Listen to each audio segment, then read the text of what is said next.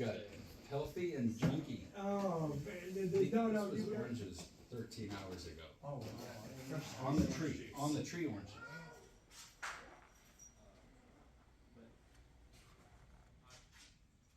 And, Appreciate the full scale of that. So you do not have to be looking up and down, up and down, up and down at the flimsy to figure out what this guy is doing. Okay, we'll talk about that at the end too. Maybe he has a paint shop. Actually, I might. I have this. He's the guy this that project uses like I himself know up. I'm there. Just happen Well, to actually, have I Really? doing You know, like As long as it's like something reasonable. All right. Thank you all. Boy, this is great.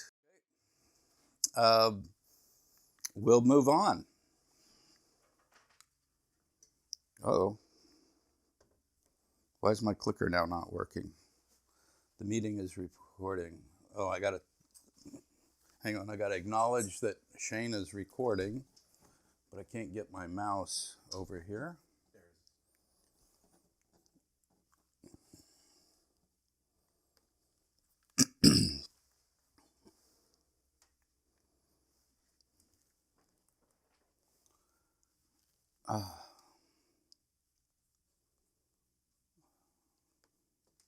What is going on?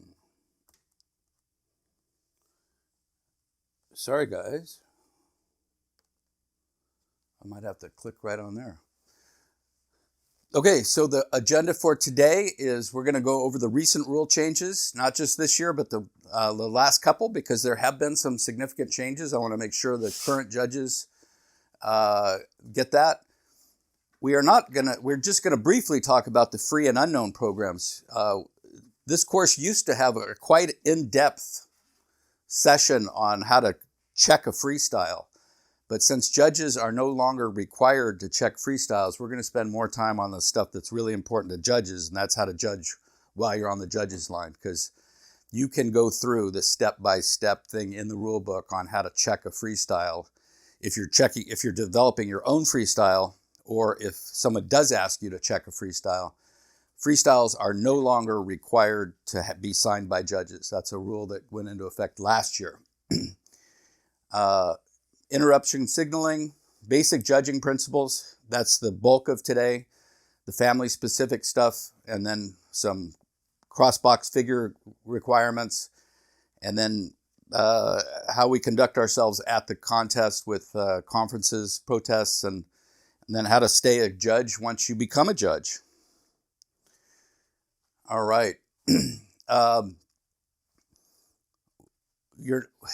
Just last year, they also changed how we call ourselves. We are now grading judges, not regional or national. And then what used to be the national judge is now called senior grading judge, and the criteria dropped tremendously. How to go from grading judge to senior grading judge, that's all in the P&P 214. It's not in the rule book anymore. All the how to stay a judge and become a judge was pulled out of the rule book a few years ago to make the rule book more slender. And it's all in the P&P 204. So if you go to the IAC website under documentation, you go to P&Ps, find number 214. That tells exactly what you have to do to become a judge and how to stay as a judge and how to upgrade to senior grading judge. All right. We're going to go over that quickly. All that can be looked up and abided by as your time permits. Okay. These are new rules that went into effect 2 years ago that could get overlooked in a course like this because we don't talk about every single rule in the rule book in 8 hours. It just is not possible. So just last year, 2022, a new rule was put into effect. As you'll find as we take this course, that every figure starts with a 10, and you downgrade for imperfections as you see them, and we're going to talk about how to do that. A very good rule, I think, went into effect for figures that are so poorly misplaced in the box that you cannot apply the grading criteria to them. start with an 8 and go down from there. So it's an automatic 2-point deduction for any figure that's in the box in such a bad position. And that's a downgrade in addition to the presentation score that you may apply as well. A quick example is we'll find out that a loop has to be perfectly round to you, the observer, regardless of where it is in the box. But if they're right in the front of the box at 3,500 feet and you're looking at that loop from the bottom straight up at it, you can't observe that it's round. So that person automatically gets a 2-point deduction. Some penalties were, there are things that the rule book tells you what is perfect, but it didn't tell you how to account for it. Some of those things were behavior issues. If you fly an additional figure after the last figure of your sequence, it will hard zero the last scored figure that the pilot flew, and we call that an added figure. You've added it at the end of the sequence. If you added a figure during a sequence, the penalty would apply. They've added that now. If you fly an additional figure afterwards, you lose one scored figure prior. Gliders, if they have a roll combination, it does not need to be centered because snaps don't need to be centered, so adding an aileron roll to that makes sense. The safety checks, which we'll talk about later, were added for advanced and unlimited competitors. Presentation K is no longer required on the A form, so that's been taken off the template. But if you're using an old template that still has the A form, it's not a penalty. And as I mentioned, free programs are not required to be signed by judges. In last year, corner judges are now optional. They were always optional for a contest director if he couldn't place corner judges, but he always had to petition the IAC to get a waiver for that against the rules. Now it's actually in the rule book, so CDs do not have to apply for the waiver if they're not going to be able to post corner judges. Safety checks can have multiple half rolls, not just one, without penalty. The SIVA left-right forms, as in addition to the IAC A, B, and C, are available for freestyles for anybody that wants to use those SIVA forms. Power unknowns may incorporate a snap roll or aileron after spin. Hammerhead uplines, that's a clarification where the upline, we'll talk about that. And same for tail slides. Those were just clarifications, not actually rule changes. These were all clarifications that we will talk about.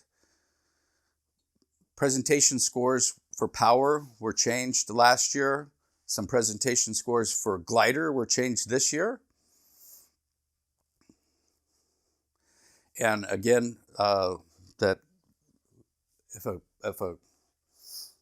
figure is so badly placed, you start with an 8, not a 10. Again, some glider changes for 2023 were introduced.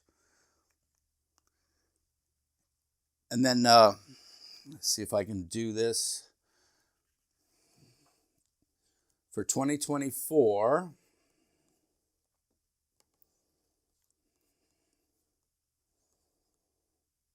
can everybody see that? Nope. Uh-oh. You have to move it to to that display. I have to, If it's the PDF, yeah. I believe that's the right display, and your laptop is the left one. Oh, am I going the wrong way? Uh-oh. Shoot, that's not what I wanted to do.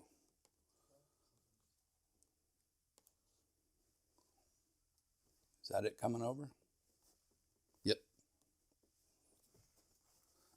This is so hard without a mouse.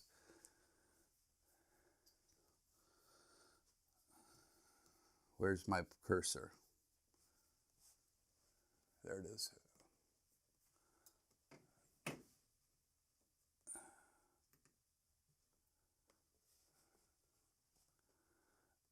Sorry, guys.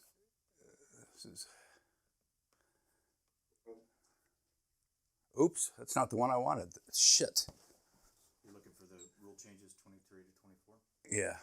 When it let me share it from here. And then It's a... stay in the presentation. Now where's my mouse?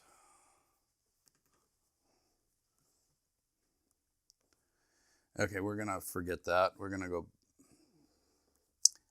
I'll just talk through them. I can share it. I have it here if you want to. I can put it on the Zoom. Oh, can you? Oh, that'd be awesome.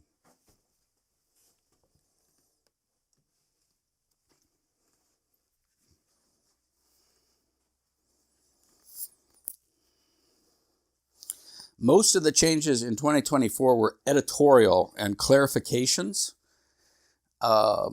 When Shane gets this going, It's on the Zoom. it's so they can see it. The Zoom can see it. I just see frozen lake. Oh, really? Yeah. Anyone else? Oh, what is this? I see it just fine. I see him scrolling and stuff. What? Yeah, I got it.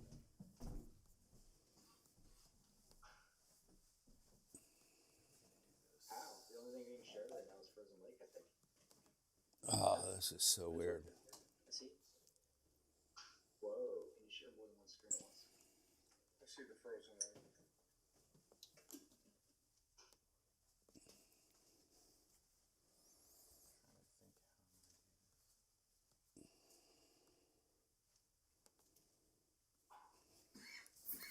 You should just go back to your Presentation. station.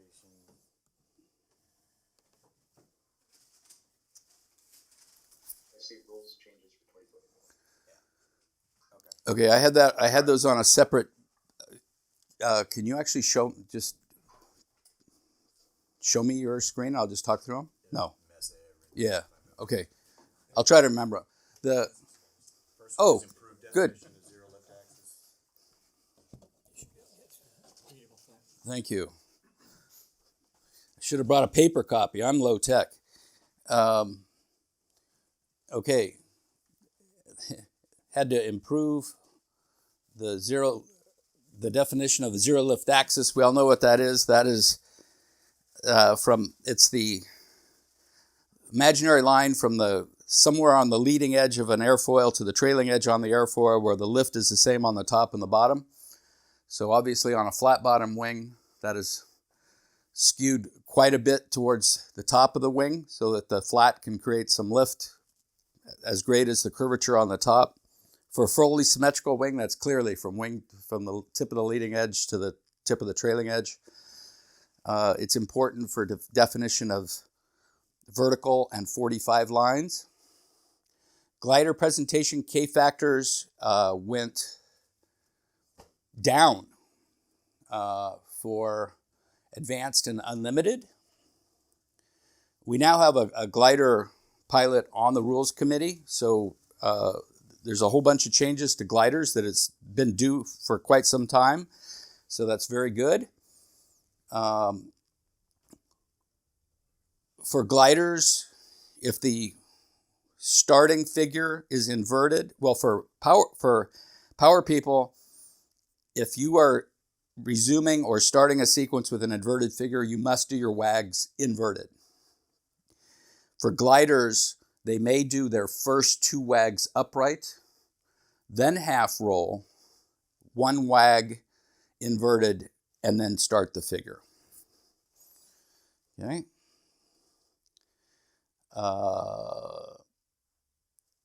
Wording change there for when wags are necessary. Add more down. Unlimited unknowns now can have inside-outside loops down, where a half roll of some kind is at the bottom. Glider seatbelt requirements are changed.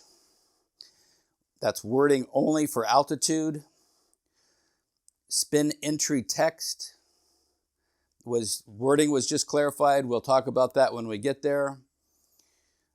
Spin exit reference, that's clarification. Horizontal lines, that's just clarification, clarification, clarification. The big change is regarding intermediate unknowns and knowns. They have eliminated the half snap on the 45 up line and replaced it with a half snap on a horizontal line. They have also eliminated any snaps immediately following a half loop up. But you could still have a half snap into a half loop down. Kind of a split S, but with a half snap on it. I wasn't part of that, but that's what they've done. Okay, that is the rule changes for 2024. Any questions there from anybody? Okay. Again, this used to be a considerable part of the course to learn about how to do a free program, but the second flight in an IAC contest is typically the free program it's optional for sportsmen, mandatory for intermediate, advanced, and unlimited pilots. The rules on how to create one of these are in the rulebook section 23. Competitor is now responsible for signing his own freestyle. Open Arrow, if you use it, does have a check there, and I think it's pretty good, but I encourage you to use the checklist that's in the rulebook, even after you've gone through Open Arrow and it says it's okay. I have seen people just misinterpret the Open Arrow and come to contests with illegal freestyles. And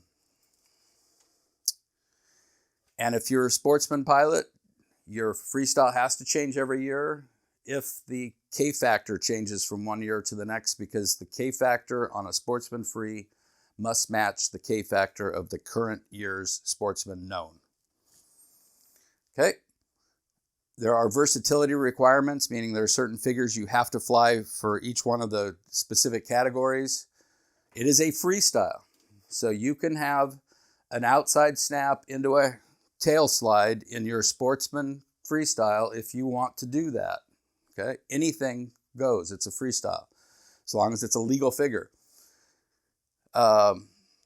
Repetition, you can't repeat any catalog number with some exceptions.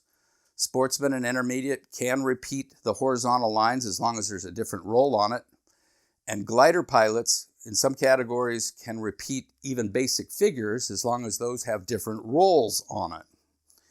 And that is all explicit in section 23 of the rulebook.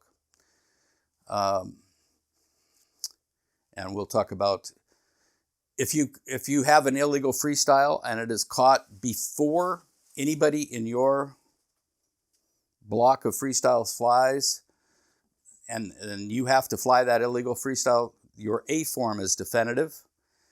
If your block of free has begun to fly, the B or the C, corresponding to the proper wind direction, is what will be used to judge your flight against. And there's all kinds of penalties for all kinds of different things. That's all explicit in the rulebook. Okay. This is in the rulebook. Again, gliders presentations changed. Obviously have to meet these maximum. If you have a freestyle with less K than the maximum, that's fine, but you're throwing away points, because if you scored 100%, you wouldn't get as many points as somebody else that did. Unknown programs. For those of you that fly an unknown, in the rule book, there's this section that's called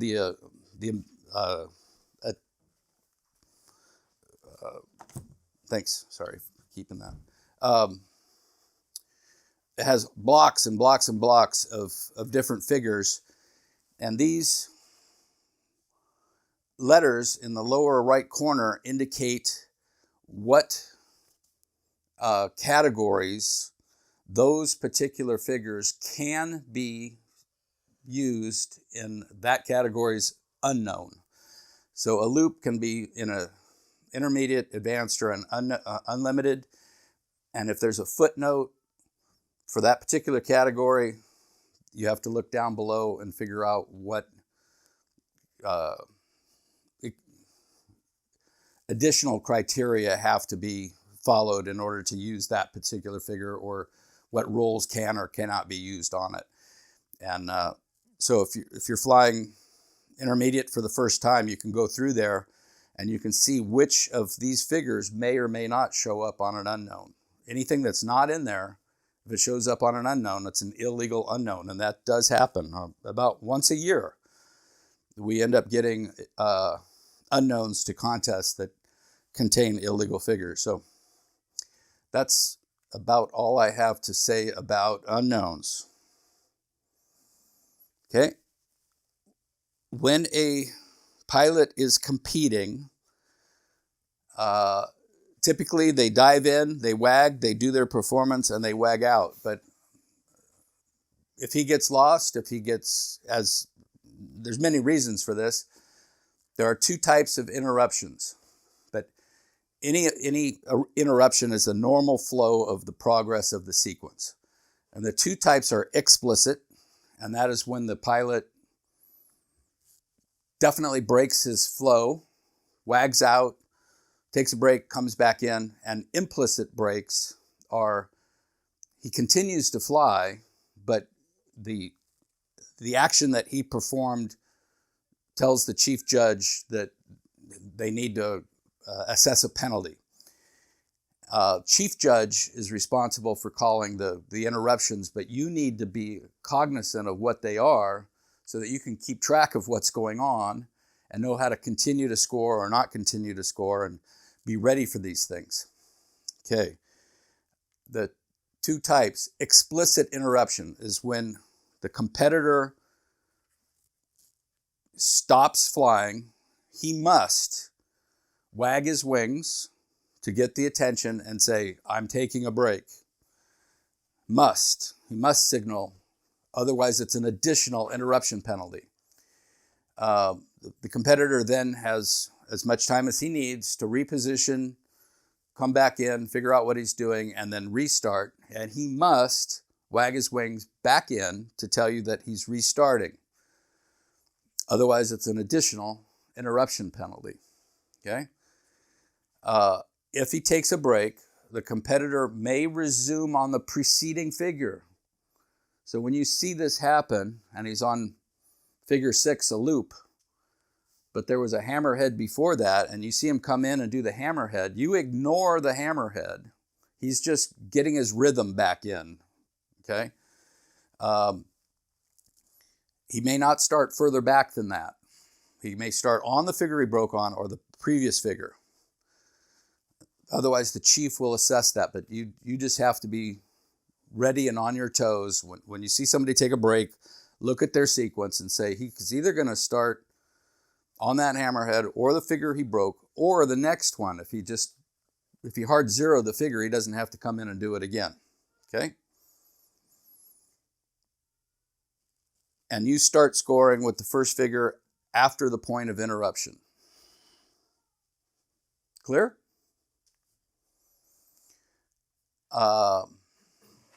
Implicit interruptions. And you will see this quite a bit, and you have to be on your toes for this. Let's say the figure is a hammerhead with a quarter roll down, and he does a half roll, and he comes out, and he's on the wrong axis, but he's at the right speed. He just wants to keep his rhythm. He can do a 90-degree turn and resume with the next figure. That is not an inserted figure. It is not a hard zero. It is an implicit interruption where he just realized his mistake very quickly, thought through it, and got himself going again. You may, for it to be not an inserted figure, an implicit interruption can be a 90-degree turn to fix heading. It can be a half roll to fix attitude.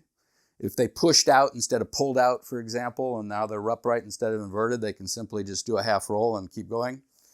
And these are not penalties. It can be and it can be both those. If he's on the wrong axis and at the wrong attitude, he can turn and roll, fix it, and keep flying. That's just one interruption. And it actually saves the contest time when they do this, because instead of just taking a break and circling around for 5 minutes, he just kept going. So it's your choice as a competitor if you want to do these things as well. Okay. Clear to everybody there? Okay. Back one. Deliberately climbing and diving between figures. Is that? Yeah. Sorry, I didn't mention that. If they're too fast and do a quick little short 45 and cap off to kill some energy, that's not an inserted 45. That's a implicit break. Or if they're too slow and want to dive down and pick up some energy, you can do that. I saw this done deliberately years and years ago. Gunther Eichhorn was flying an S2A in unlimited, and he had never achieved the patch because he had never gotten better than 5 on anything. And he asked if he could fly his freestyle with a 45-degree downline between every single figure, and he'd take the break for it. Instead of doing one figure at a time, he'd just dive down, pick up more energy, dive down, pick up more energy, and he flew his freestyle with an implicit break to gain energy between each figure, and he got through his freestyle with all 5s. So it can be done to your advantage if need be. Signaling, as we call wing wags, is not, it's defined as a visible and distinct dipping of the wings. No more than that. Your intent is to get the chief judges and the grading judges' attention that you're coming in and you mean business. Okay, does not have to be 45. It's not a scored figure. There's no criteria for how many degrees you dip. So you'll see some timid sportsman people come in and just waggle their wings like this, and then you'll see the unlimited guys go almost all the way to inverted 3 times. Whatever gets the attention. Okay, new this year. If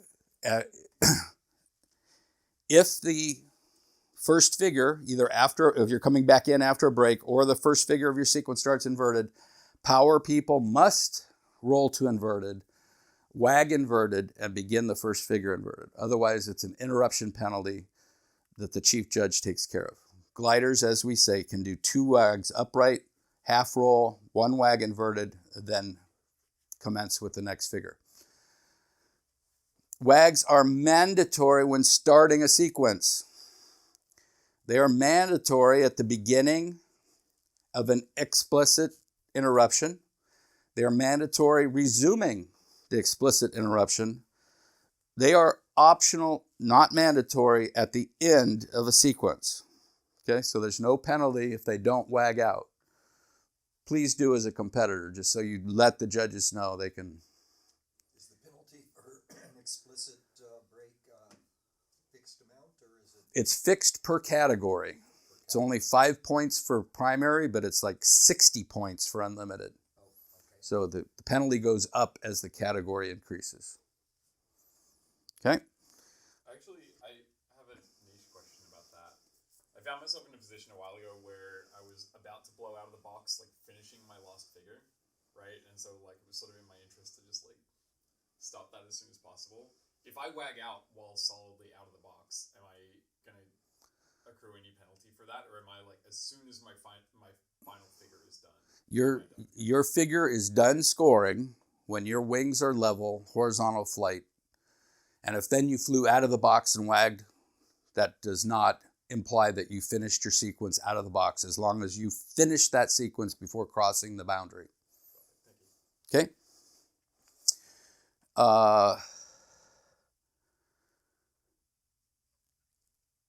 I believe there is a rule that you can only be assessed a maximum of 2, I believe it's 2, interruption penalties per figure flown. So no matter how many times you come back, if you you didn't wag out after a break and you didn't wag back in, you're only going to get assessed 2 interruption penalties for that first figure that you're going to be flown.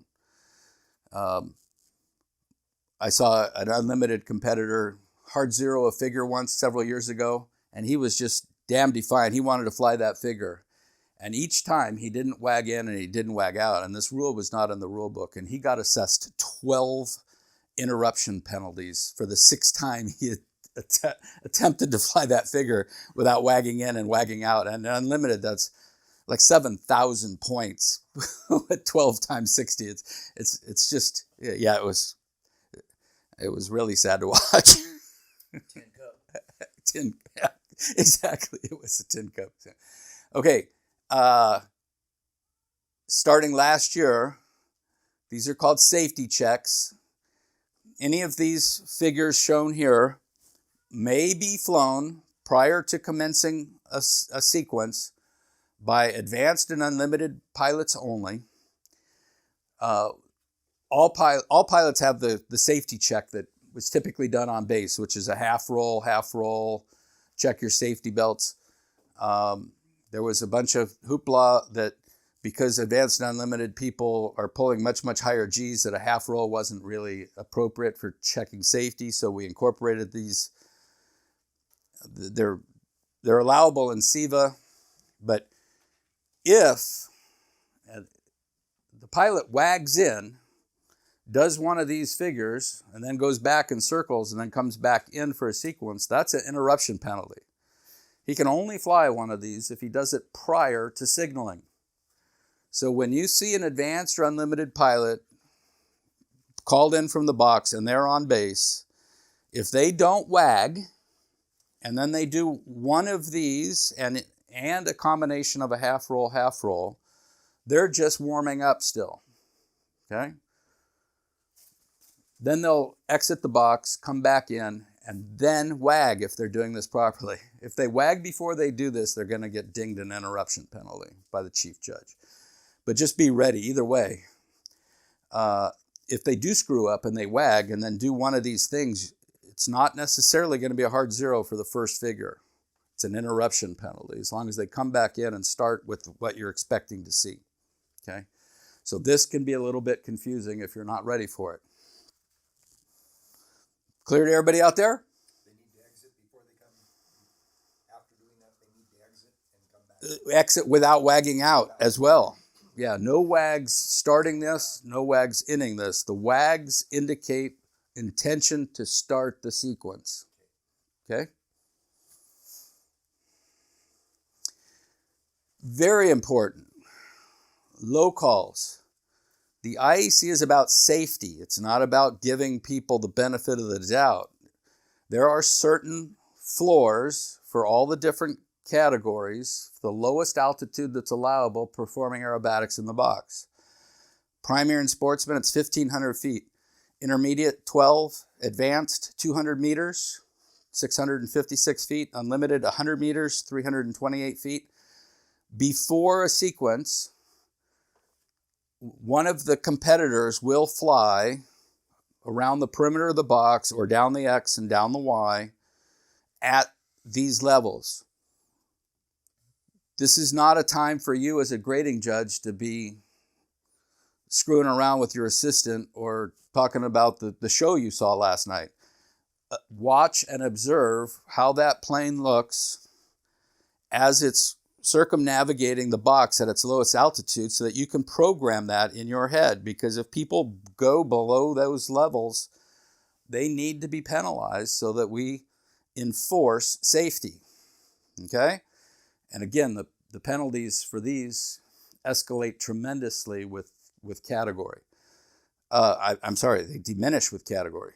If you violate the bottom of the box in primary or sportsman, the entire sequence is hard zeroed. And the penalties go up or go down from there. If they are 200 feet below the bottom of the box, that's called a low, and those will zero all flights for all categories. If an unlimited person is 200 feet below the bottom of the box, they are in the sagebrush. So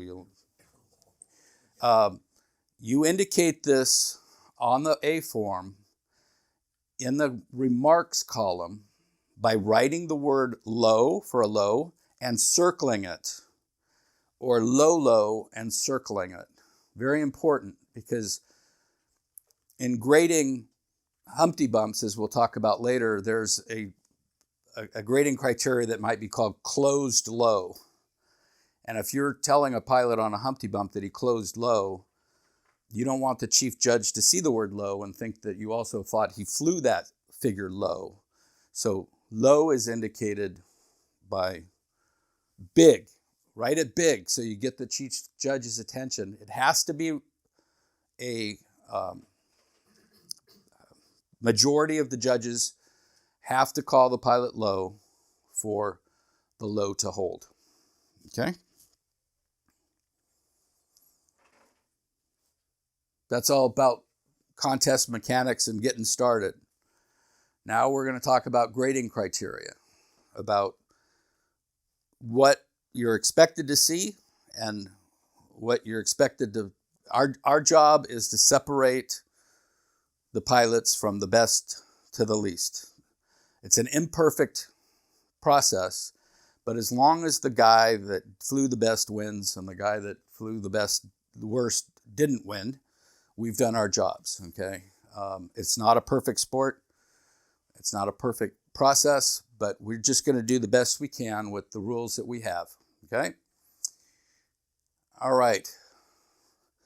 This first block that's going to be a couple hours, I call, it is applicable during every figure at all times throughout the sequence, okay? It's not, everything we're going to talk about for the first couple hours applies at all times when the pilot is in the box, regardless of what he's doing, what the figure is being flown.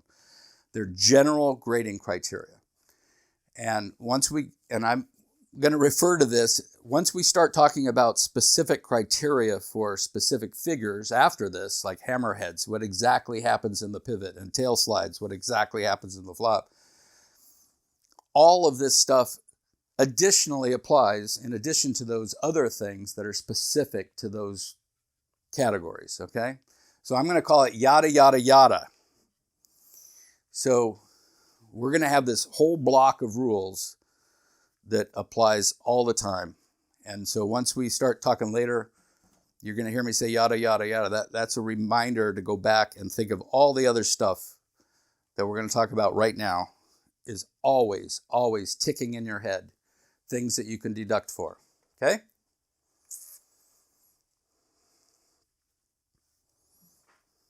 Everybody good? Okay. Our goal is to rank the pilots, as I said. Every figure starts with a 10, except as we talked about earlier, if it is so poorly placed that you can't apply the criteria that we're going to talk about, then they lose 2 points instantly and they're going to start with an 8. Okay? Downgrades are applied as errors are observed instantly. This is your primary job as a judge is to be doing math constantly in your head. The second a figure starts, or before it starts, you've got this little cache of RAM in your head that's starting with a 10. And as you see deductions, and as you may be vocalizing these to your assistant to help, so that the contestant knows why he got a 6 or why he got a 2, you're downgrading as you see and as you say these things. So that the second he finishes that figure with wings level, you should know what the score is. Because there's no additional math to be done. There's no recollection that needs to be thought of. You've been downgrading constantly through the figure.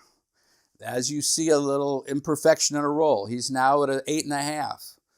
He closes low on a Humpty bump. Now he's 7.5. He's a little bit positive on that down line. He's 6.5. His bottom radius wasn't a nice radius, and you're going to ding him another half for that. He's now at 6, and the second those wings are level at 6, you say 6.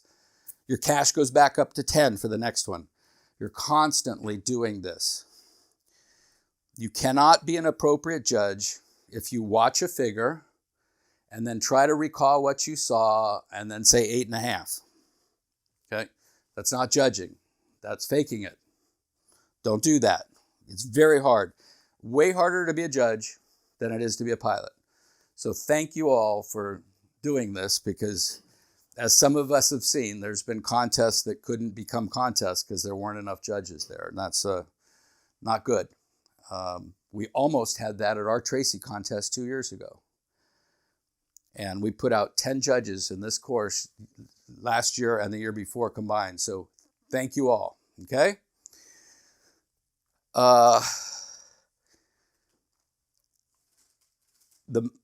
We don't do tenths of a point. Everything is either a whole number or a half.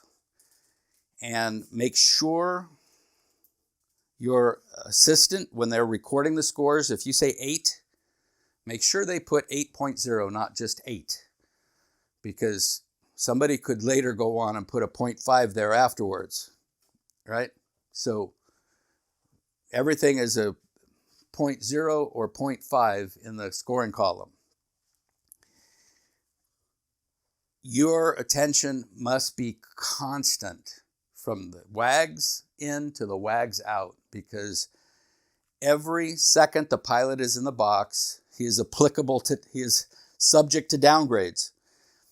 If you're looking down at your sequence card while he's flying, you're not watching him. That is grounds for an A. You didn't observe the entire flight. You didn't observe the entire figure. So you're going to have to average that, because you can't confirm that you saw everything that could have gone wrong, okay? This is why it's very important to have a good assistant. So you do not have to be looking up and down, up and down, up and down at the flimsy to figure out what this guy is doing. Okay, we'll talk about that at the end too.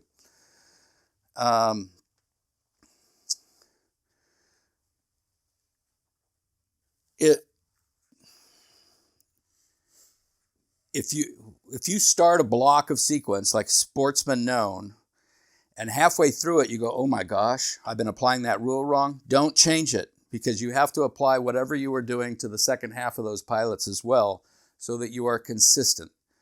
Again, we're not expecting perfection, we're only expecting that we rank order the pilots. So don't change any grading criteria halfway through a block. If you figure out you're doing that, you can certainly change the way you're scoring when you go and score them again for the freestyle or the third flight at the end of the day, but don't change in the block of a flight, okay? Any questions there? Would you just note to yourself that you were not able to see the figure, and then you just kind of, you write something specific, like, I don't know, the sun was in the way, or you just like got distracted by something, so you can't grade it, so you just mark it? Well, I'll give an example. And years and years and years, decades ago, when I was a new judge, I had it in my head that the radiuses had to match on hammerheads, the radius in and the radius out. And I was applying that. And my assistant said, you know, that's not a criteria. Well, I had to finish out the sequence applying that criteria because I had applied it to some other judges. So right or wrong, I was at least consistent through the block. Okay? So that's an example of that. If the sun is in your eyes, that's grounds for an average, because that's not changing your criteria. You just didn't see the whole figure because he went through the sun. You have to apply the average rule, which we'll talk about later, and that means you're exempting yourself from giving a score, and whatever the other judges scored it, they'll average their scores and apply that to your score. And it's a good thing. Use it as a new judge. Don't make shit up. Okay? If you didn't see it or don't understand what you saw, just put an average there. It'll work out. Okay. All right. So before we go on, excuse the little jiggy jaggies. That was my mouse skipping as I was doing these. We're going to talk about how to score loops later, but I just want to kind of give you an impression. Our job is to rank order. So we'll find out that a loop has to be perfectly round to score a 10 to your eyes where you're sitting, regardless of where it is in the box and regardless of the wind. So clearly this one on the upper left is pretty darn close to a 10, right? But then you're going to see all kinds of different variations of loops. But Brian, what would you think if you saw this loop? And I'm sure you've seen loops like this. What is that approximately to you if you saw that loop? Like a 5. 5? Okay. How about this one? Better, worse? Chris? That's a what? Worse. So what would you score that? Maybe a 4. Maybe a 4. Okay. The point is we know what a 10 is, and we haven't learned the criteria yet, but some of you might call this a 7. Some of you might call it a 6, or maybe even a 4. But as long as this one's worse to you and gets the lowest score, these kind of go this way, you know. These are at different altitudes, so that's worse of a loop than finishing and stopping at same altitudes. And this one is less wide than this one, so your scoring is going to go from best to worst, kind of like that. And we'll talk about, but it's rank order, not perfection. So if Shane called this a 3 and Chris called it a 6, as long as the other ones were proportionately higher or lower, that's what we're going to do. Dispassionate grading. You have to be a robot on the judges line. We're going to learn the rules. You observe the aircraft, not the pilot, because a pilot's a personal thing. You're going to observe this aircraft fly through the box and do some maneuvers, and you apply these to that aircraft and what it just did the best you can, regardless of if it's your best friend or somebody you just had an argument with, whether it's a Citabria with 120 horsepower or, extra 330 SC with 400 horsepower. It's the grading criteria and it's the performance. Don't let any other factors influence you. Explicit things along that line are the length of a line is not grading criteria. A pilot in a high-performance aircraft that does a 3,000-foot vertical does not get scored any differently than a Citabria that does 2 fuselage lengths on that hammerhead. Okay? It's the quality of the line, whether it's perfectly vertical or not, that matters, not the length. The only time length matters is when it has to match the length of another line. And that's only an A to A match, not because they're longer or shorter. It's that they matched. The tightness of a radius should not influence you. A 4G pull into a vertical line that uses 300 feet of radius to go from horizontal to vertical is just as impressive if it's round as a pilot that comes in and janks 12 Gs and turns his plane on a corner and pulls his eyeballs out. Okay? It's not the radius, the size of the radius, it's the quality of the radius that matters. Okay? Do not go, oh wow, that looked great because he pulled those many Gs. It's not part of the grading criteria. Roll rate as well. It doesn't matter if it's a decathlon at 90 degrees or an MX at 420 degrees per second. It's the quality and the precision of the roll, not the speed of the roll, as long as it's constant. Okay? Very, very important. Okay? Explicit in our rules is that there is a pause of horizontal flight between every set of figures. Every figure must have some horizontal segment of flight between them.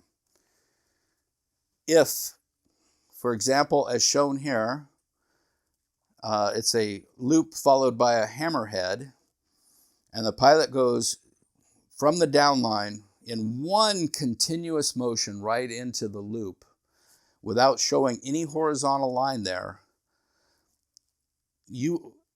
as he was finishing that the Humpty bump, as I said, as soon as his wings were ready to hit level, you were going to be, say, a score to the scorer.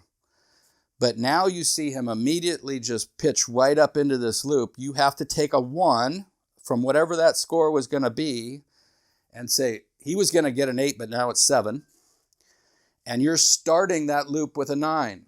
It's 1 point off each figure when they do this. Okay? That can be a huge penalty in the upper categories because 1 point off a 64K factor is a lot of points lost, where 1 point off a 90-degree turn in primary is only 3 points lost. So keep an eye out for this. You'll see it when pilots get rushed on the upwind or downwind part of the box and they want to get that next figure in without taking it out. But it's a big penalty, and keep an eye out for it. Okay. Everybody good?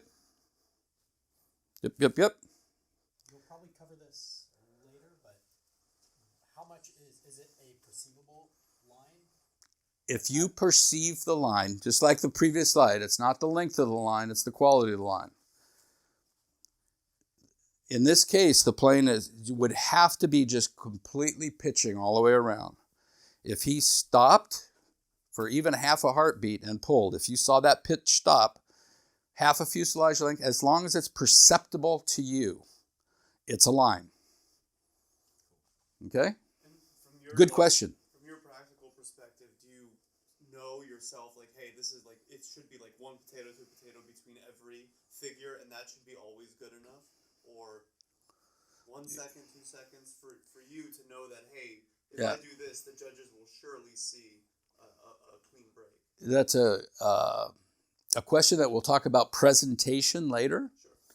But there is no criteria that the pause between figures 2 and 3 has to be the same as the pause between 3 and 4 or 4 and 5. When I say pause, that horizontal line, it's completely up to where he is in the box, how long that needs to be, how much energy he needs to lose or gain. But the point is, there has to be a line. You have to perceive a line. And if you saw exactly this without any stop of that pitch change at the bottom in these two figures, -1 for each. And it happens more often. It happens at least once or twice a contest across all categories. So keep your eyes out for it. Okay, we're still talking about yada, yada, yada, right? All this stuff always counts all the time, all the time. Horizontal lines. Anytime you see a line on the arrestee card that is horizontal like this, that means the aircraft must be flying at constant altitude. Okay? It is not the pitch of the aircraft. It is the flight path of the center of gravity of the airplane. Must stay horizontal. So as pilots, we know the only way not to lose or gain altitude as your speed changes is by changing the pitch of the aircraft. If you're flying very slow, you need angle of attack. If you're flying very fast, you don't have angle of attack. It is the flight path of the center of gravity of the airplane that must stay horizontal to you for no deductions. Okay? Just like the picture shows, slow-moving super decathlon is going to have its nose pointing up in the sky. As long as it is not gaining or losing altitude, that is horizontal flight. Same, an Edge 540 flying at 200 knots, that wing is pretty damn flat to the horizon, and he's just horizontal, okay? Not pitch, flight path. Any deviation in the flight path, up or down, is 1 point for every 5 degrees of error. 1 point per 5 degrees of error is the golden rule of judging. It applies to many, many things, including yaw, heading, and altitude, or horizontal flight and vertical flight errors, okay? 1 point per 5 degrees.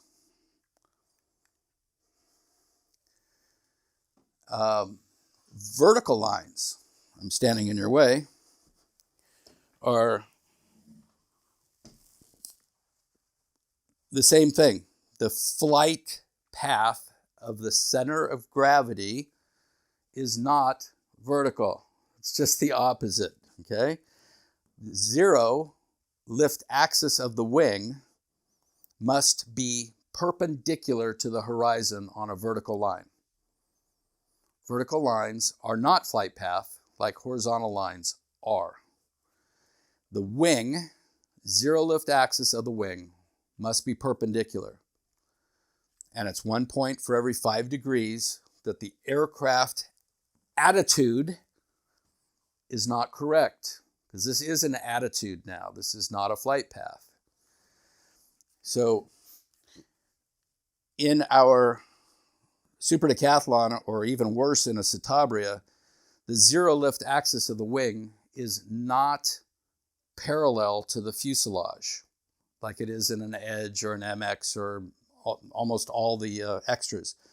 So the fuselage, that's what this is trying to show, the fuselage line is going to look about 3.5 degrees off on a decathlon always to get the wing on the zero lift axis. So this is a perfect upline for a decathlon. It'll even be more skewed for a flat bottom wing citabria. Great Lakes will look like this because of the angle of incidence on the wing as well. Pitzes will look like this. Only the monowings will be, the fuselage will be nearly vertical when the wing is perfectly vertical. Okay. We'll talk about how the wind affects this as well, but on vertical lines, you are looking at the wing, and the wing zero lift axis must be vertical. The flight path will rarely be vertical. Horizontal lines, regardless of wind or whatever, it's flight path of the center of gravity. Verticals are attitude of the wing. Okay, is that clear? Super important to differentiate those two because nearly every figure has vertical and horizontal components in it, and you're constantly going to be switching back and forth between watching the center of gravity for horizontal flights and looping elements, and then watching the attitude on verticals. Okay, then back to flight path for circles, okay, and looping elements. 1 point for 5 degrees. So this is not a deduction for this aircraft. Another thing I'll mention is at 3,500 feet, 3/4 of a mile away at the back of a box, it's very difficult to see the chord of a wing.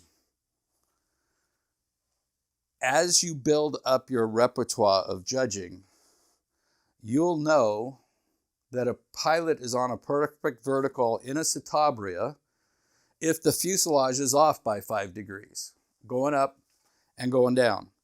You really can't see the zero lift axis of the wing, but you can absolutely see the fuselage.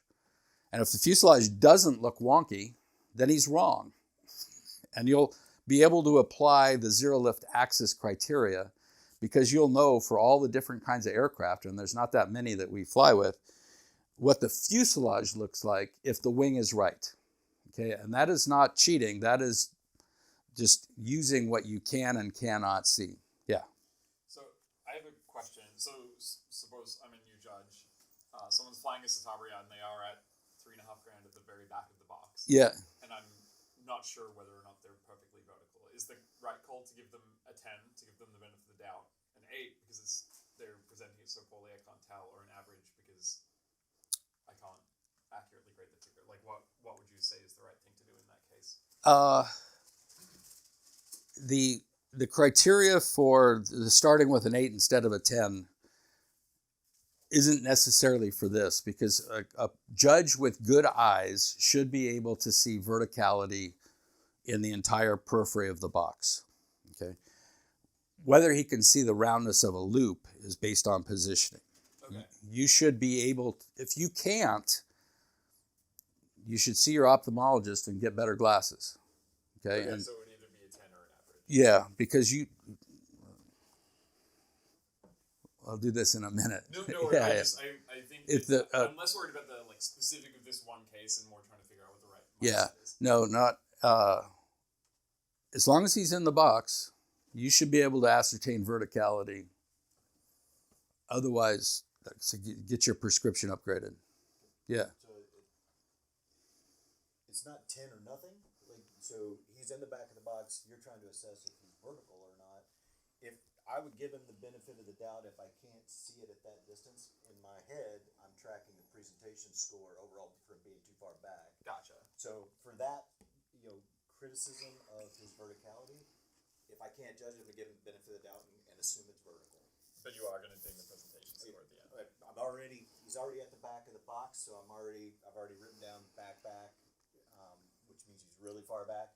And in my head, when they ask me for presentation, he's going to get knocked then. But for that specific criteria and that specific maneuver, I would give him the benefit of the doubt unless I can see it. Yeah. Perfect. Thanks. Yeah. So again, my decathlon model it's you can see here that wing is vertical, but the fuselage looks like that. It's just the same on a down line. It looks negative down, positive up. So if you hear yourself saying to an assistant for every decathlon and every Great Lakes out there, positive up, negative down, you probably need to calibrate yourself, because not every pilot is going to be flying like this. But there are certainly instances where that is certainly positive up. The wing is not perpendicular, okay? And that is negative up. So these are the criteria, and we're all human. So, and again, 1 point for every 5 degrees of error. And if you perceive that it's not quite 5, but it's perceptible, you can say that's 2.5 degrees. You can do half points for all the criteria we're going to talk about. 1 point for 5 degrees, but half a point for 2.5. If it's somewhere between 5 degrees and 10 degrees, you can do 1.5 minus for 7.5 degrees of error. Okay, just do the best you can. All right. Because vertical lines are based on the attitude of the wing, on any windy day, vertical lines will not be on a straight vertical flight path. Okay? On an absolute windless day, if the zero axis, lift axis of the wing is not creating lift, the flight path will be vertical. But with any headwind or tailwind, the plane is going to drift. That is not a downgrade. You are, on vertical lines, you are zooming in and you're looking either at the chord of the wing or the fuselage, if you know what that relationship is. And like I said, on these monoplanes, they do not have an angle of incidence, and most of them have symmetrical airfoils. Therefore, the fuselage will be vertical on those aircraft that you know meet those engineering criteria. And you are free to use that criteria because it's physics. Use the fuselage. Or if you've got super good eyesight and they're in the front of the box, look at the wing. Make sure it's flat, but not the flight path. Okay? Clear to everybody? Make sense? Okay, is everybody out there? 45 lines, exactly the same criteria that we just talked about for vertical, except that the wing is now 45 degrees pitched down from vertical. So on a vertical, the wing has to be perpendicular. On 45 lines, the attitude of the wing, not the flight path, has to be 45 degrees down from vertical. The flight path will not necessarily be 45 degrees based on the wind, just like it isn't necessarily perpendicular on a vertical. It's the attitude of the wing that matters, not the flight path. Very, very, very important and very, very easy to get influenced by this as a judge. For some reason, it's real easy to see perpendicular of a wing while it's on a vertical line. But I've seen many, many, many judges that I've assisted for greatly influenced on 45s by the flight path. With a headwind, they'll call them steep when I'm seeing that airplane's wing absolutely at 45 degrees, or shallow with a tailwind. Don't let that influence your scores. Look at the wing. Okay? Do judges use sight gauges or cheats to measure? At the Washington contest, they actually give a 45-degree triangle to the judges when they go out to the judges' line. In some cases, it actually accentuates this problem because they'll hold that triangle up to the horizon and now your focus is in the near vision because you're looking at this triangle and you're very much influenced by the flight path when you're doing that, rather than trying to zoom in with your eyes and looking at that wing out there. And it's an instantaneous assessment when you're looking at the wing attitude. When you're holding this triangle and you're seeing a flight path. Yeah. Okay. So. Student question on this is gliders, horizontal line differences from Mallory. Very good point. Very good point. Let's finish this. So in the three lower categories of gliders, when we start talking about figures that contain 45-degree lines, anytime there is a 45-degree line on a figure in primary, sportsman, and intermediate gliders, the pilot must, or the aircraft must fly a 30-degree line from the horizon, shallower. And that's because gliders can pick up airspeed very, very quickly on 45s, and they don't want lower category pilots exceeding the airspeeds of aircraft on 45s, okay?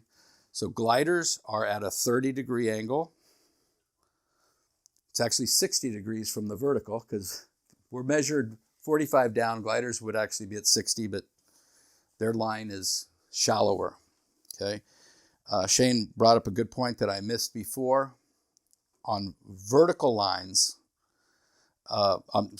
in horizontal flight in a glider, anytime a figure has a horizontal line or anytime you're between figures, horizontal is defined as any constant descent or ascent. They can be climbing or descending between figures as long as that angle is consistent and appropriate for their energy needs.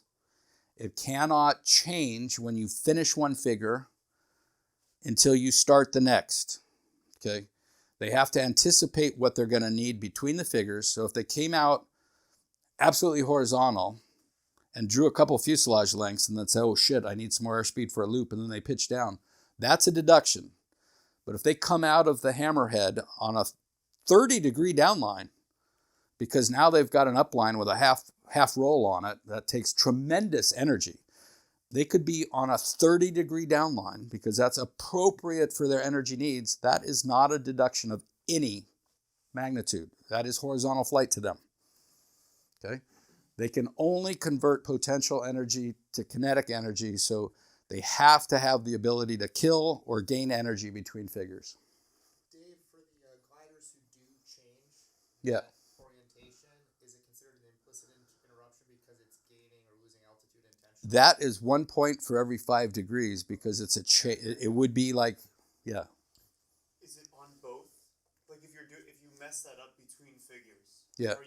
you're deducted a point on each figure? No, it's whatever their pitch attitude is that they change would be deducted to the next figure because they finished the one figure already because they drew some line and now they're changing that line. Yeah. They've started at 10 already for the next one because you already scored that one when they finished. So that little pitch change is applied to the next figure only. Okay? And we'll talk about this more later actually, but thanks Shane for, yeah. We may Mallory's talk about question. it more later. On the 45 Oh, Mallory. Oh, okay, good. on the 45-degree lines in general. So the simple criteria here is that assume that entire 45 has that defect. They fall into a 45, realize they're too steep, let's say, correct it back to 45. Okay, so for half the line they were too steep, but then they had a correction. Is that 2 points? It's a change, right? Because they're off by 45, so they lose a point for that, and then they lose another point because they've changed the actual pitch of the ZLA. Well, you don't deduct for corrections, right? Like you No, deduct that's corrections between figures that you don't deduct from. If you change that 45-degree line, it's no longer one line, it's two lines. So you lose points for not being at 45. But I mean, for example, like if someone like is doing a hesitation roll and they stop 5 degrees off, but then go back, you don't deduct for the correction back to where they're supposed to be, correct? That's correct. Right. But you deduct one for the 5 degrees, right? Exactly. So to me, it seems like this would be the same, right? Like if they set their own line but then correct it, I would deduct for the 3 points for the 5 degrees that they're off, but I wouldn't deduct them for getting back to where they're supposed to be. It's a real good question. So Chris's question is, for those of you that might not hear it, is, correct me if I'm wrong here. Let's say it's a reverse half Cuban, 45 degrees. They're going to pull to 45, right? Your question is, if they pulled to 60 and they draw some line, you've already deducted 3 points for the 15 degrees steep, right? Now they change back to 45. Is that a correction or is it a change in pitch attitude? That's your question, right? Right, yeah, correct. So would you deduct again for minus 3 more points? And you can say that as a correction. We're also going to talk about, this is one place where benefit of the doubt is appropriate. You must apply the rule book to the lesser magnitude penalty to the pilot if 2 different interpretations apply. That is one of the primary things about benefit of the doubt. If you can interpret what happened and apply a minus 8 to it to give it a 2, or you can interpret it, those rules, and it only applies a minus 5 to it, you must do the lesser of the 2 evils, okay? So if they pull to 60 and then they go back precisely to 45, you can call that a correction and not a change of attitude, okay? Let's say they pull to 15 degrees and draw some line. And now they pull to 30 degrees and it's not a glider, it's a power plane. What are you going to do in that case? They're already at 15 degrees, they're 30 degrees off. You've already taken off 6. They're already at a 4, right? And now their attitude changes 15 degrees more, but they're still not at 45. Is that a correction or is that an error? How would you interpret the rules there? I would say that was an error. It's an error because he's not at 45, right? He's still, his line changed, And it's still not the grading criteria of 45. So I would ding that another 3, and now he's at a 1. So my point, actually, I was getting at there is it better to try and fix, or is it better to stick with what you've got? And we'll come across that later, I guess. But Yeah. from a judge's point of view, if you see him trying to fix something, Yeah. and that, it's I'm not better to just, I'm not coaching you all as pilots. I'm teaching you as judges. So I'm not going to answer that question. right.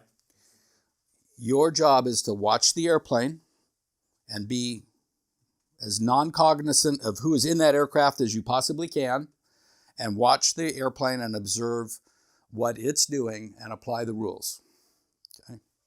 Don't think what you'd be doing. Just watch the plane, apply the rules. So just so I can have some level of understanding about these corrections. So let's say it is something very simple like a 45 degree. Yeah. If you initially pitch to 30, or you initially pitch 30, and then you want to correct and you go to 45, Yeah. you'll get dinged for the fact that you're 15 degrees off, but you won't get dinged for the correction, which makes me think, why would you even bother correcting? Okay. Because it just opens you up to messing up. Yeah. So why even correct anything Okay. ever? Again, it's not coaching, but we're just 1 or 2 slides from Chris's question. But where the rule is intended to apply is, let's say it's just a aileron roll of 360 degrees. The grading criteria expects that this is going to be a nice constant roll and stop absolutely wings level. Okay. The double jeopardy rule of, do you apply a second deduction for a correction, is for these kinds of instances where he's rolling and he's just loving this roll and he goes 20 degrees over and then goes, oh fuck, and fixes it. Okay.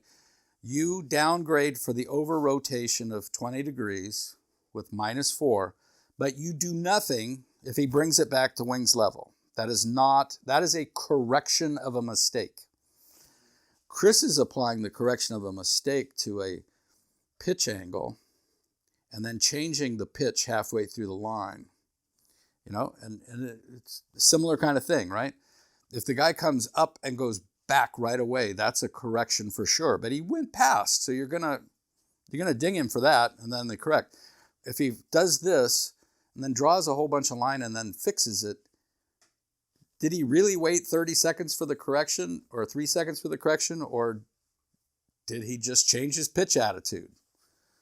This is where you as a judge need to interpret the rules and apply them as best you can. And I think that the key takeaway from it is consistency. Yes. As a judge, if I would take an extra point off because he did these 2 lines, one was out, and then he did a change. If I took 2 points off for that, just be consistent. Yeah. How long are you going to allow him to fix the mistake is the question there, before it's another mistake or a correction to the previous mistake. And typically it's instantaneous. But you can set your yardstick for acceptance of corrections to whatever that duration of time is, as long as you are absolutely consistent with it. Okay? Is that all clear to everybody? Everybody's shut off their video, so I can't see them sleeping. I'm chatting with them here. They're all. Oh, good. They're able to hear. Good. They've had a few cutouts, but nothing bad. Big brother is watching you guys out there. He's okay. Showing notes. Okay. Thank you, Mal, for the poke in the eye about the gliders. I should know better, and should be emphasizing this. Good on. So flight path on a horizontal line is by the attitude of the wing, right? Center mass. What? Horizontal is the flight path. Flight path of the center of gravity of the aircraft. Likewise on vertical lines, right? Flight path has to be perpendicular to the horizon, right? God damn it, I get this wrong every year. Okay, right, keep it in mind. Horizontal is horizontal flight path. Vertical and 45s and 30s for lower category gliders are attitude of the zero lift axis of the wing and are not wind corrected. Very good. Very important. Uh-oh. Zoom is asking me if we're having trouble. Just shut that off. Why do you interrupt me? Come on. Okay. Heading. We're not at 60,000 feet looking down on the box, unfortunately. We are down on the ground looking up at the box, but the box has an x-axis and a y-axis.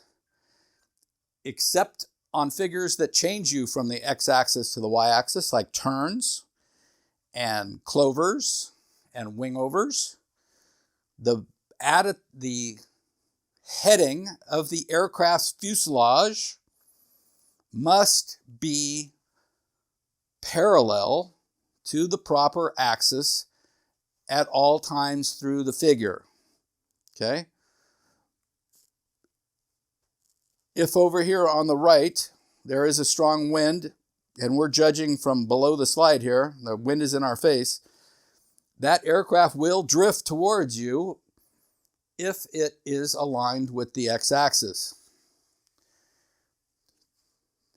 The pilot that crabs to stay on a flight path in the box, in the wind, his heading is not perpendicular or not parallel to the x-axis anymore. That is a downgrade if you can perceive it. 1 point for every 5 degrees. Okay? Back and forth across the x-axis is not flight path, it is heading of the aircraft. Okay? The only way to stay in the box on a windy day is by crabbing. So, if you see it, you must deduct. Okay? But if you got a strong wind like you're showing there, and Yeah. you're heading towards the judge, it's going to look like you're climbing, right? So you're going to get an altitude penalty. This is perception. It's going to look like he's climbing. He's climbing. And you have to differentiate. Is he climbing or is he not climbing? Because you don't have his altimeter. If you perceive that as altitude gain, then you're going to deduct that for the altitude gain that we're going to talk about in the next slide, if that's how you perceive it. If you're able to say, he's just drifting towards me, and this really comes up in like 180 degree turns. They'll be at the very back of the box and they're going to turn, and even if they're horizontal and they come up on the front of the box, wow, they're going to look like they gained 500 feet. You have to know that that is an illusion of the physics and that he really didn't gain that. You're not going to, but if you perceive that he did gain altitude, then you have to do it and you apply it equally. But there are definitely parallax things that affect how we perceive what is actually not happening. And that is one of them. Front of the back of the box. And that's why I said when they're flying the low lines, really, really pay attention to what that looks like. And So as a judge, you'll gain experience by seeing a lot more planes, and you'll be able to calibrate it better as the more flights happen. Yeah. It may change your grading a little bit as you realize as things look different to you. Another thing I will encourage you all to do, especially as you're gaining experience in this field, is a lot of chief judges, in order to save time, will ask the low-line pilot to fly center X, center Y, which means they're going to come in, go right down the center of the box, do a wing wag here, wing wag here, wing wag here, then they're going to do a 270 and come straight at you, wing wag, wing wag, wing wag. It absolutely does not serve any purpose, and it only saves about 2 minutes of time. What you should ask the chief for is back of the box, front of the box, x-axis. So the pilot will come either starting at the back and go wag, wag, wag, do a 180, wag, wag, wag. Now you have what it looks like to be at the front of the back box and the back of the box, and that parallax issue. If they just go right down the middle, you completely lose that perspective. And I've gotten in fistfights with chiefs that say, center X, center Y, and I go, that serves no purpose. Now you're just wasting 10 minutes instead of doing it right and spending another 2 minutes and doing it right. So, okay, you get a much better view of what is flat when you define both lines. Yeah. It makes sense to me why you'd want the front and the back of the box. Is there a reason to ask for for both boundaries on the y-axis, or do you just have them fly down the center of the box? I've never seen it done, but you know, if you had a really unusual terrain out there, like Borrego, it wouldn't hurt to do all 4 axes. But you really, because they are wagging here and here, you can kind of remember exactly where those spots were, and you don't necessarily need them again. Do one, Yeah, 180, do the other, and then you're done. yeah. Gotcha. Thank you. So you will have these 4 points with those 2 lines. Okay. You still have them do the x-axis? They'll typically go front, back, and then now you've really got a great perspective of that whole plane. Okay, and what it looks like when they're right in your face, and way back there. So that defines all the corners of the box when they do that. Well, most of them. Okay, so we talk about 5 degrees. If anybody remembers what a real clock looks like, 1 second is actually 6 degrees, or 1 minute, 1 second, whatever. So when you glance up at like the clock we have here, old school clock, each time that little thing clicks, that's 6 degrees. And you're expected to judge within half that amount, differentiating 2.5 degrees of error. It's a tough job, okay? So I apologize. This is where I do this typically. I have a scale, digital scale, but I couldn't find it this morning or last night. And I play with you to see how many degrees you can be off. But the difference from there to there is your half point. And this plane is flying that line at, 125 miles an hour at the bottom and 60 miles an hour at the top. And as the error gets bigger and bigger, it's a natural tendency to not appreciate the full scale of that. That's 35 degrees off to my eye. So that's approaching a 0. That's 7 points off for that wing attitude right there. So that's already a 3. Just for this moment in space. And now they've got the whole rest of the figure to go. So when you're throwing out 8s and 1/2s and 9s, you're not perceiving any error. And this is a 747 at the front of the box as far as scale to you as a judge. Okay? It's like this. You guys, this is going to be lost on you guys, but that's what you're expected to judge. An S2B at 3,500 feet at the back of the box is that big. And you've got to be measuring yaw, pitch, and roll within 5 degrees. Okay? Do the best you can. Okay?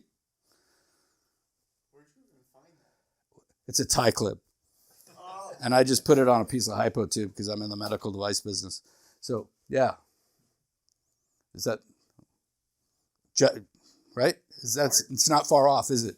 And it's like looking at a football from 7,000 miles away and knowing if it's standing upright or not, Okay? Tough. It's tough. It's hard. Just do the best you can. We've been at this for an hour and a half. Does anybody need a bathroom break? Take 5-10 minutes here. Okay, let's get back to work. Back to work. Okay, so we just have a couple slides here to test you. Philippe, what do you think? Is that vertical or? He's already onto the down line. This happens fast. I would What's- say it's like 2.5 negative. I would look at it and it looks slightly negative. 2.5 this way. Is that what you say, on its back? There's negative. There's Well, what's the terminology if something is slightly on its back? Is it, he's negatively loaded at that point. So that's it looks like 2.5 negative, yeah. Okay. Let's see. Okay, cool. You cheated. Good guys. This looks slightly off. Well, good. Good eye. Good eye. How many of you saw that? How many of you said that was perfectly vertical? Well, I meant no deduction. No deduction. Within the margin Okay. of- So those of you that thought it was perfectly vertical, you losers, right? Absolute losers. No, I'm kidding. Okay. That was awesome. 95% of people see that as vertical. It's extremely hard to see these deductions. So good on you. How about this one? That's supposed to be a vertical down. Okay, it's on a 45, obviously. Chris, That looks like a 45 looks 45? for the wing. See? You guys are, I could go home. I have created perfect judges so far. This is awesome. Okay? Yeah, it looks slightly shallow. Richo, what do you think there? It looks perfect to me. Looks perfect? Okay. Brian, good? 5 degrees shallow. Yeah. I was right on the line of Yep. deduction. Yep. It's definitely harder inverted. Yeah. And it's not moving. And it's 10 times bigger than you're actually going to look at it. So, But if it's moving, it's worse because the wind is going to change it. and you're influenced by the flight path. So again, just do the best you can. Does this translate to you guys on Zoom okay? You can't see what I'm pointing at when I point up here though, right? Or can they? Can they actually see me doing this? They cannot see, well, they can barely see you, I never. Yeah. Yeah, Okay. yeah, we can see him pointing and stuff unchanged. Give them the next one, Okay. let it come from the Zoom. Let's see. What do you say, positive? Matt, you're look. I'd say like 5 positive. So it's a point. Yep. That is definitely a little bit positive, right? Yep. A good oneer. Unfortunately, we don't have slides for bigger errors. Yes, we do. It's one of my slides. This is, Give the Zoom guys a chance. yeah. What do you guys think on Zoom? That's obviously an inverted 40. Very shallow. Very shallow? How much very? 10 degrees shallow? So -2? -2? Okay, let's see.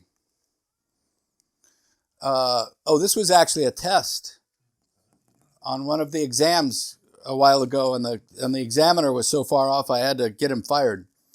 So that's the zero lift axis of the wing. That's a 45.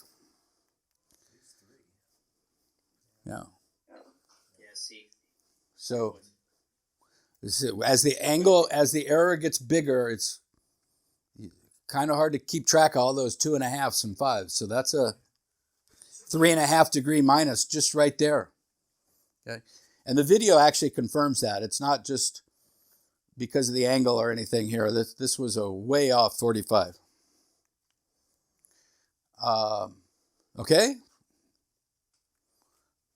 Got all that? So we understand vertical. We understand 45, horizontal flight. Everything we do in changing pitch attitude involves a looping line as they are described in the rule book.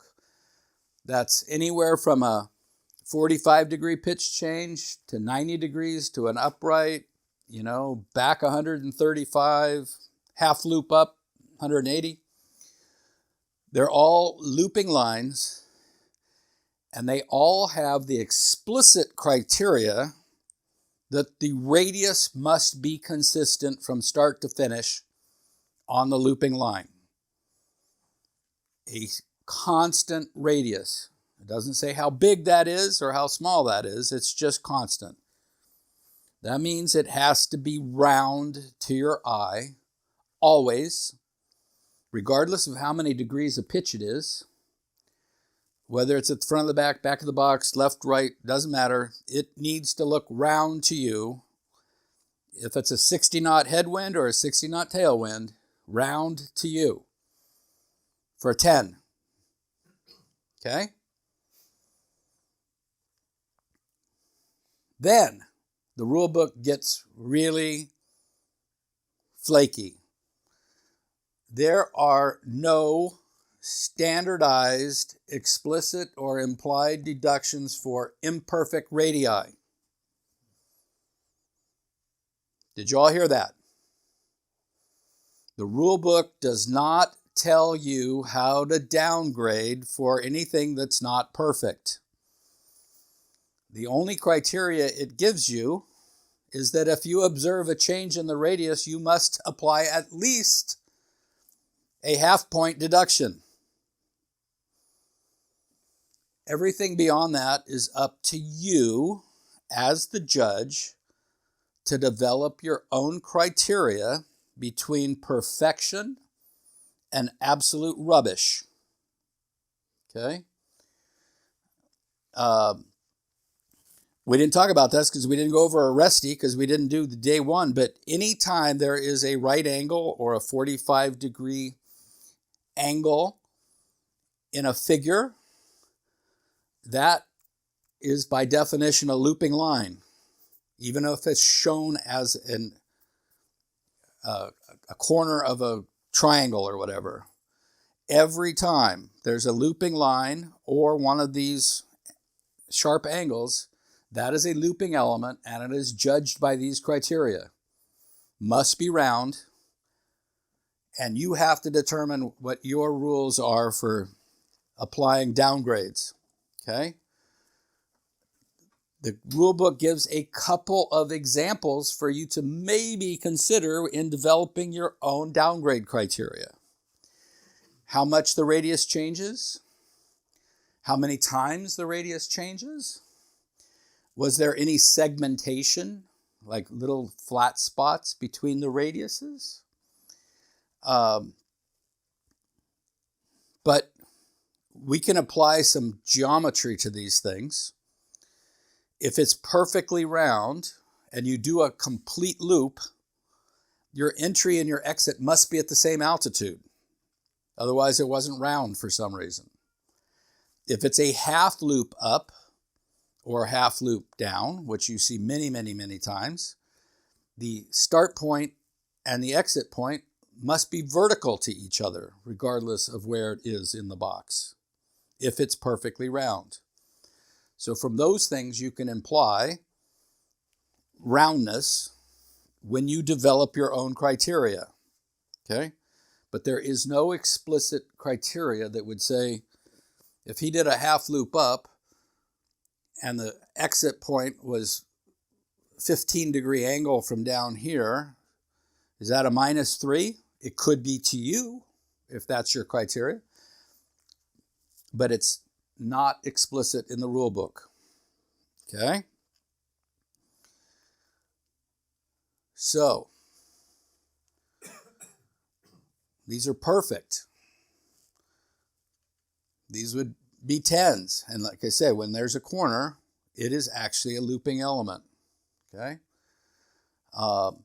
In figures where there are multiple radii, there are only specific times where those radiuses must match.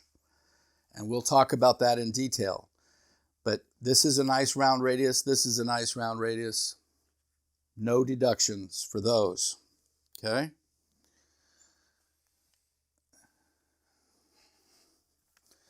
Now, we know what vertical is, and we know what round needs to be.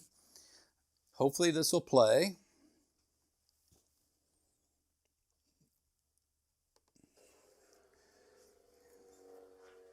Okay, here's his vertical. You see some wind drift going on there tremendously, especially as he slowed down. And there's the 45.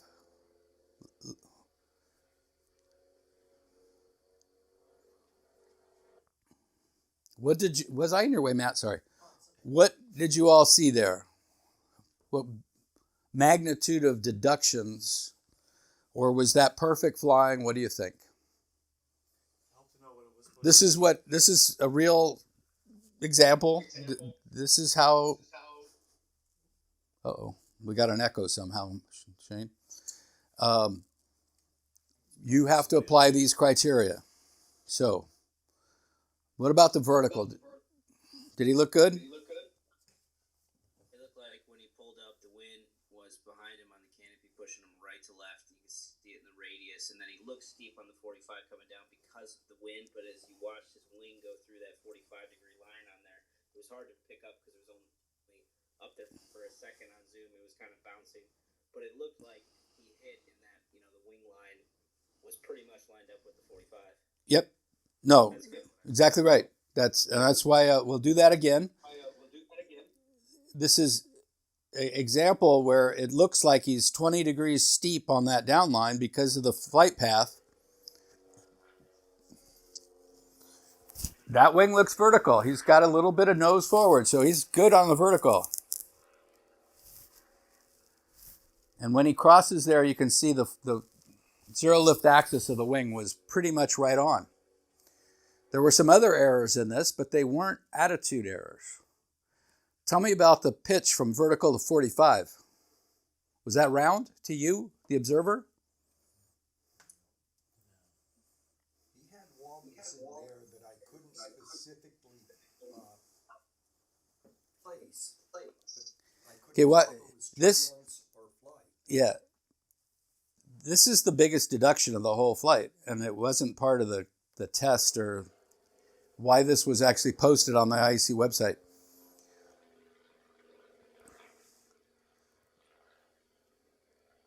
Flop.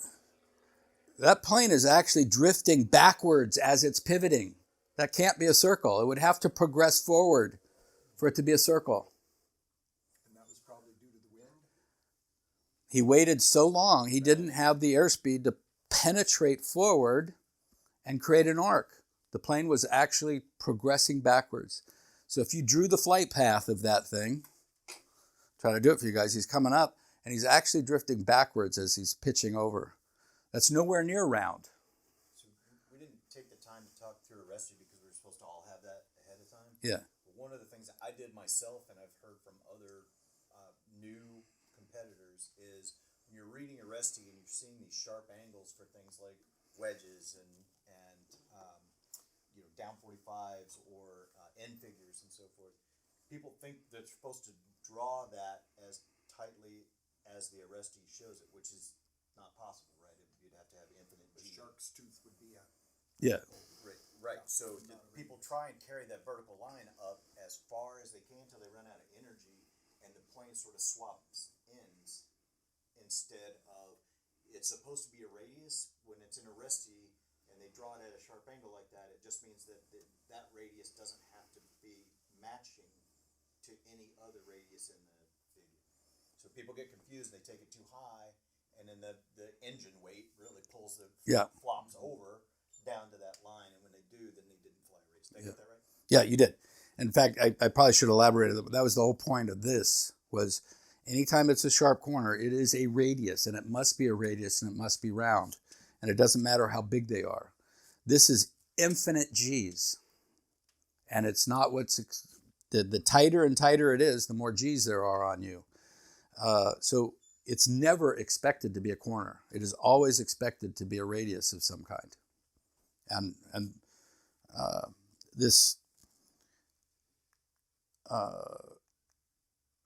that slide was just one a little early. So back to our Mr. Loops and looping lines.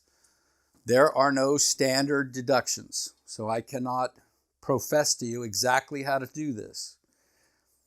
We can read the recommendations in the rule book. I can tell you how I do it after 20 years of developing this, but One of the rule book examples is deduct 1 point for each just visible variation in the radius and 2 points for each major deviation from a constant radius each time it occurs as they're going around there. So you're looking for changes again, like we were talking about. The other example of 180 degrees or greater, use the first quarter of the loop, assuming that the first quarter of the loop is right, and consistent. Sometimes the first or the last quarter is the worst. They can jerk right into something and then let the G off, or they're pinching to the line right at the last bit. So as a basis for changing, or for afterwards.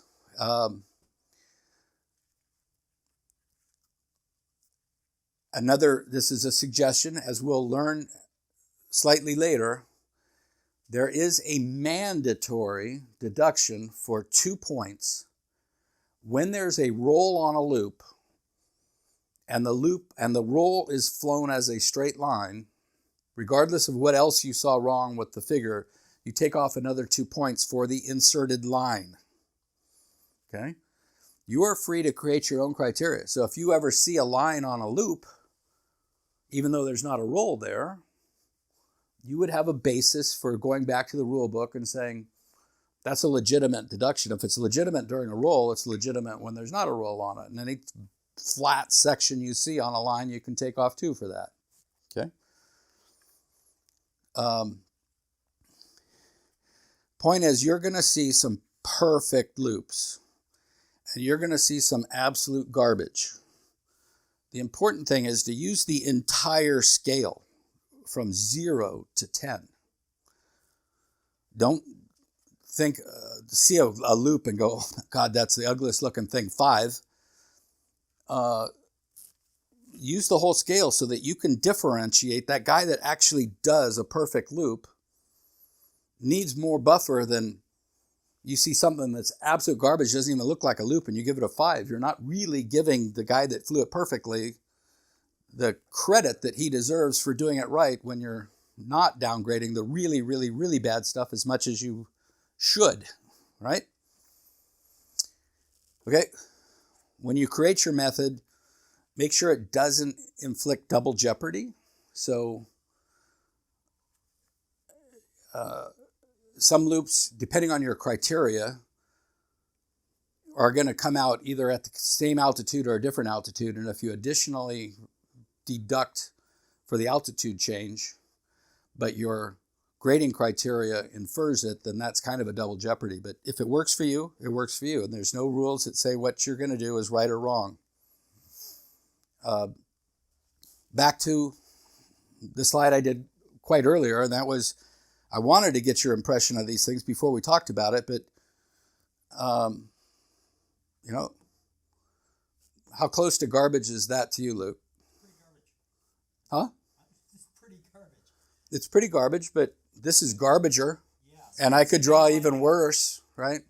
But this is going to be in the 2 range, right? Otherwise, you're not really rewarding the guy that did it perfectly. Use the whole scale. This was actually on a judge's test. And how many times have I said there are no explicit grading criteria? Previous guy that was head of the judges committee constantly put questions like this on the test that expected you to answer this according to his grading criteria. And the IAC finally got tired of it and replaced him. So there is no hardcore answer for how you would grade this loop. You can't, and these were the questions you had to choose from, and none of them are in the rule book. So, and that's not 10 degrees, it's 20 degrees. So, I'll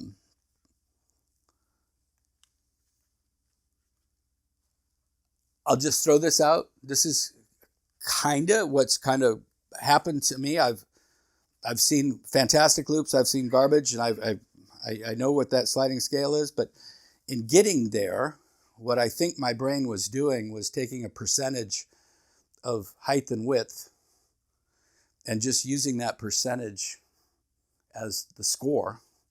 So this is 65% of, this is 80%, so that's an 8, that's 65, that's half, so we're down to 5, even if the altitudes are absolutely right. And then I use a percentage of the height of the loop as the altitude, not hundreds of feet, because various aircraft fly loops at much, much different diameters. So I use the percentage as an additional deduction.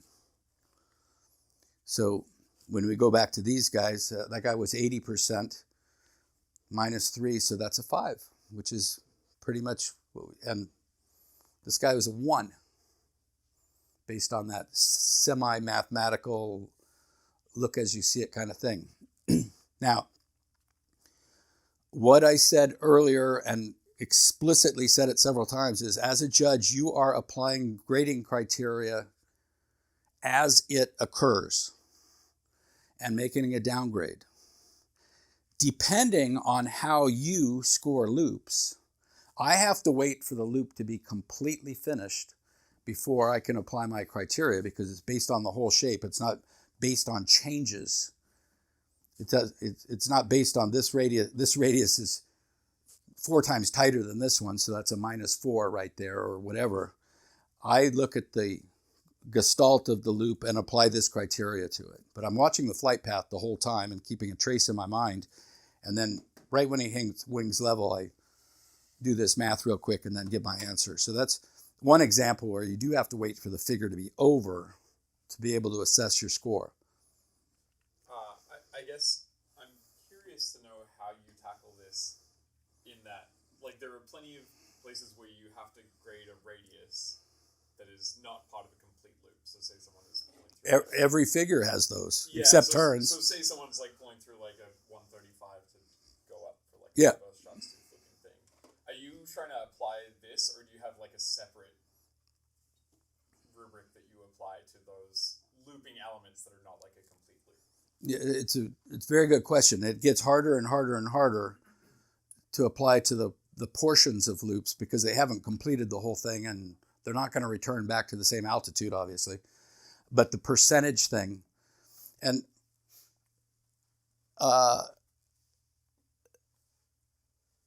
this is what you have to do yourself.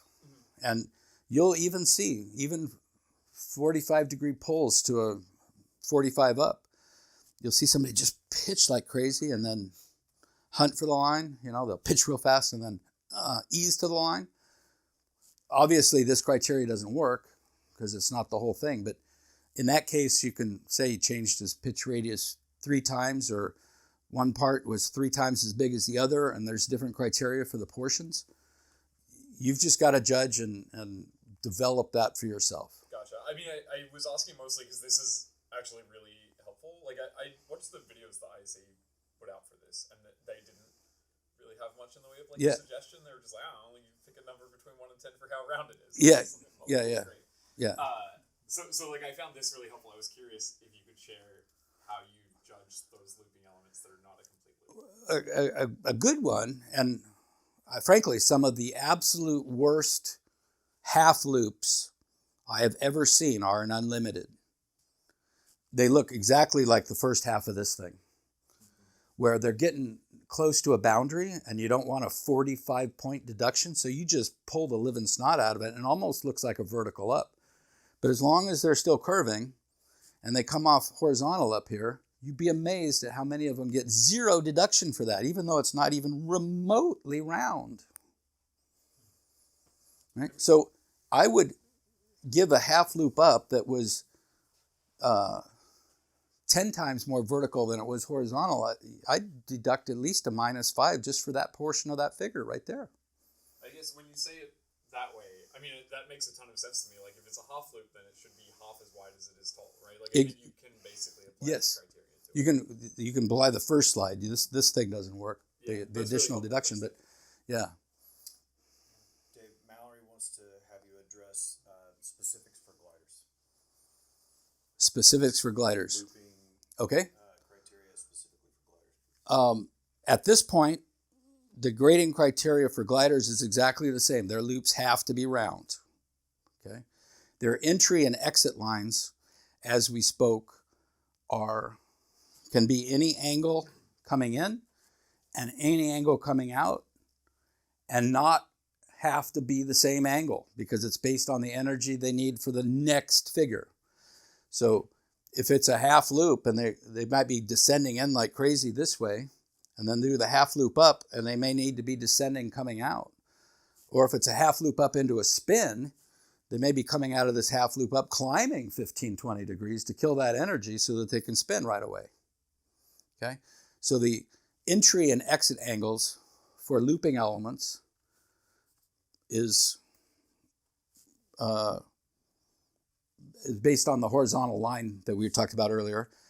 If they're built into 45s, then it'll be based on the attitude of the wing for the 45 for advanced and unlimited, and 30 degrees for intermediate, sportsman, and primary. Mal, I think I know what you're asking, and that will, when we get to specific grading criteria for figure eights, that's when there's a special rule for gliders. We'll talk about that a bit later. Okay? Unless you have a specific question that I'm not addressing, Mal.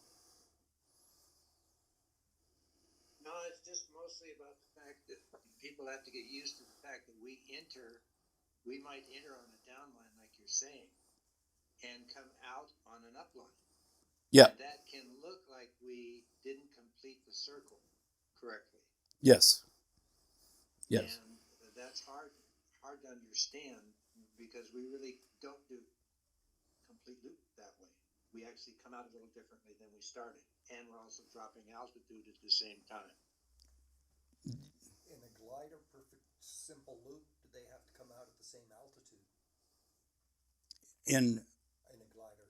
In just a loop, Say a simple loop. a simple loop has to be round to you, but the entry and the exits are going to be tangent in and out, and so they might look like this. You know, they could look like you could be climbing into it. I doubt it, but yeah.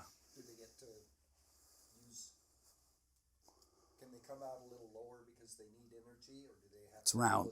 They have to pull it round. Yeah. To come out the same place. The Okay, got it. All the radiuses match, right?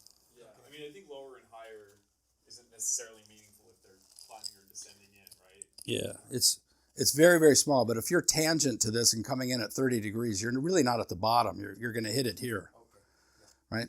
So actually, some of the loop is going to extend below where you actually started the thing.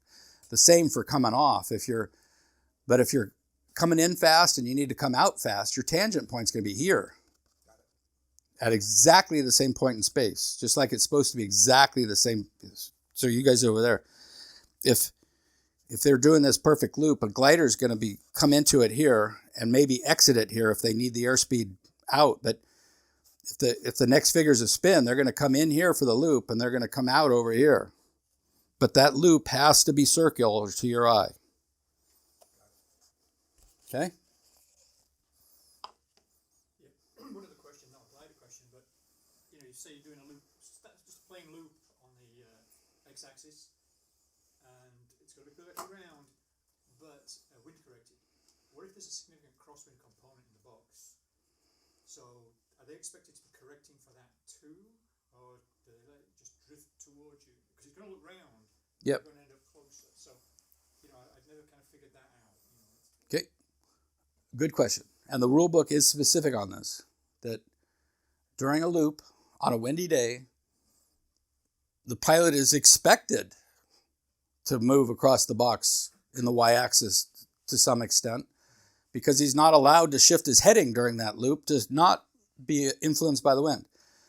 You are not allowed to downgrade for that, just like you're not allowed to downgrade for a heading.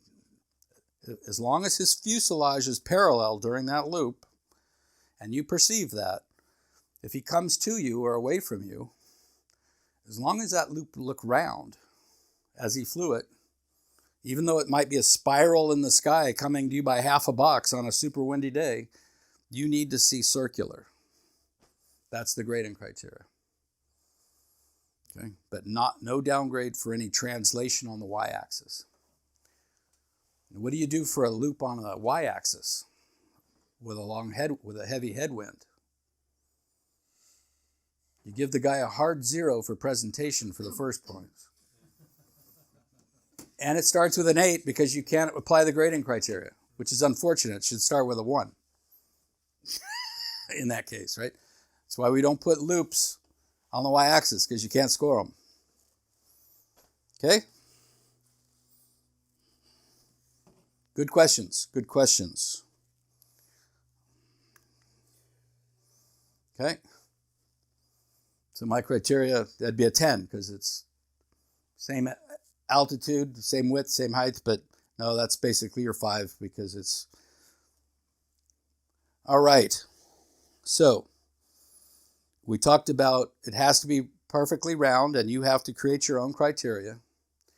There are some instances in certain families of figures that one radius must match another radius. Once you define the radius that counts, the other ones following it have to be the same radius as that first one. Okay? Admittedly, the rule book is extremely hard to follow in this regard. But I have a very simple way of remembering when they have to match and only when they have to match. This cheat sheet used to be in the old rule book. It was taken out when it was edited for volume. But it's a little bit handy, but hard to memorize. So I'll make it very simple for you. There are 4 instances when radii must be matched within a figure. The first instance is family 3 in the rule book. You will never see a family 3 figure in a sequence, because in family 3, every line segment has to match the first line segment, and every subsequent radius must match the first radius that's flown. Therefore, it is impossible to fly a family 3 figure well, because there's too many ways to be deducted. So if a family 3, which I think are these guys, this is the entirety of family 3, they're just stupid figures. We should just kill this, because I've literally, in 20 years of flying aerobatics, I've never seen one of these things in anybody's freestyle, or a known or an unknown. None of them will ever be in an unknown, because they're not allowed to be in an unknown. But they're just silly. But if you see a family 3 in somebody's freestyle, just know that when they fly the first radius, every subsequent radius must match. Like, look at these crazy reversing 8-sided loops. Every radius must match. Okay? So that's category 1, when radius must match, family 3. Rarely, if ever, will you see one of these things. The second time that radius must match, and you will see these quite often, are whole loops. Clearly, a round loop, the radius must match all the way around. Once you set the initial portion, it will be consistent all the way around. The same for a square loop. When you pull for the first radius, you are setting the criteria for the remaining 3, and they must be the same. Okay? Diamond loops. The radius at the bottom must be matched by the others. And God help us when we have to do octagonal loops in advanced and unlimited, because all 7 of the subsequent radiuses must be the same radius as the first one, and the airspeed is going from 230 to 60 knots at the top. So But that is the criteria. The first one sets the radius. The rest of them must present the same radius to you. Or else what? Oh, and there's one more. Sorry, no, there's two more. So these have, I'll tell you what the deduction is later, but right now we're just when it applies. So crazy family 3, whole loops, and that's the entirety of them. Whole loops only, okay? The third one, when a figure has two horizontally opposed looping elements that are attached with a 45-degree line between the two looping elements. And that is a whole bunch of these puppies, okay? It doesn't matter how big the loop is, whether it's 5/8 or 3/4,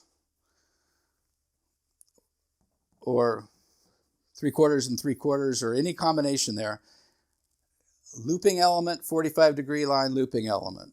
When anytime that geometry applies, and it's a whole bunch of subcomponents of subfamilies, those two radii must be exactly the same size. Okay? That is also true for gliders.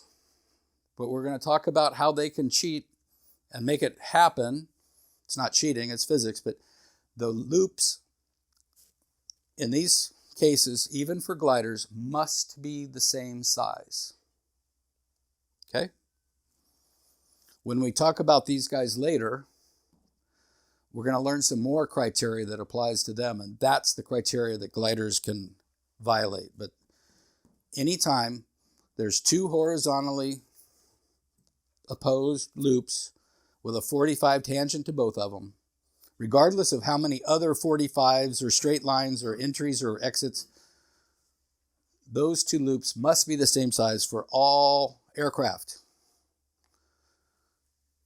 The fourth family, when the radius must match, is when the radiuses are shown on the basic figure as a radius, not a corner, and there are two of them immediately concurrent to each other and tangent to each other.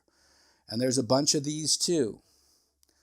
So the ones you'll see most often are the reversing whole loops. And this looks like it could be, there are P-loops where you would pull vertical and do a 3/4 loop like this 7-4-7-1, but when it's drawn as a curve touching another curve, those radiuses must match. So the very top one, the 7-4-7, that push out has to be exactly the same radius as the 3/4 positive loop that came into it. Therefore, those altitudes would match, or else his radius was bigger, or something else went wrong. And when we talk about these, it has to be instantaneous from the one looping element to the other looping element, and the radiuses must match. Same for these vertical S's. Boom, boom, boom. Reversing P loops. We have this radius touching this radius, not the corner. The corner radius would not have to match in reversing P loops, but that exit radius in 8691 there would have to match the half loop at the top. Okay? Because it meets that criteria. One loopy thing touching another loopy thing, instantaneous with each other and tangent to each other. Those are the 4 times when one radius defines the next. Okay? Let's talk about, for those of you on Zoom, 869, which is right under the word continued in family 86 there. They're entering on the horizontal line going left to right, and we see a corner shown on the catalog figure. That is a radius, right? To pull to vertical. But it doesn't meet any of the other criteria that we've talked about just now. So that radius can be anything it wants. Super tight, super big, doesn't matter. Once he starts the half loop over the top to go from vertical up to vertical down, he has defined the radius that must be matched when the pilot pushes out to the left. So this first corner can be any radius it wants as long as it is a consistent radius and looks round to you. But this looping element over the top for the top of this basic P loop or Humpty here has to be matched for the exit. Is that clear to everybody? Make sense? So whenever it's shown as a corner, it can be any radius you want. Doesn't have to match the other ones. Okay? For example, 8, 10, 1, 2, which is right under the word 1 1/4 loops. He's inverted, flying left to right. He's going to push 3/4 of a loop. And then the millisecond he's vertical down, he's going to pull back to vertical up. And that half loop here must match the radius of the 3/4 push. Therefore, as drawn, the very bottom part of that positive arc must be at the same altitude that he flew in inverted in a power aircraft. Okay? Good? Good, good, good. Everybody good? Okay. So, that's how we score looping elements. This is all still part of yada, yada, yada. Okay? Anytime there's a looping element, it is round, right? Perfectly round to you. Or else there is a deduction. Minimum of half deduction is all the criteria you have, but you need to figure out how to get all the way to 0. Okay? Line lengths. Initially, we said the length of a line does not matter. If it's a couple fuselage lengths up into a hammerhead in an underpowered aircraft or 3,000 feet in a high-performance aircraft, length of the line does not matter, except in cases where one line has to be, the length of a line has to be matched by another length of a line in the criteria of the figure. And that is always true when there is a roll on a line, on an included line in a figure. Meaning the horizontal entry into a half loop is not an included line. That's the entry line that's not included in the figure. But on this figure, which is just a simple 45 up push out, which is in the example here, that 45 degree line is an included line in the figure. And if there is a roll on it, it must be perfectly centered. The length of the line that the pilot flies before they start the roll, so they've set the line here. You have to keep track of how far the center of gravity goes. Once they initiate the roll, that's line A. That has defined what has to happen afterwards. And as the flight progresses and he finishes that roll, boom, once the roll is over, B starts, where the center of gravity is, and he must equal that exact length of A that he flew. You forget the length of the line that was the rolling element. It's the length of the line before the roll starts, and the length of the line after the roll ends must be exactly the same for no deduction. Okay, is that clear? So you kind of ignore how the bit that he's rolling, and it's the part before that has to match the part after. And in this example, that's instantaneous. The roll is shown as a point in space where the plane rolled at infinite rate and then went on, okay? The deduction for this is explicit. Okay? If you see absolutely no variance in the length of the line after compared to the length of the line before, that's clearly perfection. No downgrade for that. If you perceive any variation between the length of the line after and the length of the line before, you jump all the way to -1. There's no halvesy on this one. Any perceived variation is mandated 1-point deduction. I'm going to read exactly what the rule book says right now. At 2 points for a 2-to-1 variation, and 3 points for greater than 2-to-1 variation. Okay? So you can't take off -10 or -9 if it's 9 times longer.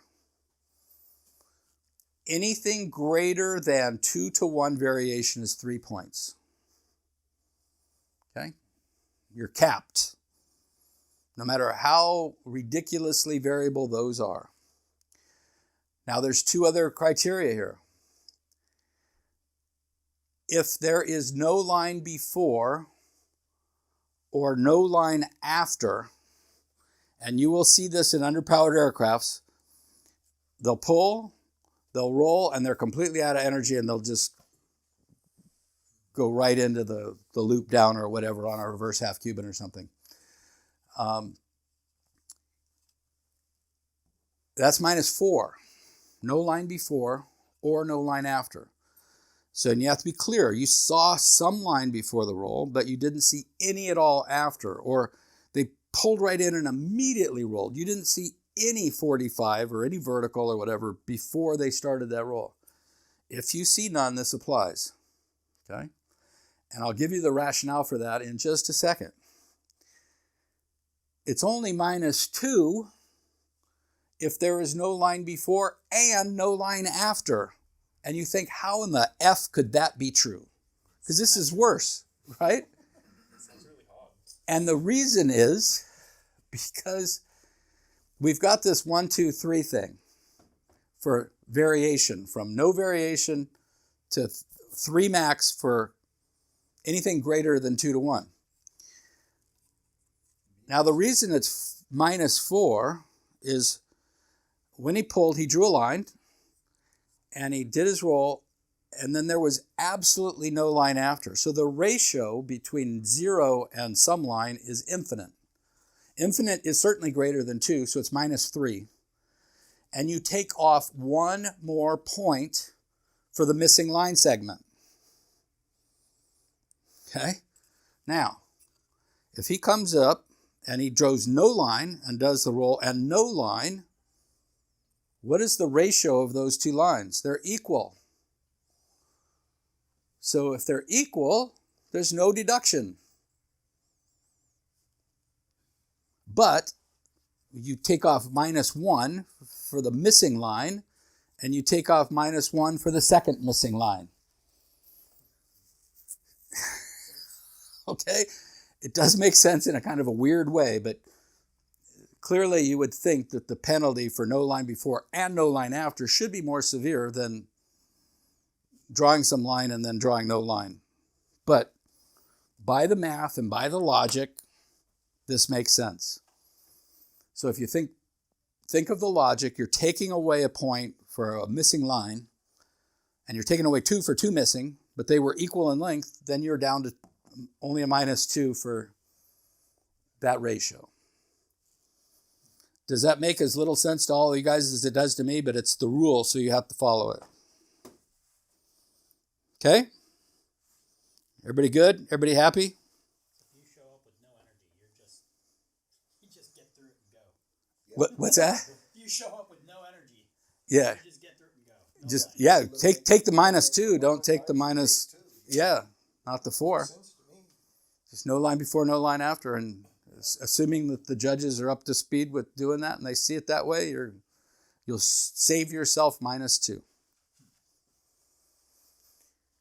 All right?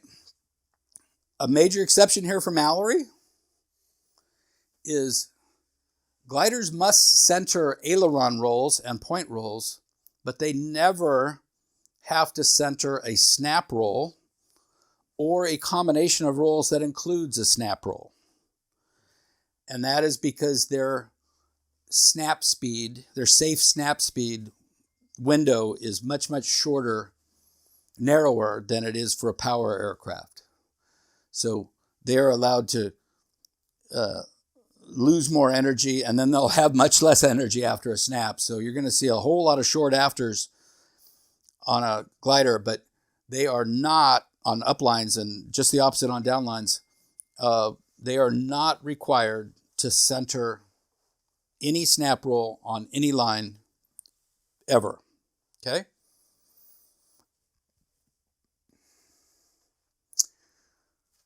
All right. As we go on, this ratio, this 1, 2, 3, 4 thing, is applied to many places where something has to match somewhere else. It's not just before and after a roll. For example, on a square loop, which we just talked about before, the radiuses have to match. The line lengths have to match too, and you use this same ratio. Okay? Now, I'm going to step back off my IAC teach it like it says thing, and I'm going to show you a problem with this. Okay? Let me go back. This says 2 points for a 2-to-1 variation. 3 points greater than 2 to 1. Are these integers or are these real numbers? So, if you follow exactly their rule, any visible variation, some very, very tiny, I'm already down to -1 here. And then the rule book tells me to apply a 2-to-1 variation when it gets to 2 to 1. So what the F do I do between here and 2 to 1? Okay? And then it says at anything greater than 2 to 1, it's already -3. So if you take the hardcore mathematics of whole numbers, this is what the rule book is telling you to do. It's telling you you're completely ambiguous between 1.005 to 1 and 1.999 to 1. But at 2, you go to 2 to 1, and immediately greater than 2 to 1, you go to 3. Wouldn't you average halfway between 2 and 3 and say 2.5? This is why I made this slide last night, because it's ambiguous from the terminology that they present, and this is ludicrous. Right? You can't do, there's no, you'd never throw out a -2 because almost instantaneously you go from ambiguous here, from what do you do there, to now you must do 3. So a suggestion is to interpret it where these are real numbers and rounding errors, rounding rules apply. So at 1.5 to 1, just under 1.5 to 1 is still 1 to 1, right? So you have visible. Then at 1.5 to 1, you round up to 2. And at 2.5, you round down to 2. And at 2.51 to 1 is greater now, that's 3, because it's greater than 2.5, you go to 3. Okay? This is still a little ambiguous on where you actually go from 1 to 2. Well, with their affinity for whole numbers, could you say that 1 to 2 is 1, and 2 to 3 is 2, and 3 greater? You can do that too. Because that way you can easily see a bigger difference, because it's hard to see a difference between 1 and 2. And that's a perfectly valid So the issue here is this should say 3 to 1. It should. That'd be the easiest thing. Yeah. For this to be not ambiguous, this should say at or greater than 3 to 1, it's minus 3. So you've got to have a difference between them. Whether Yeah. you use an So, average. yeah, and that's a good point. I'll make another slide for next year. Oops. That has your interpretation, but even then, you would start minus 2 right here. That's minus 1. That's minus 1 because it's visible. And it's minus 1 until you get to 2. So you would be minus 1 all the way to here. Yeah, for the whole number. And then this is orange And that would be orange. to 3, and then it's red after 3. That's another possible interpretation. It is possible, yeah. And my problem with that one is that at 2 to 1, you are way past just visible. Yeah. Yeah, yeah, Their inconsistency would be the whole yeah. criteria there. I think like ignoring the sort of Oops. fairness aspect of it, but I think if you're just rigidly interpreting the rules, I mean, 1.9 to 1 is very visible.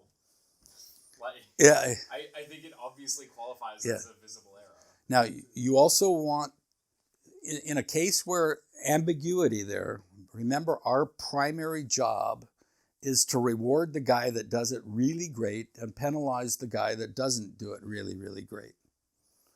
Right? And the more criteria you can apply to the poorly flown stuff, the more you can separate those, the great from the not so great. So if you only take off a 1, if you wait all the way to 2 to 1, to just under 2 to 1, you've not rewarded the guy that was 1 inch off, and you've given the same deduction to a guy that flew 7 or 8 fuselage lengths off, because you. And that gives you a greater Separation. separation Yeah. and a greater Yeah. gradation. Yeah. Yeah. So I'm not going to dictate because I can only tell you what the rules are. Here's one of the places where you need to interpret and create your own criteria and do it consistently. And do it with the intent to separate the good guys from the bad guys. Okay? But by the hardcore definition of greater than 2 to 1, I believe that first slide is a possible interpretation of the rules, and I don't like it. Okay? Everybody got that? Any questions, comments? Dave, you're out of your mind? I mean, no, we're not going there. I am out of my mind. Okay? All good? Man, we're blazing. Okay? We're still on yada, yada, yada, guys, right? All this applies wherever it's applicable. All figures, all families, all the time. Looping lines with connected rolls. So Emmelman, split S, all those kind of things. Grossly exaggerated here, but the rule book says if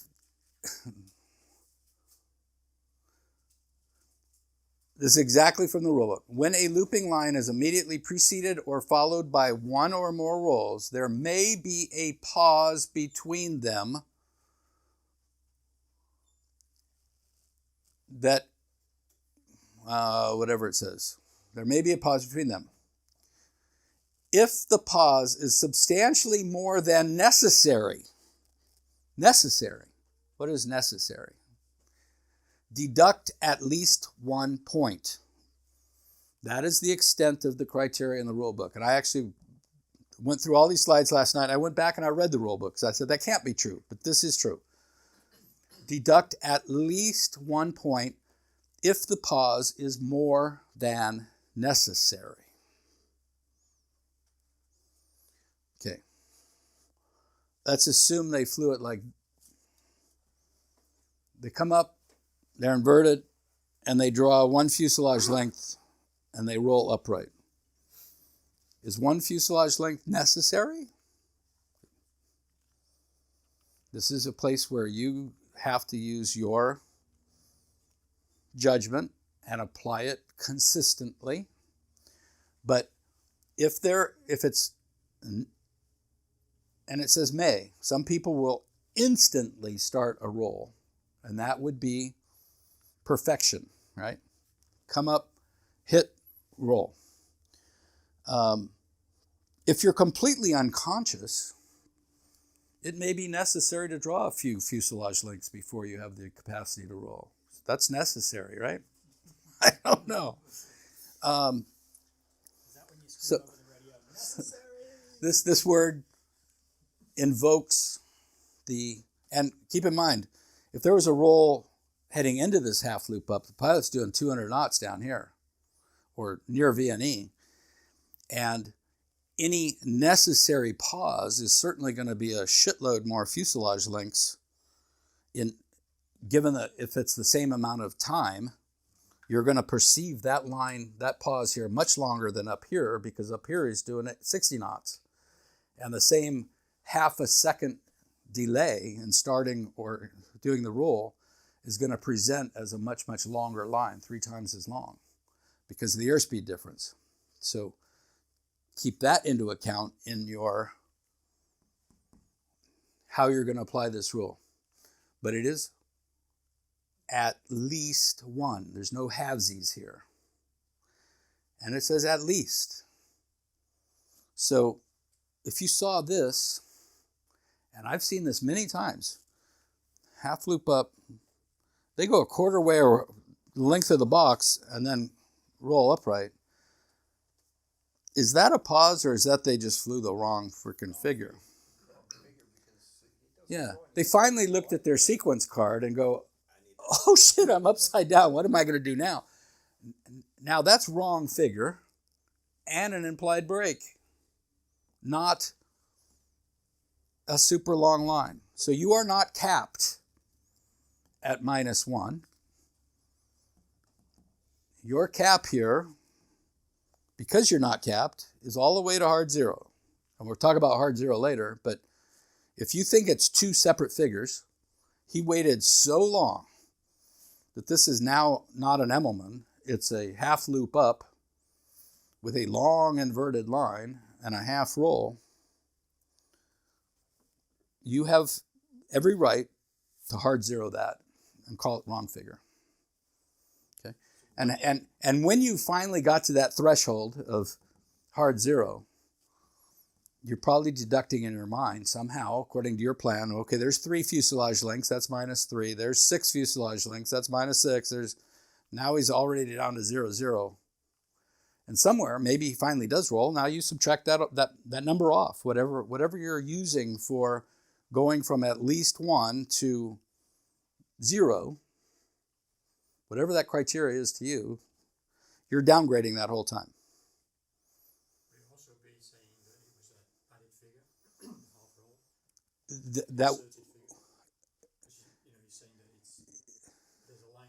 Yeah, remember implicit break though. That wouldn't be an inserted figure and hard zero the next one. It would be the lesser of 2 evils. It would be the half roll to correct attitude, and then the next figure is scored appropriately. So one noob's approach to this last year, because we did the same talk track last year, which prompted me to think. I moved my thinking from the half loop up to the line. If I see a perceptible line and then the roll, I counted that as the perceptible pause, the necessary pause. If I saw the line and noted the line, then I started taking points off.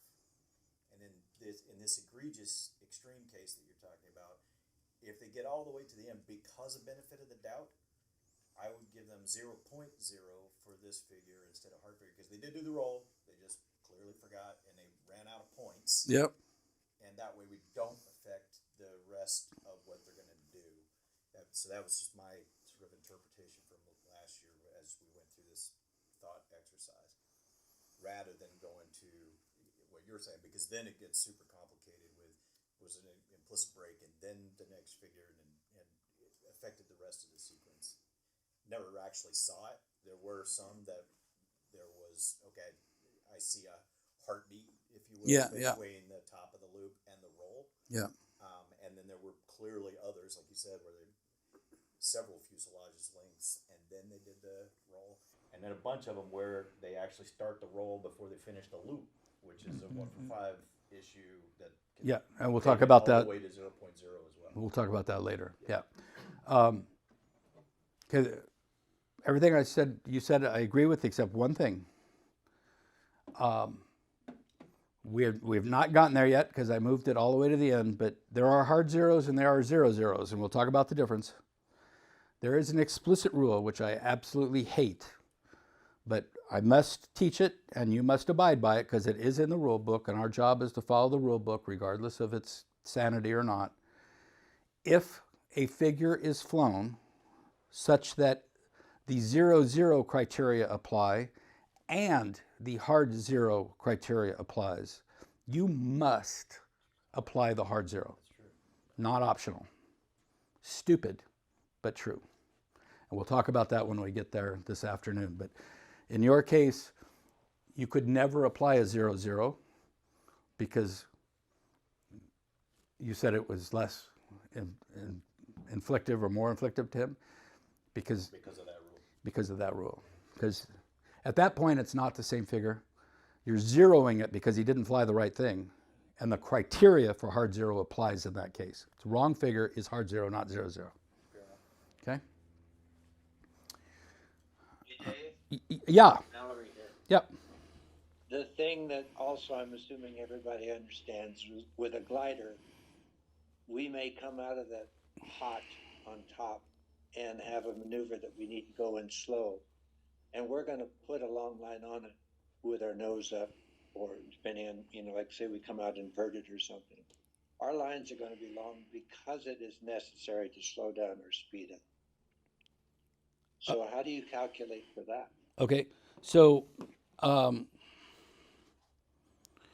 if here's our circle, and a glider is not necessarily going to come off horizontal right here at the top.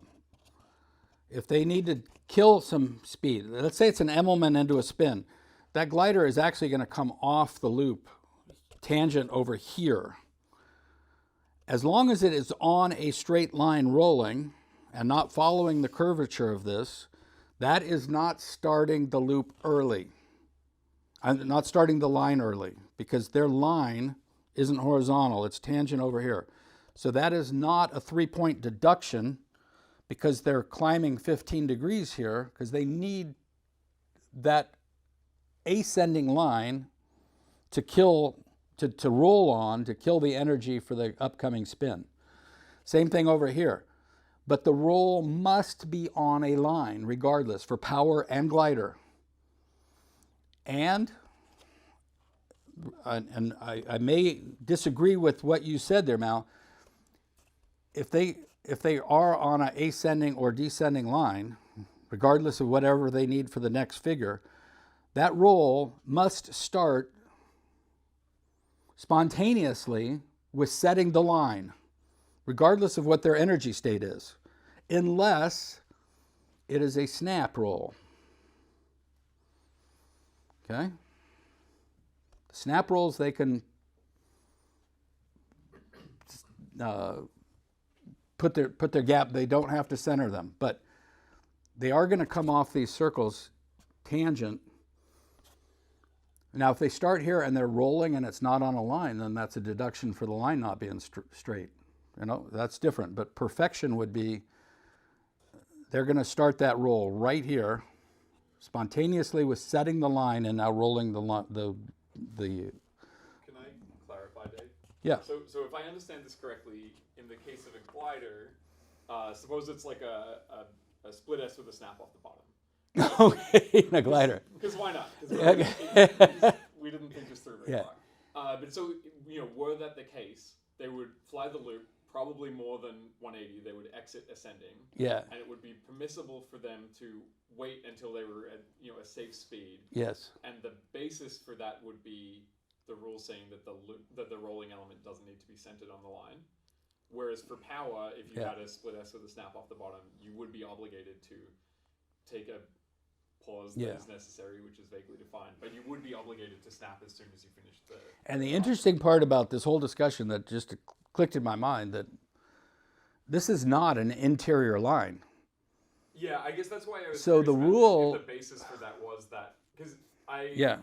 at no point to me did this seem like a centered rolling element. It's not centered. And so when I said about a snap roll that they might need to kill some more energy here, that actually doesn't apply because this is not a interior that's kind of why line. I wanted to clarify because my so- read of the rules is that they would be obligated to snap as soon as they finish the roll. They would. As soon as they finish the loop. They would. Okay. I misspoke, and that was occurring to me as I was speaking more. So the glider pilot and the power pilot has to do the size of this loop appropriate to kill the proper energy so that the second he finishes that half loop up, he's ready to snap. Otherwise, it's his mistake. And if he draws a line in order to kill or gain energy for that snap, it is a deduction because that is not an interior line and it must occur spontaneously with no more than what is necessary. Okay? Thanks, Dave. Now, benefit of the doubt, necessary. In a glider, or even in a power pilot, if you came down here and you're doing 240 knots and there's a snap roll there, are you expected to violate the POH of your aircraft to snap it at 240 degrees? Or is it now necessary for you to pull power, fly a perfectly horizontal line of however long it takes to get down to 90 knots and then snap? That would be necessary. Would it not? Yeah, it's necessary to keep the wings on. And we cannot expect the pilot to violate the POH of an aircraft. So I've never seen a snap roll at the bottom of a loop. It's a bad idea, but for argument's sake. For argument's sake. I've seen tons of them up here. And let's say he is going too fast, right? And what we really see is he's going way too slow and he snaps anyway and just falls the fuck out of the thing, right? I guess they won't be doing that anymore after this year. Well, only for intermediate. Not in intermediate anyway. Yeah. But that's more the case I was thinking of actually. The figure is drawn is more than necessary. If you come, something like I fly, you come out at the top of that half loop, you've now got to do the half roll. If you undercooked it a little bit, you might be down at 65, 60. Yeah. You're not going to do a half roll without falling out of it. So it was necessary to just get some speed up and do it. So it's the judgment of what was necessary here. And in that case, what was necessary is because you undercooked the pull into that half loop. You know what I mean? You didn't get it right. And Yeah. it's necessary because if you just go straight into the half roll, you're going to get an inverted spin. Well, that's where necessary is a bad word here. Yes. Because in your example, that's reward, and let's say they are just way too slow to even do a half roll, and they're just barely hanging on the prop until they finally get up to 75 knots and they do a half roll, okay? You're rewarding him above the other guy that actually came into this with the proper amount of energy and didn't scrub his energy in the loop, and he had the proper energy. And I agree, but it was necessary. Yeah. You don't need to get into inverted Yeah. spin. so be careful how you try to benefit people when there are perfectly, you can fly an Emmelman and a Citabria according to IAC rules if you do it right. And if you don't do it right, you need to be rewarded appropriately. Sorry, I feel like I keep asking these questions that aren't It's good. rules, but they're more sort of your experience. I think, like, in your experience, is it fairer to judge a pause by its duration or its length? Does that make sense? Yes, it does make it, for exactly the reason I was saying before, that in the upper categories, even in intermediate, there can be a full roll into a half loop up. Because to me as a pilot, I mean, I do take a little pause off the top of a loop, just enough to pop before I start. But to me, in my head, I'm thinking much more about the time it takes than how much space I'm occupying. And Yeah. so I would like to be judged by someone who cares more about the time than the length. But as a judge, should I be more perceptive to how much ground they've covered than how much time was in that pause? Speaking for myself, we're watching as we're seeing. We're not necessarily sitting there starting and stopping a stopwatch. You're going to be more influenced by the length of a line than the duration that line was flown. Because you're focused on watching that flight path and what's going on there. And you will absolutely see this line, even if it's that same exact half second, boom. And then, or, they do the roll and then pull, or they've pulled, set, and roll. If that pause is exactly the same, it's almost going to be an imperceptible distance up here, but you're going to see at least, at 200 miles an hour, we're going a couple fuselage lengths every half a second, right? It's a little bit of pause is perceptible distance. I think that's kind of why I was off, because I think like my mental criteria, like where the rules are vague, I think the criteria I would have applied was a time kind of thing.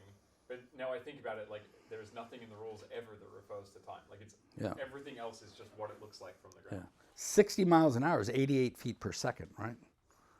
So we're easily going 120 knots down here, even in the slowest of all aircraft. That's 180 feet. That's 10 fuselage lengths in a second.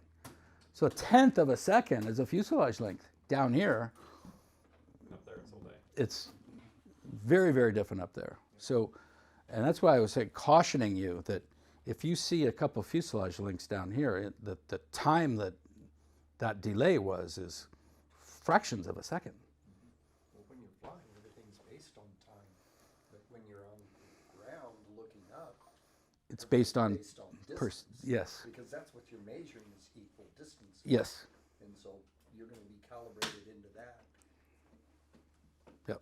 No, exactly. So, no, these are great questions, and I appreciate them. It means you're thinking, and It seems to me like necessary, if we're judging, should we think about necessary for the maneuver, not necessary for the pilot? Like their poor planning might make it necessary to wait to not snap the wings off. yeah, But I think that's poor planning. I think they should get downgraded because it wasn't necessary for the maneuver. yeah, no, and knowing what the aircraft has to do, you're going from a rolling thing. You've got to stop that roll and then go into a pure pitch thing. That can't necessarily happen in a nanosecond, right? And as we just said, a tenth of a second is a couple fuselage lengths. So a tenth of a second is not very long to go from that kind of maneuver to the next maneuver. So it's not precise language, but it's trying to get the point across that don't be trigger happy here. Certainly don't be trigger happy down here at the bottom when they're hauling ass. If you see a couple fuselage lengths, that's only a couple tenths of a second. Up here, 2 or 3 fuselage lengths is starting to amass some time. And it's, okay? It's all up to you. As long as you're consistent. Okay, we're still yada, yada, yada. Okay. Directionality. The x-axis, going from right to left, is always directional, according to what is on the flimsy in front of you, according to the direction of flight that was dictated by the chief during the briefing or changed thereafter. We're either left to right or right to left. If it's shown left to right, it's got to be left to right. If it's shown right to left, it's got to be right to left. The y-axis is almost always non-specific to allow for crosswind corrections. There are a few cases where the y-axis is directional. And that is only in a Y to Y maneuver.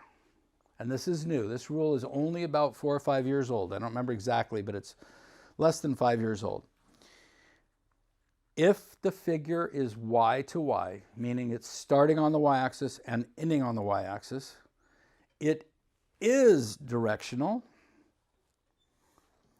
and it must be flown as shown on the sequence card in front of you on the judge's line.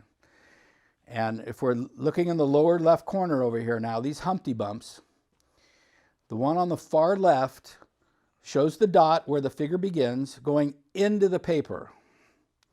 Now, if the flimsy is shown into the paper on the B form in front of you, that means the pilot must be flying away from you, right?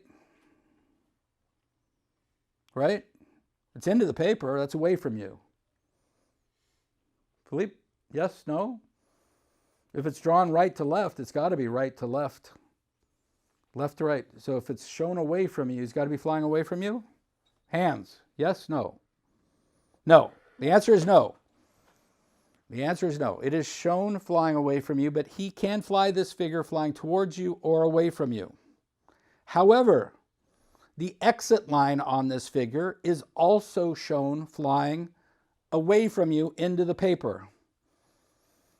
The entrance line and the exit line in this example are same direction, into. Therefore, if he is flying this figure, he can fly it towards you as long as he exits towards you, same. If he's flying it away from you, he must exit away from you. The middle figure in this block is just the opposite. That shows the exact same figure, but it shows him flying into the paper, entering the figure, and out of the paper, exiting the figure. Therefore, if he's flying towards you when he does this figure, he has to be flying away from you when he finishes. Okay? They're either same or opposite, but they can be to or away, but the sense of it must be the same. Before this rule came into effect, we could draw, depending on if it fit the sequence card better, this third one over here, illegal drawing, because that is ambiguous whether these are the same or opposite to each other. And every freestyle that had this kind of a symbology, which was legal before, is now illegal because it's ambiguous. They have to be parallel to each other, designating either same or opposite entry on Y to Y figures. Why? I don't know, but that's the case, okay? And it comes up, see, this is just a basic figure. We didn't talk about a resty today, but these are non-specified rolls. But if you have quarter rolls up and quarter rolls down, then these figures can be flown either right or wrong in several different ways. Take this end figure, for example. The entrance is showing coming towards you out of the paper for the entrance. Let's just say the pilot is flying towards you. He does a quarter roll up on that line, and the wind direction here is right to left. That diagonal 45 line must head into the wind. If he did the quarter roll the opposite direction, he would come out and he'd be pushing over and going downwind. At that point, it is wrong figure, hard zero, because he's not on the x-axis in the proper direction. Okay? Then, let's say he does it right, and he's on the 45 going into the wind, and he pulls up for the next 45, and he does his roll such that he's heading away from you now. That's wrong axis, hard zero.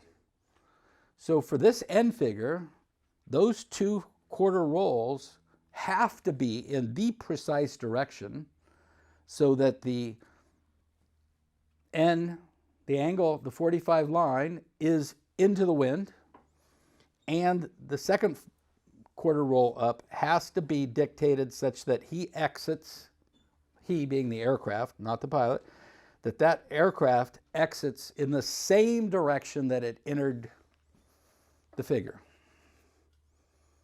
Lots of people get away with these. The year after this rule hit the rule book, the advanced known sequence for that year had exactly an end figure that was a Y to Y. And it was windy as snot at the U.S. Nationals.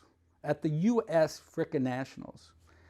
And a couple of the coaches that were coaching some advanced pilots didn't know this rule and coached them to take it into the wind and into the wind when actually the figure was just the opposite. They had to reverse their direction. It wasn't like this one. This one would have been helpful on a windy day. Theirs showed the entrance going opposite. And they were blowing so much during this end figure, they had to go back into the wind afterwards. And all the coaches said, go back into the wind. Take that quarter roll so you go back into the wind. The judges' line didn't catch these mistakes that half the goddamn advanced pilots were flying at hard zeros and didn't get the hard zero because the judges' line wasn't even up to speed on this. It was an absolute mess. So the rule's been in effect for a couple years now.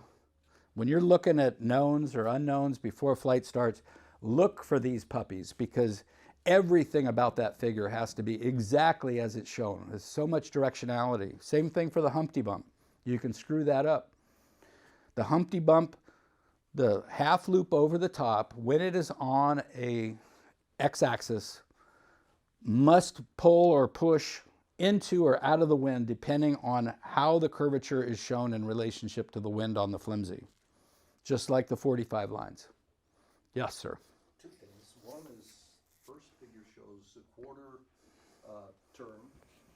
Second one shows quarter the same Okay, way. do me a favor. That's a quarter roll, not a turn. You're correct. I'm sorry. That will absolutely screw up judges if your assistant calls those turns. Yeah, okay? So those two quarter rolls make a half roll and you'd be going the opposite direction.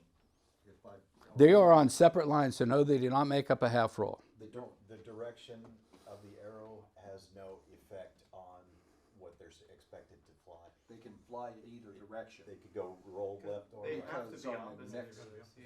They show on the Because next of the one, wind, they you're show, Whoa. next one they show opposite directions Nope, they don't. It's irrelevant. because it's irrelevant.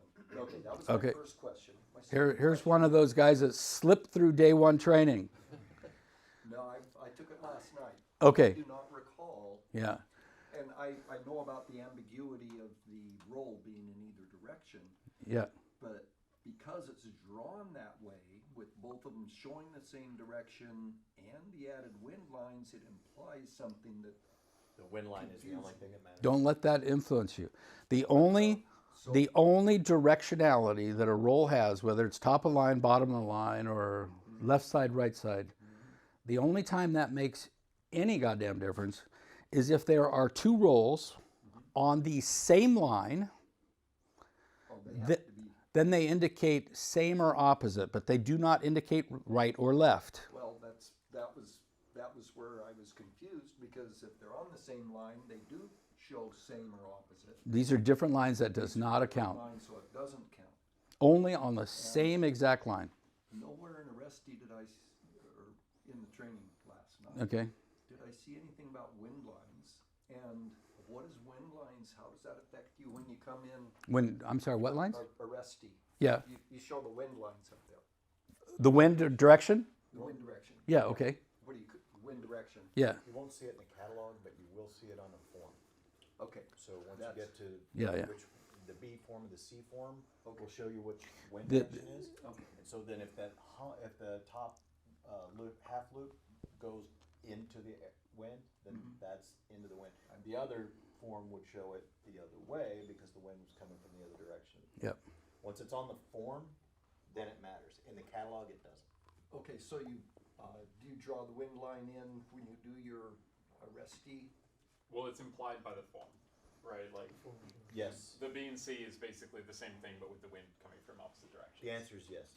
So then, is, whether it's if the wind switches directions, it's gonna mean into the wind.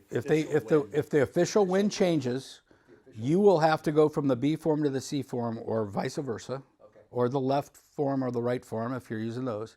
Okay. And it's the exact same sequence, mirror image. Okay. Okay? And the reason that the wind arrow is on here, so I could talk to this, because we're talking about directionality from the wind.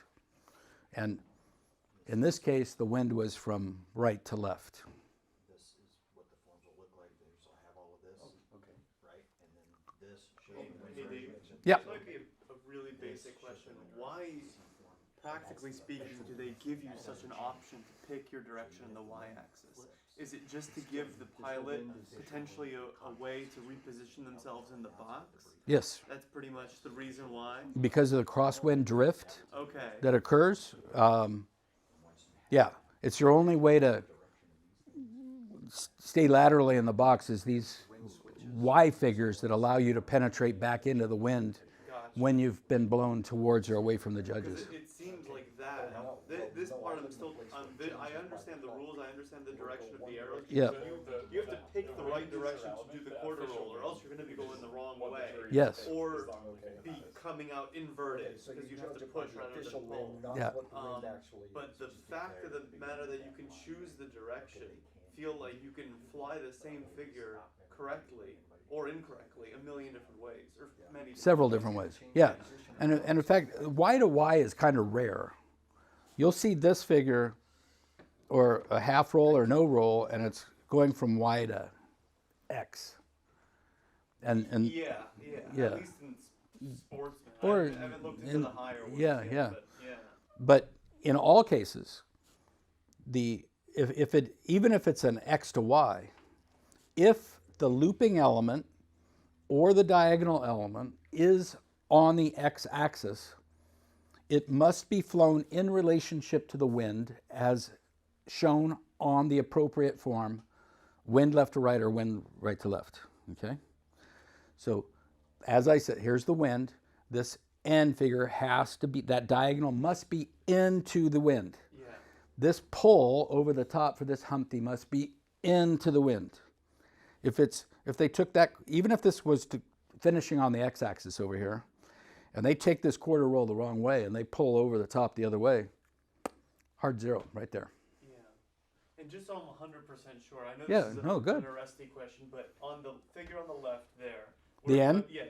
Yeah. For the first quarter roll. Yep. In order to get to that 45 down diagonal, you need to push. That's going to Yes. be a push to get there. Yes. Okay. For some reason, I was expecting the indication of a dotted line somewhere, but I guess on these angles, unless it's like a radius, they don't. And it is a radius. It It's is. positively loaded all the way around to hit Yeah, that. But I had it in my mind where a positive loading or a negative loading, it will be indicated by a dotted line, like in those figures Oh. there on the left. But it's not if it's like one of those Y- sharp y- things. Yeah. Okay. Yeah. No, he is pushing around that corner, but we don't. Yeah. there's Draw no that way to dotted really 'cause- depict it, right? yeah, Okay. Gotcha. Exactly. Yeah. Thank you. Okay. Everybody out there in Cyberland good? All righty. Excellent. Did I miss anything? Oh. Okay, we've said this. Okay, now, the only exceptions about this wind directionality, like the Humpties and the end being into or out of the wind, are these three things. A hammerhead pivot, if it's on the y-axis, the pilot can pivot into or downwind regardless of how the little tabby at the top is shown. Okay? So it could go either way.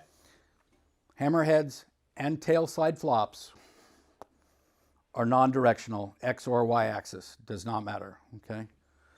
They theoretically happen at a point in space if flown perfectly, so there's no actual drift to them.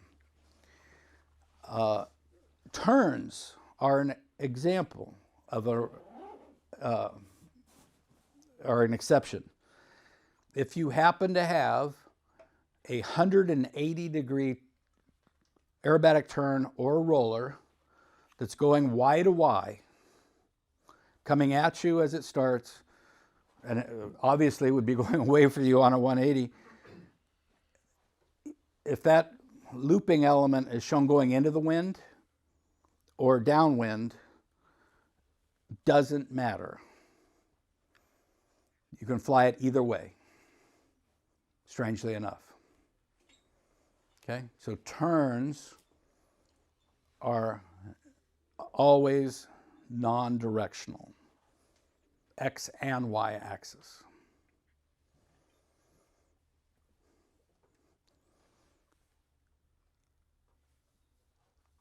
With the exception, let's talk about a 270-degree turn that starts on the Y-axis. It's going to end on the X-axis.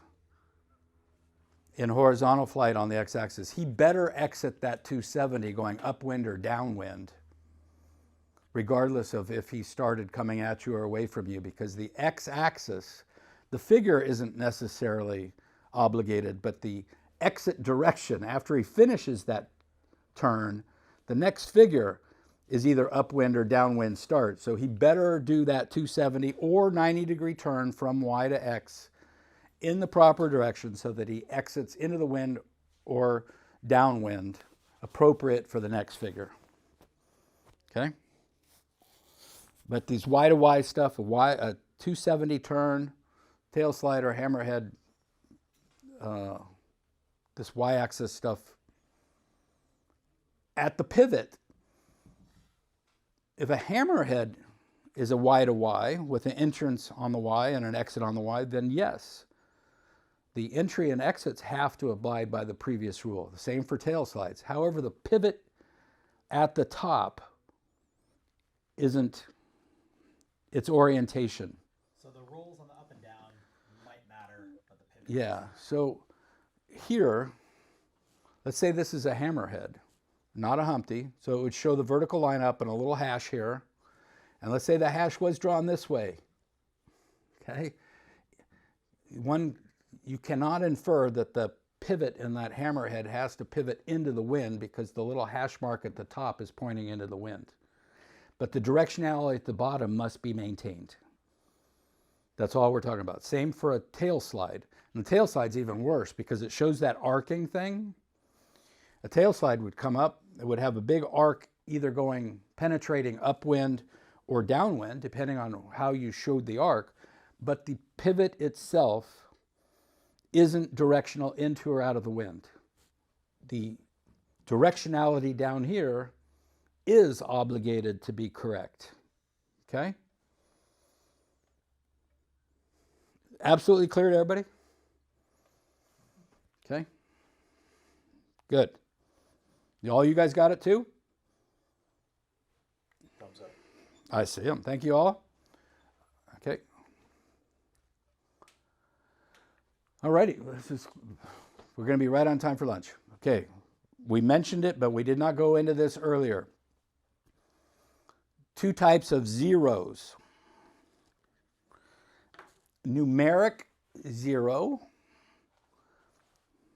Every figure starts with a 10.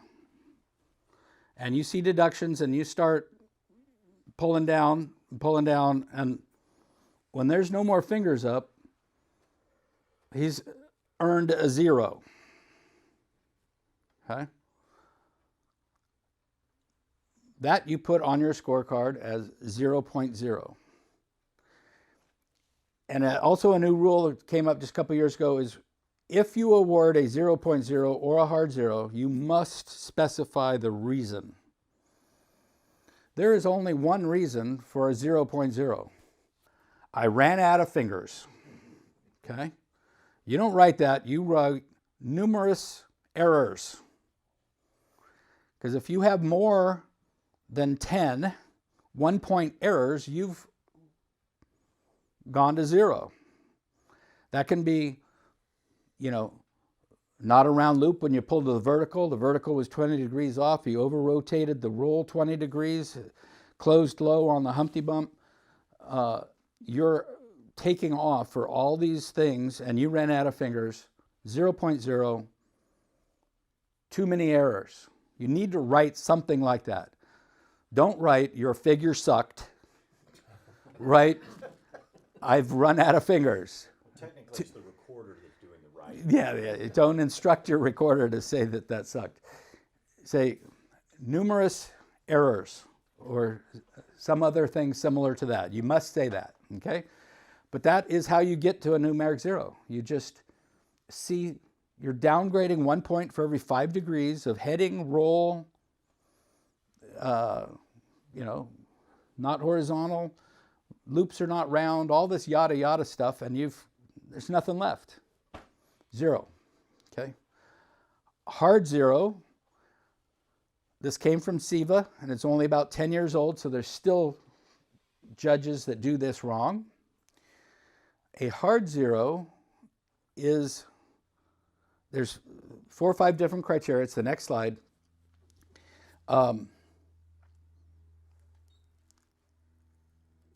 Next slide, we'll talk about it. So, like I said, you must specify. When it's a hard 0, there are 4 or 5 different things, and you must specify the correct one. And as I said before, when we were talking about answering one of Shane's questions, if a figure is flown such that both, you've run out of fingers, and then something else happens that fits any of the hard 0 criteria, you must award the hard 0. Okay? It's not a smart rule, but that is the rule. Okay? Now, hard 0s. What are the hard 0s? What are the numeric 0s? Okay? Accumulation of errors. Okay? It can be 10 different things flown 1 degree off, or 10 degrees off, or it can be one thing thrown 60 degrees off, and another one 5 degrees off, and another one 10 degrees off, but you've accumulated 45 degrees or more of error in multiple places, and you've run out of fingers, okay? Hard 0s, bit more complicated. So you've got a sequence in front of you that goes from hammerhead to loop to Humpty Bump. And he flies the hammerhead, and he goes into a Humpty Bump. And he continues to fly the rest of the sequence after that Humpty Bump. What happened to the loop? It was omitted.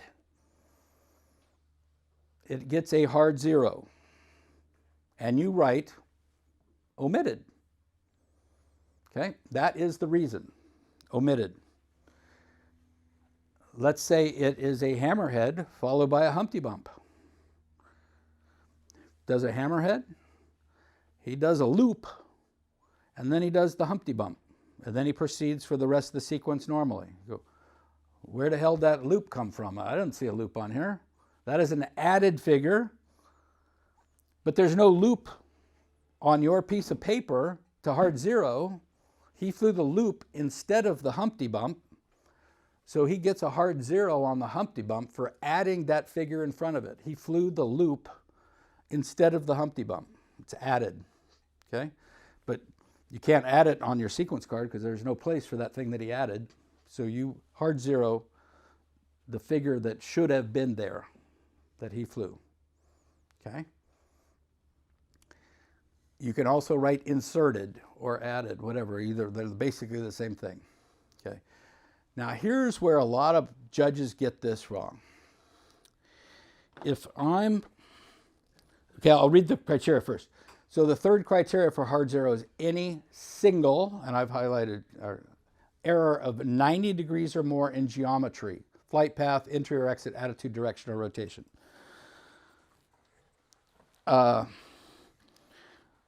Let's talk about a spin. We haven't talked about this yet, but let's say the guy's going to do a 1-turn spin. Heading across the box, boom, spin, and 1-turn spin would end up on that same axis and be going in the same direction, okay?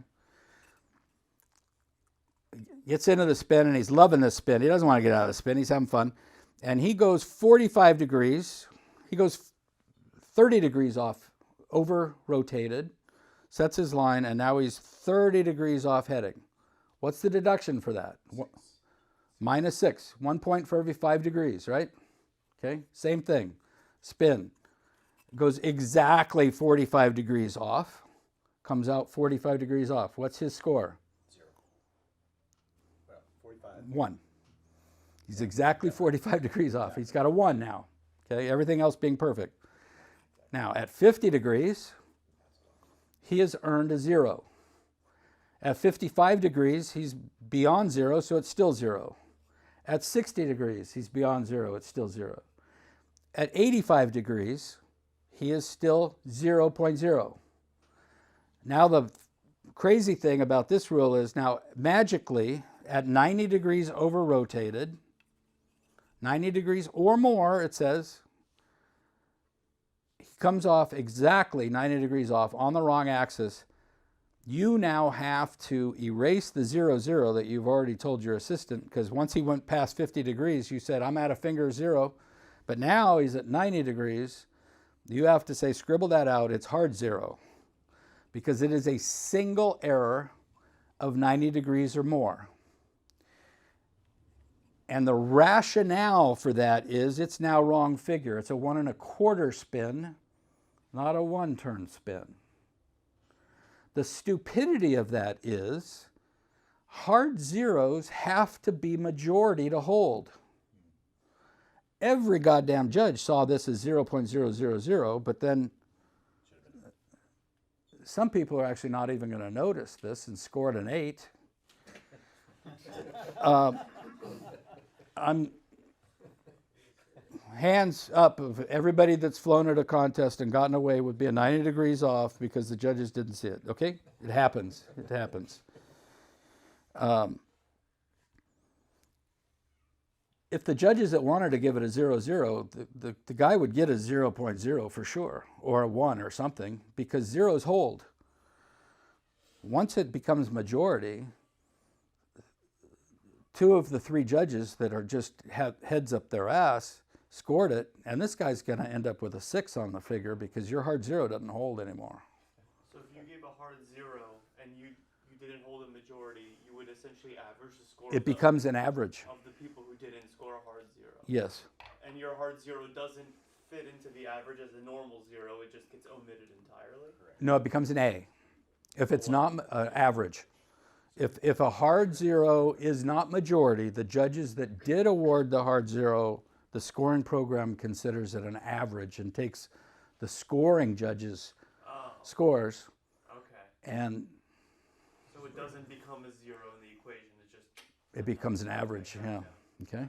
And the worst part of that is, because the pilot got scored on it, all the judging statistics assumed that the pilot deserved to be scored on it, and your judging statistics go down in the toilet, and the people that scored it, they look like heroes because they got it right. What is a judging statistic?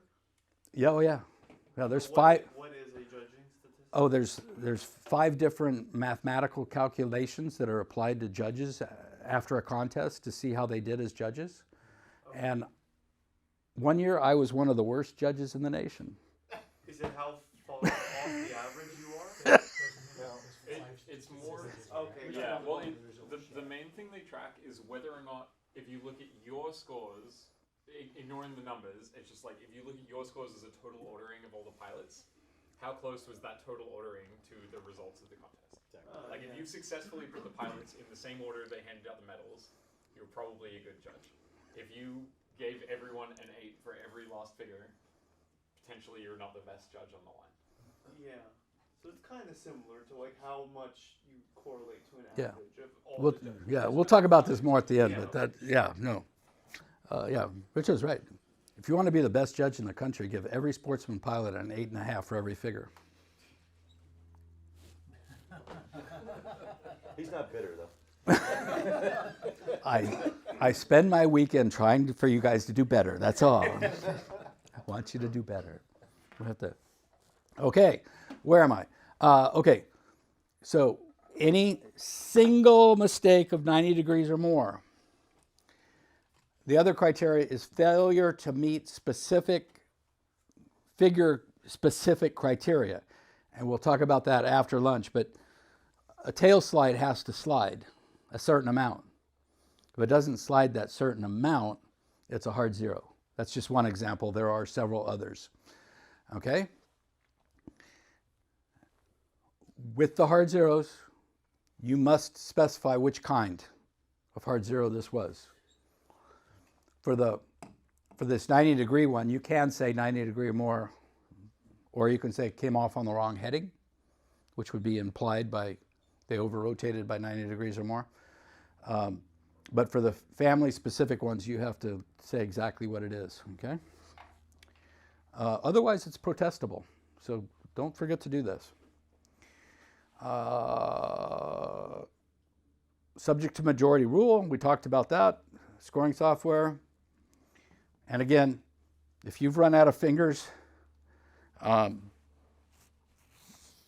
good example of when you've run out of fingers is a very complex figure, an advanced and unlimited 64K, so there's 5,000 different things you can do wrong. And the very last thing is a snap roll and you don't see pitch.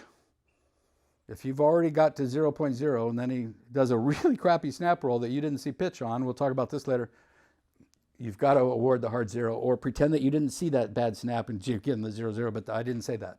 Okay? All right? Everybody good? So as a judge, as a judge's coach, am I doing 0-0 or hard zero so far? Am I okay? Here we go. Average. Uh-oh. I marked it average. Are we locked up again? Nope. All right. This is this for the judges already taking their recurrency test. You might see this tonight when you take the test. Okay.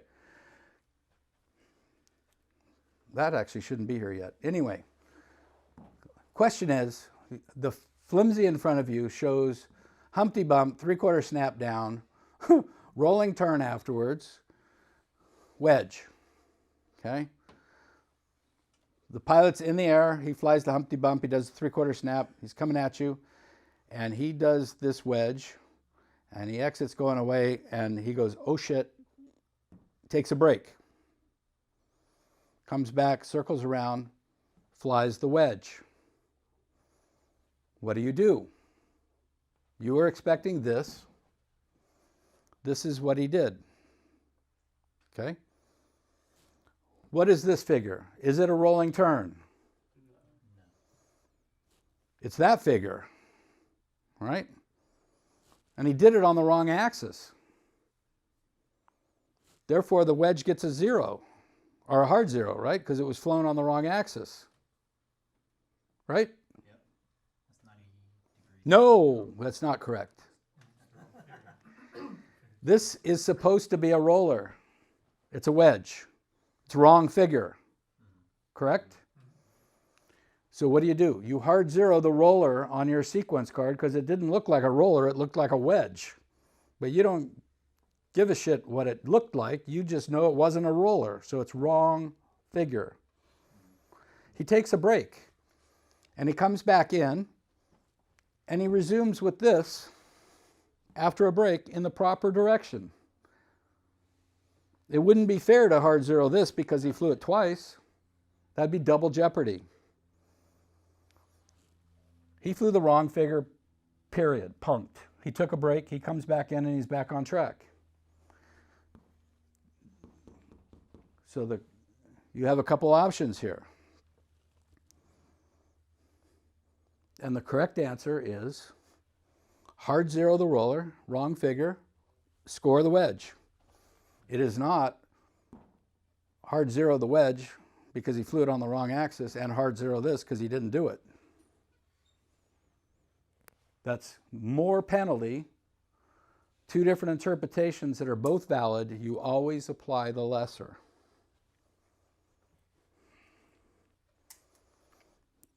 And this happens, guys. This happens. There are times when pilots they jump a line on their sequence card or something, skip a whole bunch of figures, it might be going the wrong axis, it might be on the right axis, who knows when they resume.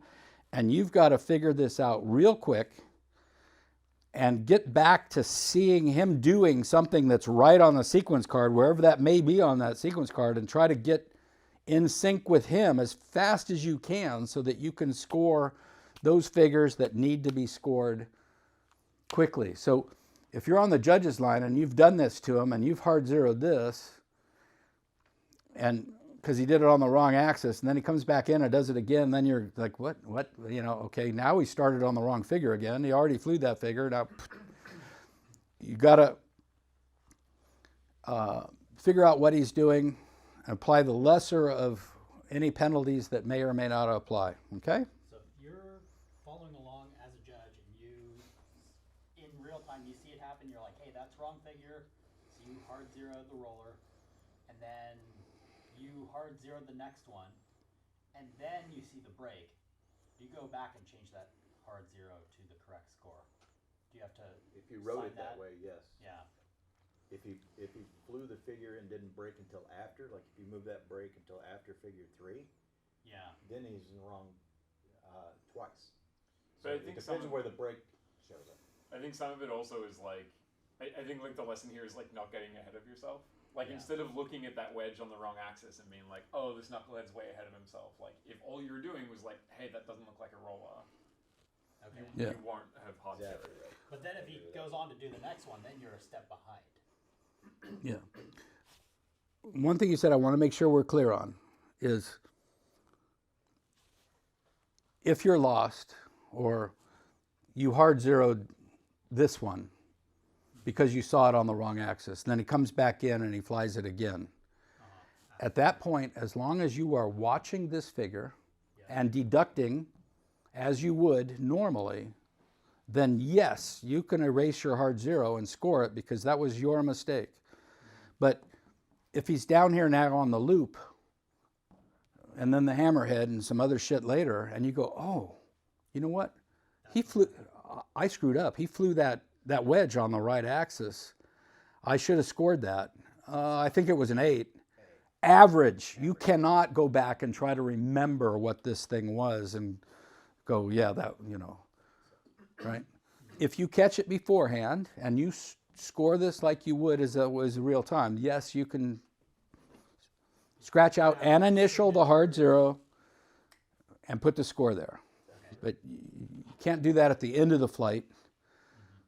These are when there's conferences, when a pilot gets so whacked out that even the chief judge doesn't catch up or whatever.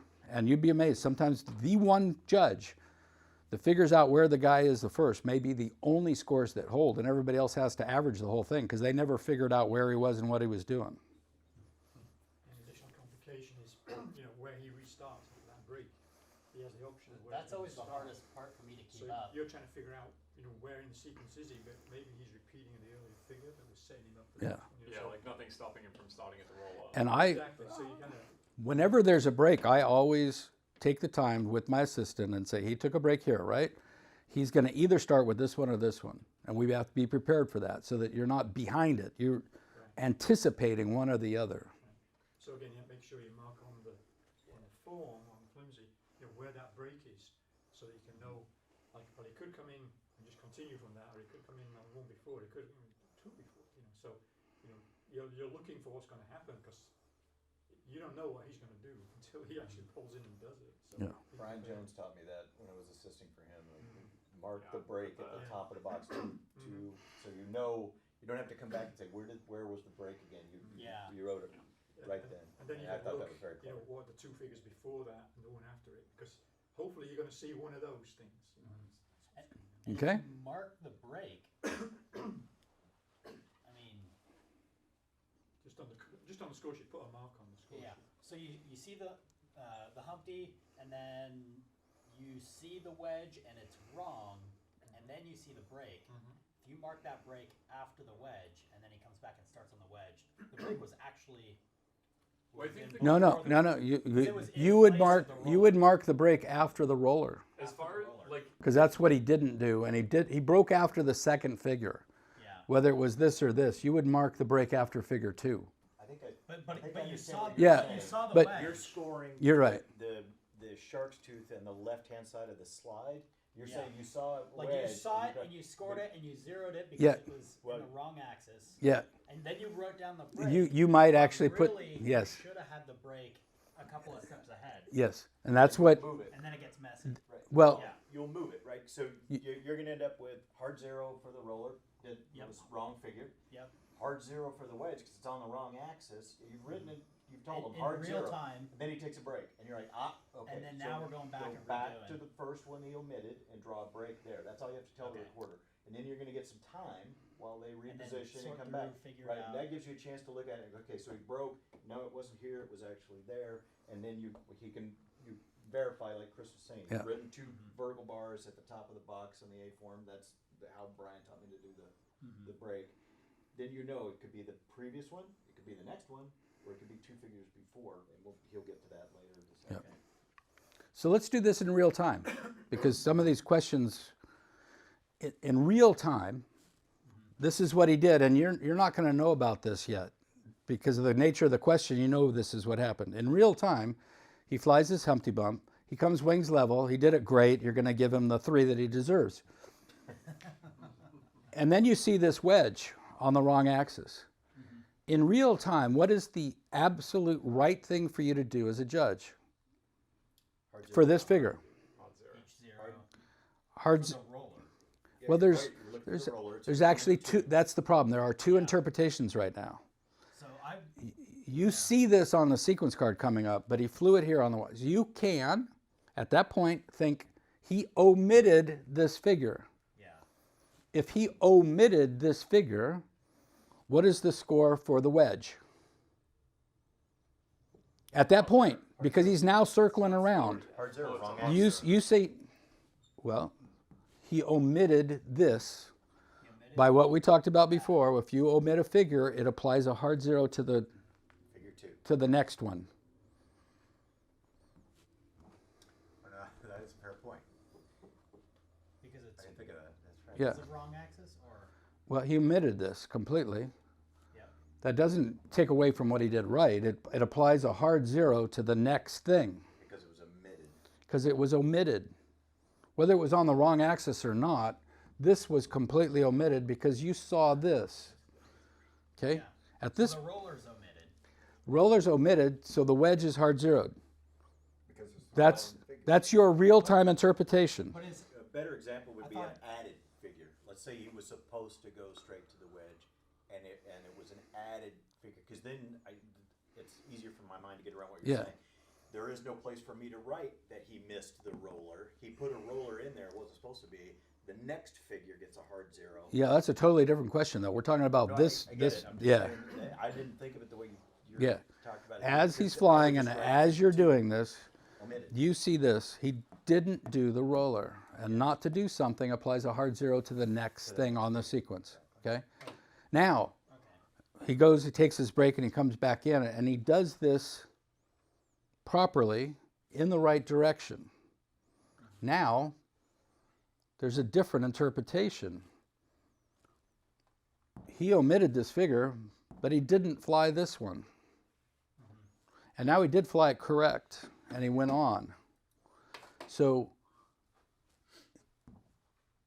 now you can hard 0 the roller. a hard Give 0. him a score for. I'm sorry. Yeah. I'm sorry. This is always going to get a hard 0 on the score sheet. That's what I'm saying. Like, You saw this, and it's on the wrong axis. You're right. hard You 0. see this, so it's hard 0 now. Yeah. Oh, an O for this guy, for the roller, because it didn't exist, and he flew this on the wrong axis. That's your interpretation now. And if he came back in and he started on figure 4, this would have constituted for being flown on the wrong axis and it remains. because he didn't come back in and do it right. But if he's smart enough and knows the double jeopardy rule and he comes back in and he puts this thing in the right place, right axis, flies it well, the lesser of 2 evils applies, and he only omits this, and it's not omitted now, it's wrong figure, because he flew this guy instead. Okay. This becomes wrong figure And are both of and not omitted. What's that? wrong and omitted? Are those? Not because of the break. broke and he comes back in and flies the wedge in the right Yeah. place at the right, you score that. Okay. But those I are think hard Brooks had a zeros? question, I think, on that. Yeah. Does that make sense? I was trying to figure out, you were saying there's ambiguity as a thought exercise. If you're saying that there actually is ambiguity at the moment that he flies a completely different figure in place of something we're hard zeroing. Yeah, you can. Your first interpretation can be omitted, and that then the wedge was on the wrong axis. But if he comes back in and flies the wedge properly, the lesser penalty is to apply wrong figure to the roller. He flew it as a wedge instead, took a break, and he comes back in and he flies the wedge in the proper direction. He gets credit for that. Okay, I understand. So you should confidently be writing the hard zero for figure 2, but then you should kind of be slow to put pen to paper on figure 3, perhaps, or be prepared to scratch it out depending on what breaks off, or just happily keeps going. Yeah, if you're on the ball, and you will be now because we've gone through this exercise, if this happens and he comes back in and flies that wedge after the break, you should score that. And whatever notation you may have put there before for wrong axis, clean that up with a line through it and your initials and put the new score there, and make sure that you change your rationale for the roller from omitted to wrong. The break becomes the critical thing to note and document, because as they're coming back around and setting up again, you're gonna get a little bit of time to figure out, okay, where should this be? Could it be next? I mean, I'm thinking of, I think it was Borrego last year where Joe blacked out, and he not only missed that figure, but it was 3, 4, 5 figures back before he took his break. Yeah. And then he came back around and did it again. So we had like 3 hard zeros, and then your break was way down here. He came back in and he flew it, in the right spot. But it was a tangle getting that deciphered. That's why you have to be on your watch exactly what he's doing and say, okay, that looks like a hammerhead. Are there any hammerheads down here? And then is he following those roll combinations on that hammer or whatever? And as soon as you see him doing something right that's applicable, yeah. If you find that out in the middle of a figure, obviously that's an A now because you didn't see the whole thing. And then start scoring. You're just matching scores to figures. Yep. For completeness, though, like in this instance, like if instead of taking the explicit break, like if you just did a comp 90 to get back on the right axis, yeah, and took the implicit break, like none of this would change apart from the fact that you wouldn't have all that time to think about it, right? Nothing would change. Yeah, if he just did a 90-degree turn and then did this wedge again, the answer would be the same. Same answer, sir. I agree. Yep. And it's all because of the benefit of the doubt thing. There's 2 different interpretations, both equally valid. The lesser penalty has to prevail.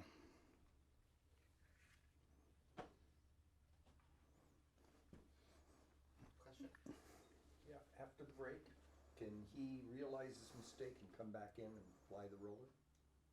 No, No, that ship's out. because he has already flown the wrong figure for it already.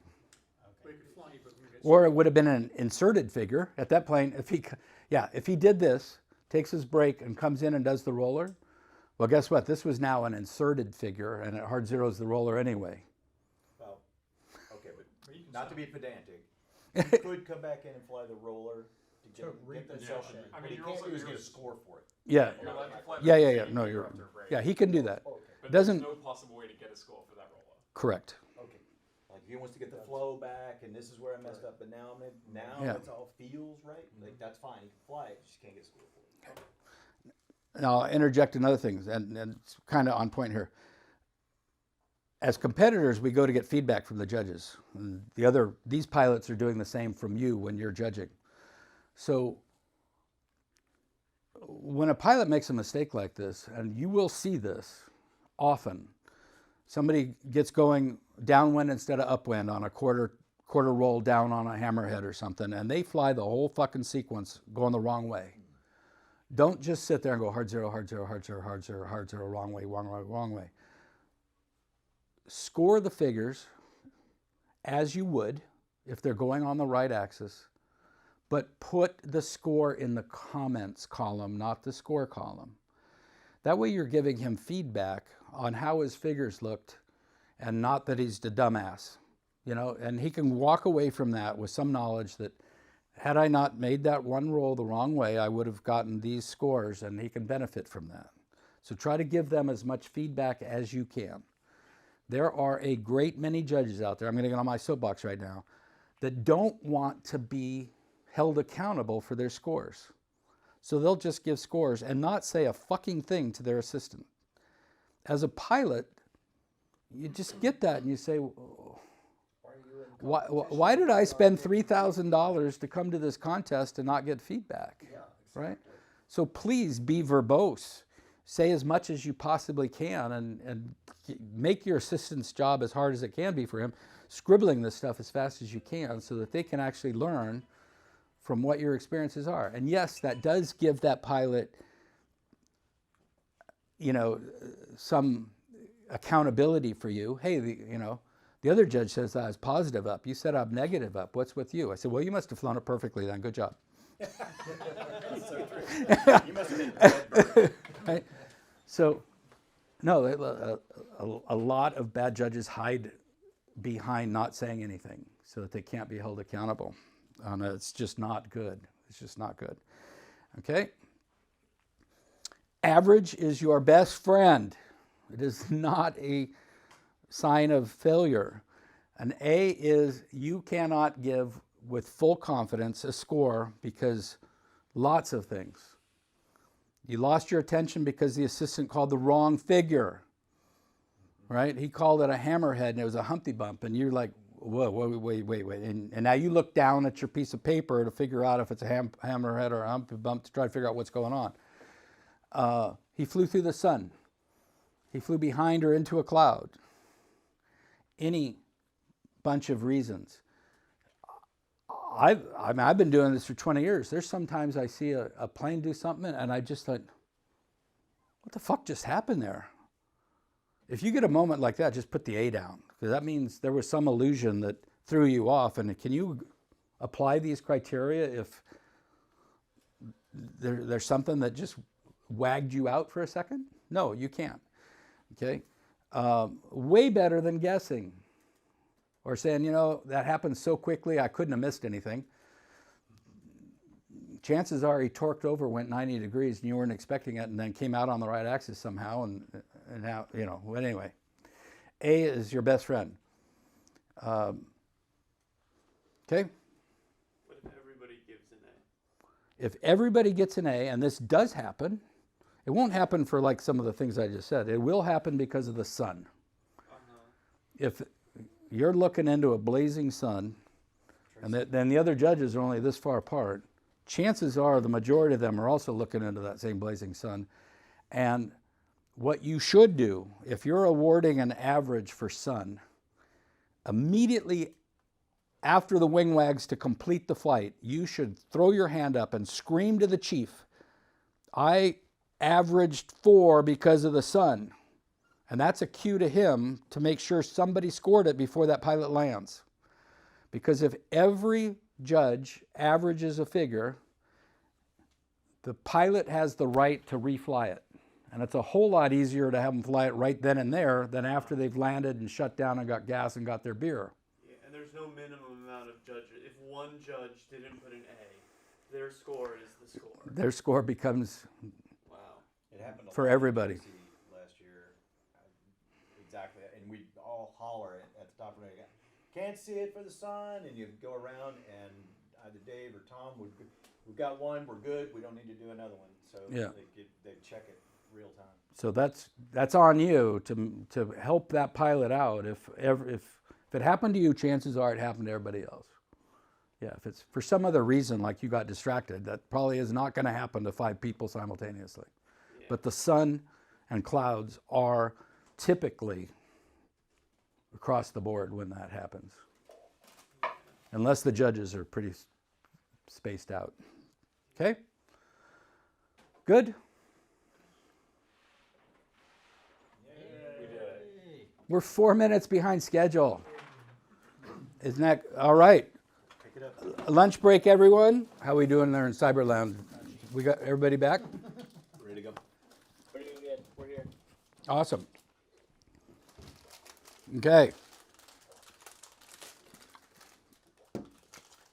What'd you guys do before lunch today? Oh, yada, yada, yada, right? Right? All that stuff matters all the time. So when somebody's flying a loop, we'll talk about how to score loops later, right? Because we all know how to score loops. It was explicitly beaten into your head beforehand.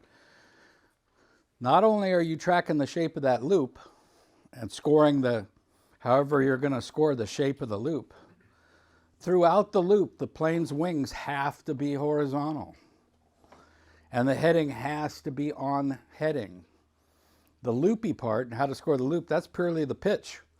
You've also got any yaw element, 1 point for 5 degrees, and you've got any roll element, 1 point for 5 degrees. That's all adding up as you're formulating the score for that loop. It's all three-dimensional, okay? Right? Don't forget that. Wings level. Okay, so now we're going to move into the specific rules that apply to specific families, keeping in mind that yada, yada, yada applies to those things that aren't specific to those families. And the first one is family 1. Everybody's familiar with we've got 9 families in the category, or in the book. Family 1 called lines and angles. I thought it was 8. You don't use 4. The answer was 8. Rolls are family 9. There is no family. 4. Trying to pull a gag. Yeah. Oh, you know what? Matt's gone. Oop, you got them? Yeah, there is one family that's missing. So we do have we have 9 families, but there's only 8 families. Yeah. If that makes sense. Okay, that's what I read. Okay, family 1 is super easy.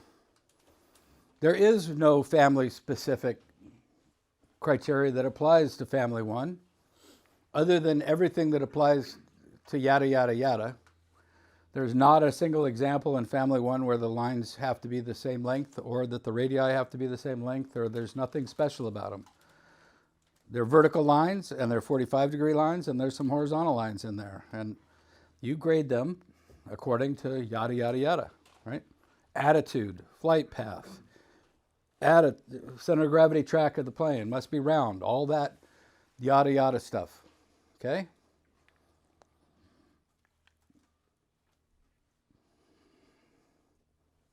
Any questions on family 1? Right?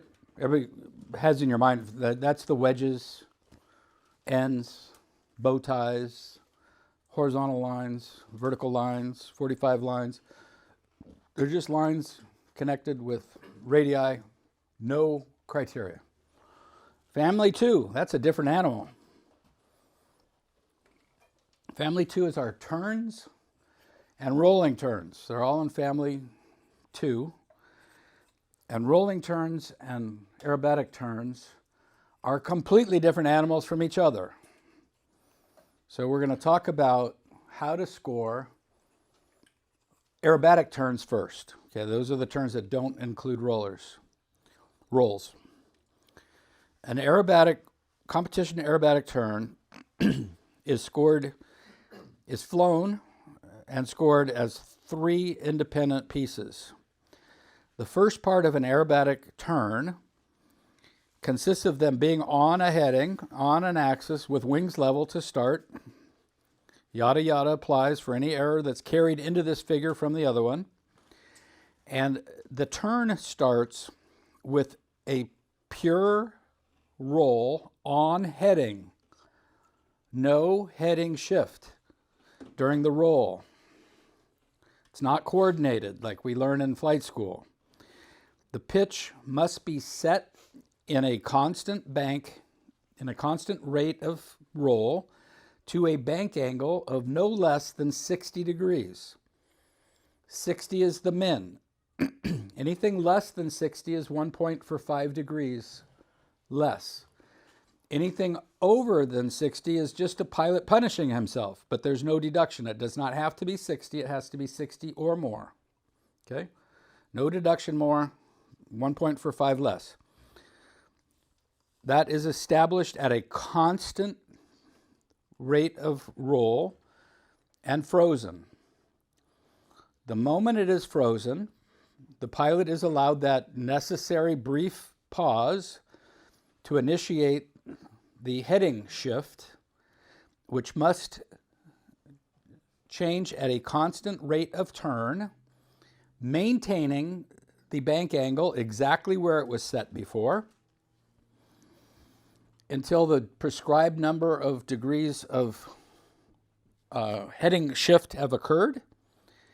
Then there is that allowed brief pause again, and then it has to roll out at the same rate that it rolled in while maintaining the exit heading on heading. So it's roll, turn, roll. Okay, 3 separate pieces. Roll, roll, turning, rolling. There's no blending. There are 3 separate activities with a allowable momentary pause between the 3 pieces. Okay? Do you need a pause? Does it show better if there's a pause? I'm not coaching today. You as a judge are allowed to see a perceivable pause. If I see a pause, well then I'm sure he didn't blend. Is that? Yes. He's trying to bring some coaching out of you. Yeah. The thing that you will see, and you do downgrade for, that's why that question is applicable, is it's called blending. And they start pulling on the stick before they've established a full bank angle. What is the penalty for that? It's 1 point for every 5 degrees of turn that happens before the bank angle is established. So, Does that mean you can blend 2 degrees? 1 degree, 1 point for every 5 degrees. 1 point for every 5 degrees. Why roll Half a in point. and 4 degrees I'm set. Well, at 2.5, you're a minus half. Pretty much guaranteed they're going to round it up. Yeah. They're gonna round it. I really don't think they're going to be like 2 degrees, but I'll let Yeah, no, it's usually 15, 20 degrees is when you see this.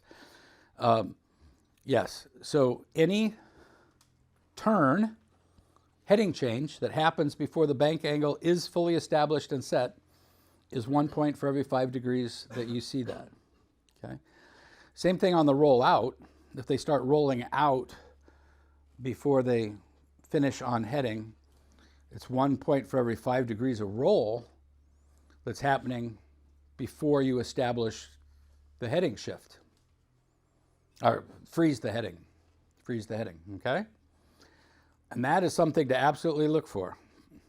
Is that and this. Okay? Same thing for inverted. It's exactly the same principles. Bank, push, unbank. You may see this. This is not a roller. Intermediate pilots are very anxious to get upright again. So you'll see the bank, you'll see the push, and then they'll do this. They'll come out upright. Instead of rolling back to inverted, they'll actually push the stick the wrong way and come up wings level. What would that be? Hard zero. Okay. Yep. Finished on the wrong. Certainly more than 90 degrees of roll error in a single activity. Okay. Constant altitude throughout that. Any loss or gain in altitude, the recommendation is 1 point for every 100 degrees of altitude gain or loss. You may also use whatever angle, 1 point for every 5 degrees of, if you drew a line between the start and the finish, but that's really hard to do in a turn. So it's also hard to judge 100 feet, but use your best judgment in if they're gaining or losing altitude, as opposed to looking like they're gaining or losing altitude as they're doing these big turns. Now, do you have a trick that helps you? Because the perception is hard to do. It is hard, but the more you watch, the more you can figure out they're actually flying horizontal, and that's just the look of what that looks like as it's coming at me. And the parallax is different on the front of the box than it is the back of the box and side to side. So trust me, it's becoming a good judge is just the same path you're on as becoming a good pilot. The more you do it, the better you're going to get. And everybody expects that. Just do it. Okay. Yada yada yada applies for if they're on heading or not. If they finish this thing 10 degrees off or 5 degrees off or 20 degrees off, it's 1 point for every 5 degrees that they're not absolutely on the axis they're supposed to be on. If they set the bank angle at 60 and then drop it to 45 somewhere through the turn, that's a 15-degree change. That's a -3. Okay, if they set it to 45, it's not 60, right? So it's -3. If they're halfway through the turn and now it's 60, is that a correction or is that an error? I would call it an error. I would too. It's a different part of the exercise. It's a different part of the maneuver. They didn't go 45 and then fix to 60. If they went to 45, stopped and went to 60, that you could argue is a correction. But if they freeze this thing at 45 and get halfway through, there's a natural tendency for the plane to overbank anyway, especially with dihedral. So if you see that bank angle increasing, that's the pilot not doing his job and fighting the dihedral and the overbanking. And yes, that is a deduction. Okay? 1 point for every 5 degrees of change of bank as you're coming through there. If the bank increases and so does their turn rate, is that 2 deductions or is that double jeopardy? Both deductions. It's 2 different things. That's what I thought Yep. so, but I wanted to check. It's 2 different things. And as far as the rate of turn, you are not allowed to deduct more than 1 for each change in rate of turn. So even if they egregiously change the rate of turn, let's say they start real easy and then they're running out of box and they just pull the snot out of it and change their rate of turn by 5-fold, but they only do it once, you can only deduct 1 for that. Okay? If they yank it in and then really straighten this thing out and then pull it again harder, that's 2 changes, so that's a -2. If they never get to 60, they finish the turn and roll out. It's not a hard 0. Less than 60 is not a hard criteria for hard 0. It is a 1 point for every 5 degrees that it's not 60. You see a lot in primary. Yeah. Oh, yeah. They don't get all the way to 60. Yeah, you see a lot. And then halfway through, it's almost knife edge because it's just overbanking, especially in decathlons. Yep. Any questions on turns?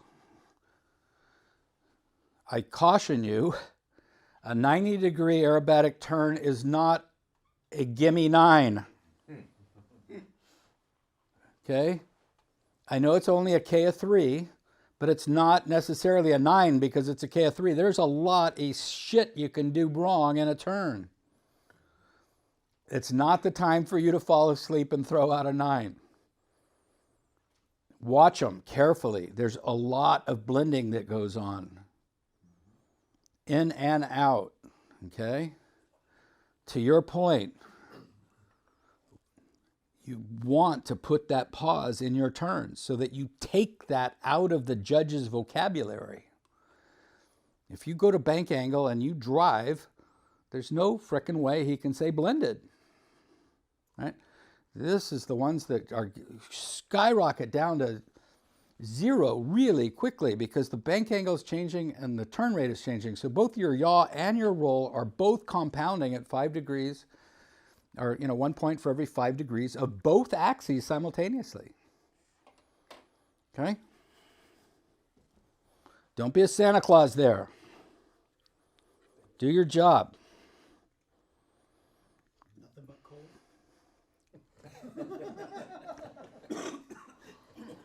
Okay. Second page, I think I said all this stuff. Yep. Okay. I'll give you all a chance to read that, make sure I didn't miss anything, but yes. I did. The last one. Sorry, I did say it. The rate of roll in needs to match the rate of roll out. I scoured the rule book for what the deduction is for that and could not find it. All it says is rate of roll out equals or deduct 1 point. So it can be vicious fast and ridiculously slow. It's still only a -1 if they don't equal each other. There's no other criteria. You scrub speed doing the 90, so then you're gonna roll out slower, so. Okay, so Through it all the way to the stop. so yeah, When you're 200 miles Yeah. an hour, and you run out of, it's a 270-degree turn, you run out of all your Yeah. energy unless you're in the max. it does not say you can apply the 1, 2, 3 rule or anything like that. If this is 3 times faster than that, it's just a 1. Okay. Everybody good there? Family 1 and family 2 done. We might get home tonight.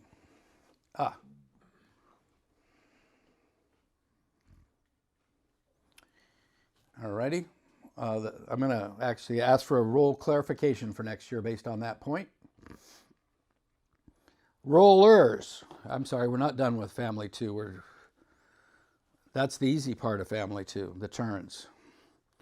The rollers, the mother of all deductions. So a rolling turn, unlike the turn, which is these 3 separate individual things, the definition of a rolling turn, it is smoothly integrated. The rolling element is smoothly integrated from start to finish with the turning, with the heading change. So on the easiest, the intermediate one is a 1 roll to the inside doing a 90-degree heading shift. So for perfection, this is hard with you guys on different axes. The heading is going to shift 90 degrees exactly, and the plane is going to smoothly integrate from start to finish 1 roll. So to the inside, it means the top wing is rolling in the same direction as the turn. So I'm going to roll, and at 45 degrees of heading shift, I should be inverted. And then at the next 45 degrees of heading shift, I should be exactly on heading right when my wings hit level. If there is perfect blending of the roll into the turn, it'll look just like that, or better. Where things can go wrong, even assuming you're absolutely on heading on the right axis with wings level, if you're rolling too fast, you're going to be not at 45 degrees, and then you're really going to have to slow it down to finish here, okay? Our rules and the SIVA rules are completely backwards from each other as far as how to score turns. I'm going to tell you how the United States, how the US rules are. You are expected to have, the pilot is expected to smoothly integrate the roll to the turn for perfection. When things go wrong, you do not get to use the cardinal intermediate points for 1 point for 5 degrees of error. Okay?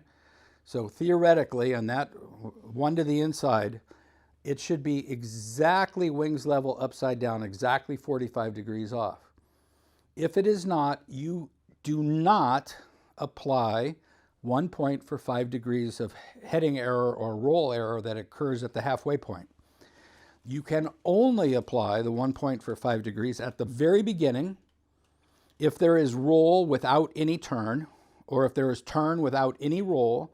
Yes, that is a 1 point for 5 degrees error at the beginning. Same at the end. If they are on heading and there's still some roll to be done, if they're on heading while they're rolling, that is 1 point for every 5 degrees of roll that occurs while on heading. You don't do those at the intermediate point. The intermediate point is only a place for you to keep track of both the turn rate and the roll rate.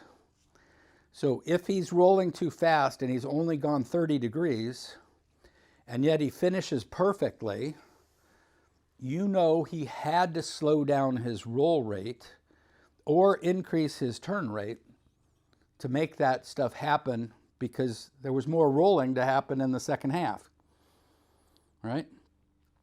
Then you can infer a roll rate change, but it's not 1 point for every 5 degrees. It's, he changed it once, so I can only dock him 1 point for the roll rate change. And he finished and started on heading. So it is perfectly possible to get a 9 on a roller. Unlike a competition turn, that it's impossible to get a 9. Just kidding.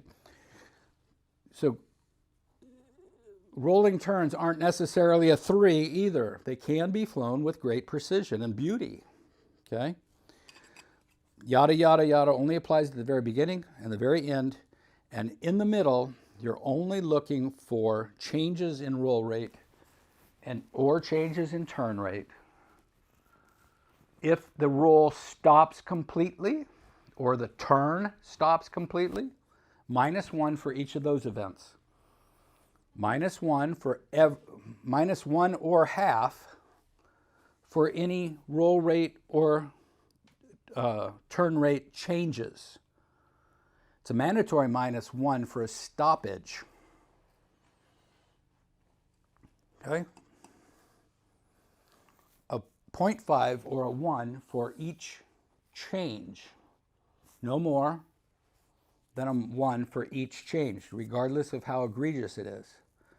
So every time you see a roll rate change or a turn rate change, depending on how big or little it is, it's either a half off or a 1 off.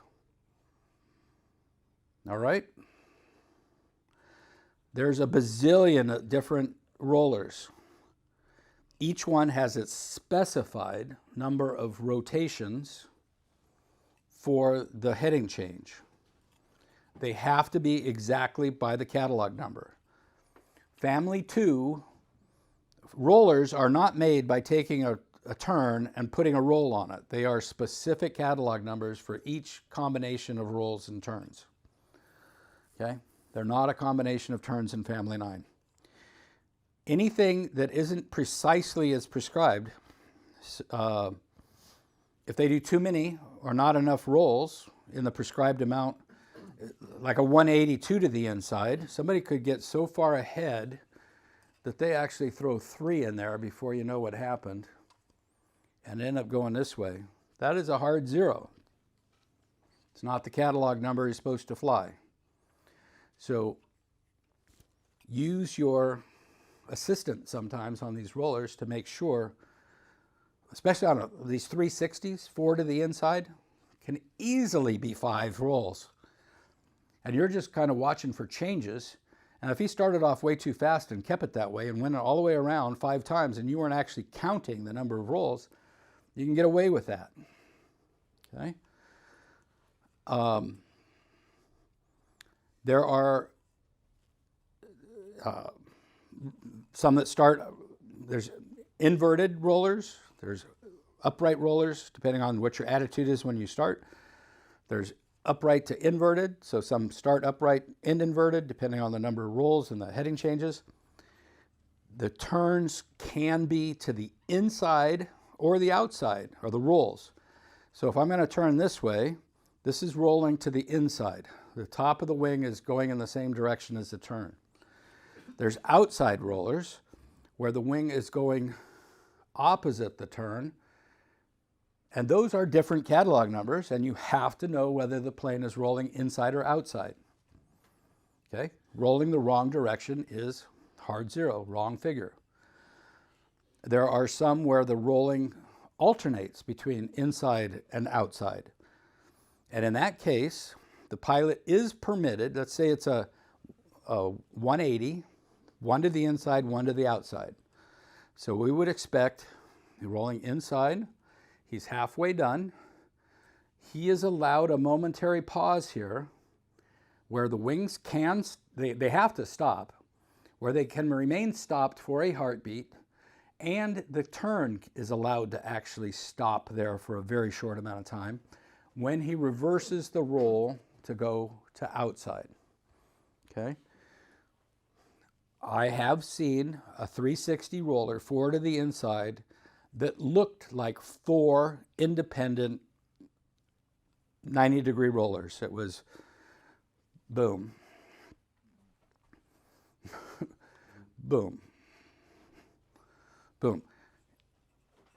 At some point, just like the roll after a half loop up, at some point you can probably say he's flying 4 different figures. But the rule book permits a hesitation there. Is that only if the rolls are changing direction? Only when the roll is changing direction from inside to outside. Not on a smoothly integrated one. Only when the wings change.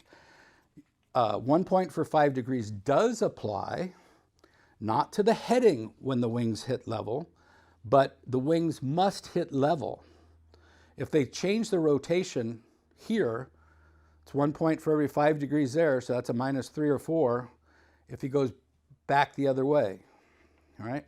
If his heading is a little bit off and it's supposed to be at 90, you're not deducting the 1 point for 5 degrees here for the heading shift, but you can for the wings not level, okay? If he stopped and fixed. But he's still already lost that point, so he might as well just go the other way, right?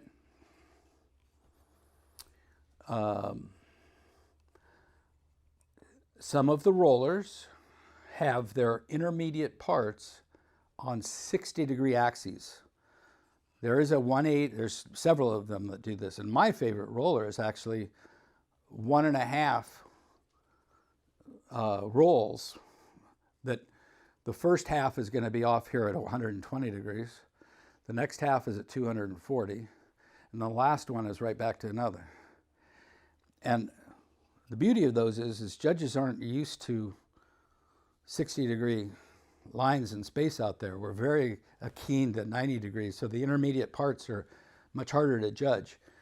And for me, I just find the rhythm of those really fun. So, but when you're judging, keep in mind that roll rate has to be smooth, even on those guys, and your cardinal points that you use for reference for speeding up or slowing down are at 120 and 240, not 90 and 45 and 135, etc. All right.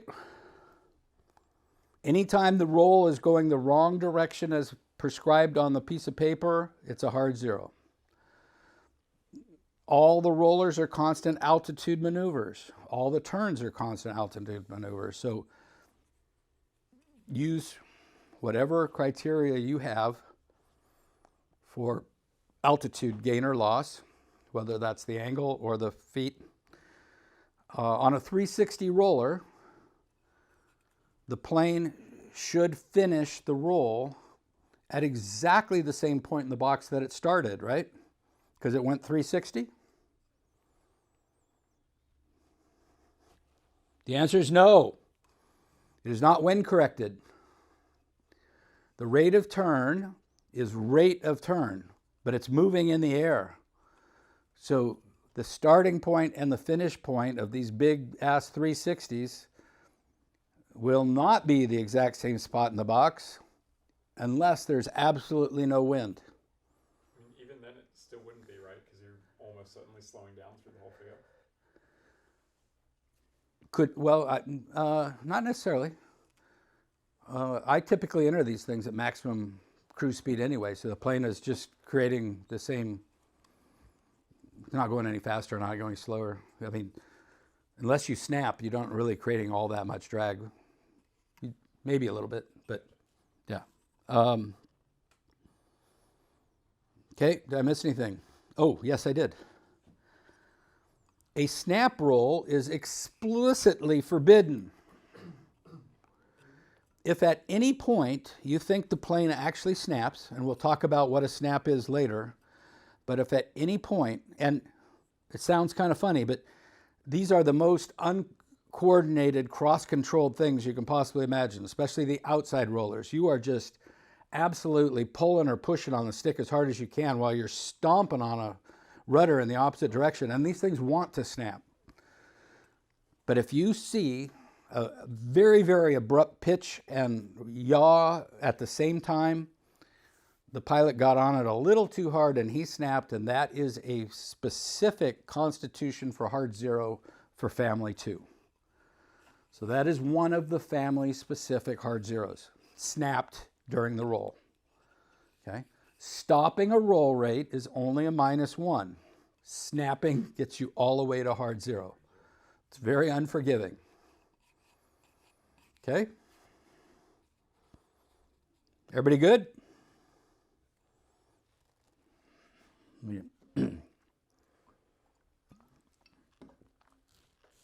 I think we've done the rollers. Questions? They're beautiful maneuvers. Absolutely beautiful maneuvers. What about when the porpoising going around it? Sorry? When the porpoising going around it, so they end up at the same altitude, but Good point. Thank you very much. Yeah, I'm going too fast here. Okay. Thank you, Chris. So, the plane has to maintain constant altitude.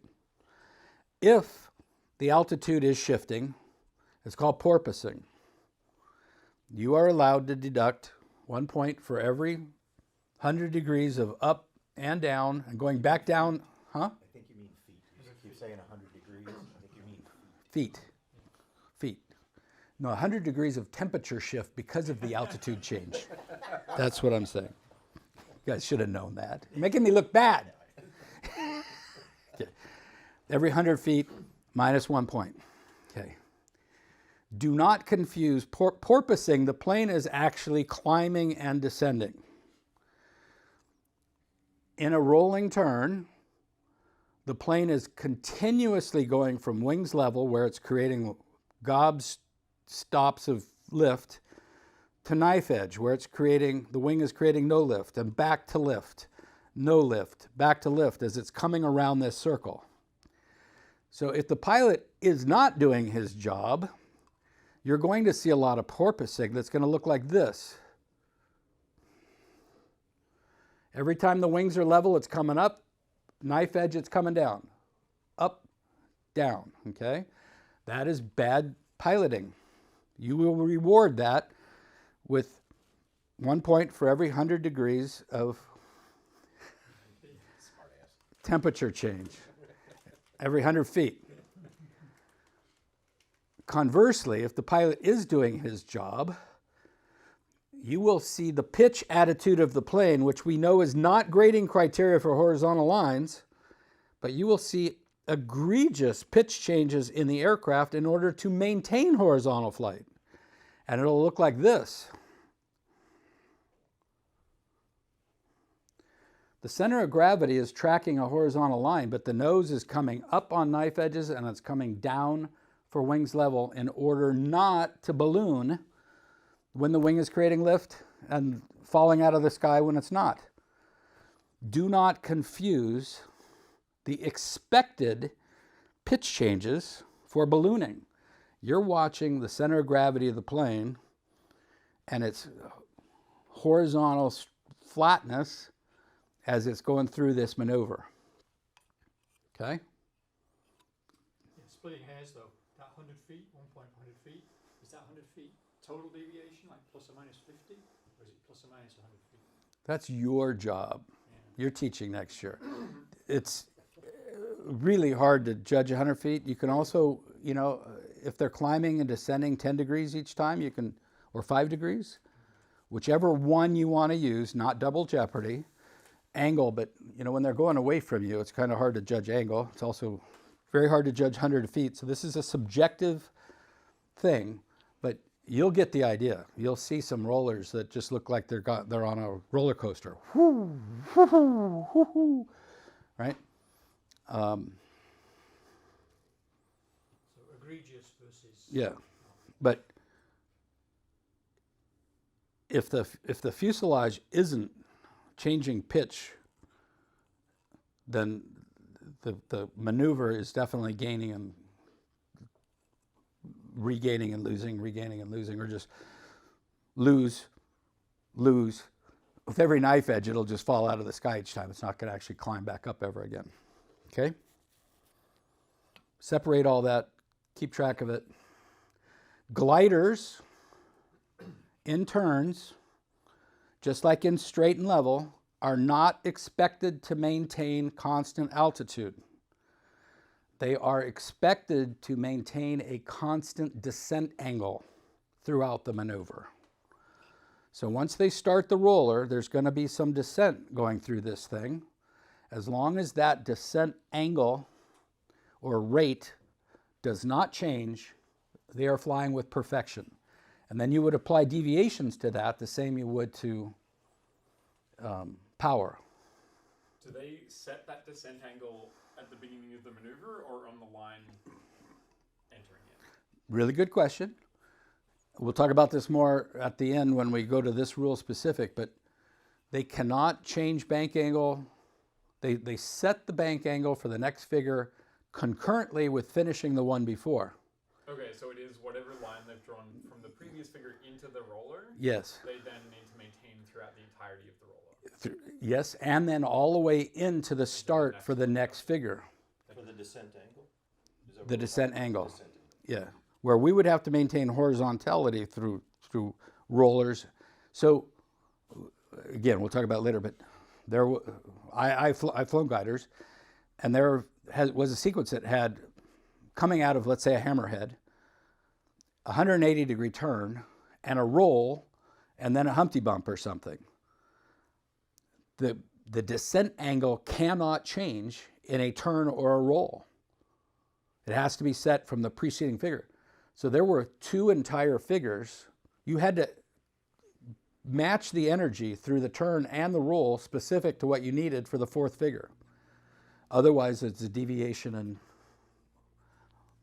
descent angle. Okay? All right. Okay. Did I miss anything else, experienced judges? Uh-oh. Okay. Opposite rollers.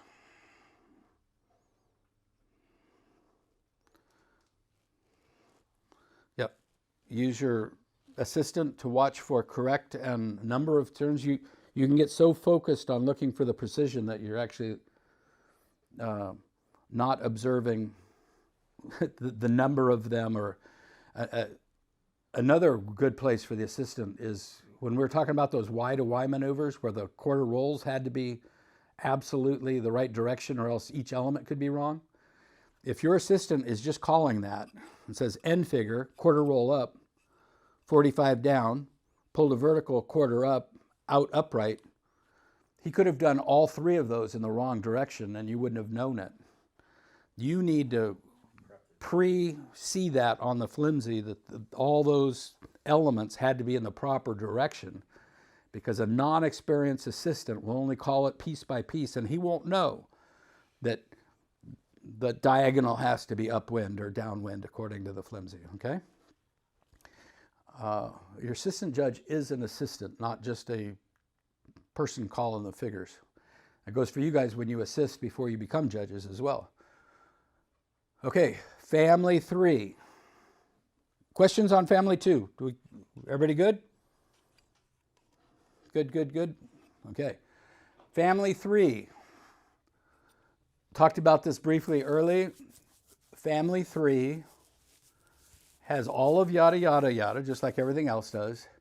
And every figure in family 3, every subsequent line after the first one is set must match the length of the first one.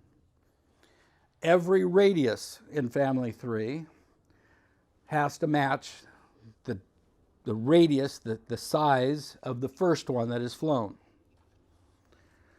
The rules are explicit. On the length of line, we use the same criteria as the roll on the middle of a line, 1, 2, 3, 4, for how the corresponding proportion of the subsequent lines were to the first one. The first one always sets the criteria for all the rest. So if the first one is that long on an 8-pointed stop sign, and all the other ones are exactly equal but different than the first one, that is -7 or -1 or 2 or 3 for each one of those line lengths, depending on their proportion on how much it didn't match the first one. Okay? On the radiuses, the rule book does not specify to use the 1, 2, 3 proportion. It says you may deduct at least 0.5 for subsequent changes in the radius that don't match the first. And right now we're only talking about the size of the radius. Keep in mind, yada, yada, yada applies. Each one of these radii have to be round, as well as match the size of the first one. So even if any of these radii don't look good to you, you're going to apply the deduction for not only did it match or not match the size of the first one, it also has to be round to your eye. Okay? Don't mistake those two. Every radius has to be circular, and in family 3, every radius must match the radius of the first one. Since there is no other criteria other than 0.5, our job is to separate the men, or not the men from the boys, but the best pilot from the least best pilot. If you only do a 0.5 for each change, and you can see some egregious radius changes. Intermediate square loops, the pilots do a near V&E on the first pull to vertical. Nobody likes to pull 14 Gs and put a tight radius to pull to vertical there. That is a big 200-foot radius pull to vertical. At the top of the line, they're doing 60 miles an hour.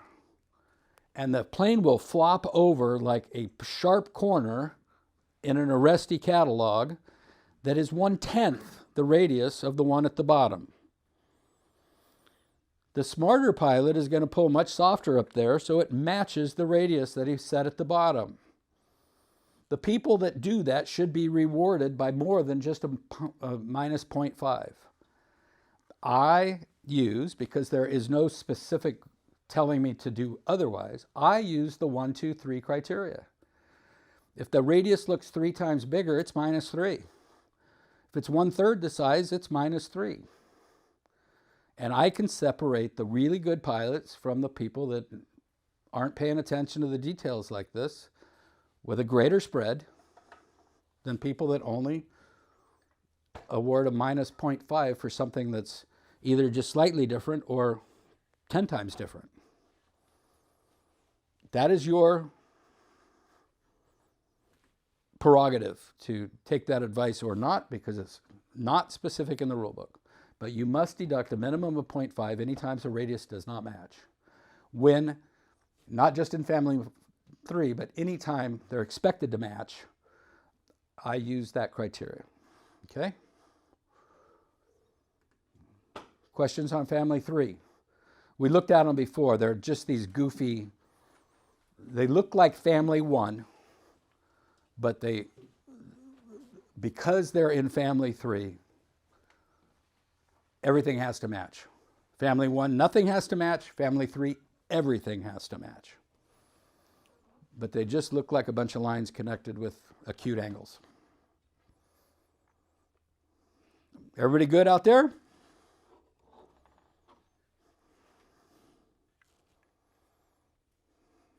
Okay. No family 4. Why is that? You beat me to it. That was my question. You're reading my cue cards. Spins used to be kind of like rollers, where there was a specific catalog number for a 1-turn spin or a 1 1/4 spin or a 1 1/2 spin, and they were family 4. Some brilliant person had the idea of making a spin a rolling element so that it could be placed on a great many other different figures other than just lines down. And they became family 9.9 and family 9.10 or whatever they are, so that they could be thrown on a whole bunch of different catalog numbers much more efficiently. So family 4 is just now an empty family, vacated by spins. That happened right when I got into the sport. It was that long ago. Okay. Shane. Okay. Hammerhead. Hammerhead. Please don't call them stall turns. Even you British people. I grew up in Australia. You can't stop me. Stall turns, we've got flick rolls. You understand. Okay. Hammerheads. The perfect hammerhead, I'm going to try to do this for you guys too, is a polar vertical, yada, yada, yada, vertical, yada, yada, yada. At some point, the aircraft is going to run out of vertical penetration, and in a pure yaw, the perfect hammerhead, the aircraft would yaw about its center of gravity with the wings in the same plane, the pitch axis in exactly the same, the pitch axis of the wing does not change, rotate exactly 180 degrees, and then proceed straight back down the line to which it came up for precision, for perfectness, okay? Yada, yada, yada, obviously on the upline. Any rolls that occur on the upline have to be centered. Some of these guys have a 45 entry and then the vertical. Some of them have the vertical down and then a 45 and then out, okay? Whole bunch more of those. But the thing that's special about the hammerhead is the pivot at the top. Expressly, it is pure yaw. The wing, the zero lift axis of the wing needs to be vertical throughout the maneuver. Now, if you're looking at a super decathlon, the pitch axis of the plane is going to look like it shifts, because here it's negative up and here it's negative down. But the wing, zero lift axis of the wing, stayed in the perfect zero lift axis. So with planes with angle of incidence, don't mislead, don't think that because the fuselage angle shifted that the wing did, okay? The wing must stay absolutely in the vertical plane. And it must be 180. If you over or under and you start coming down that line, 1 point for every 5 degrees that the yaw was not exactly 180. There is likely to be some hesitations here sometimes. That is not a deduction. It does not have to be an absolutely perfectly uniform pitch. So if they stop a little early and fix, no deduction. If they go past and fix, that is a deduction, right?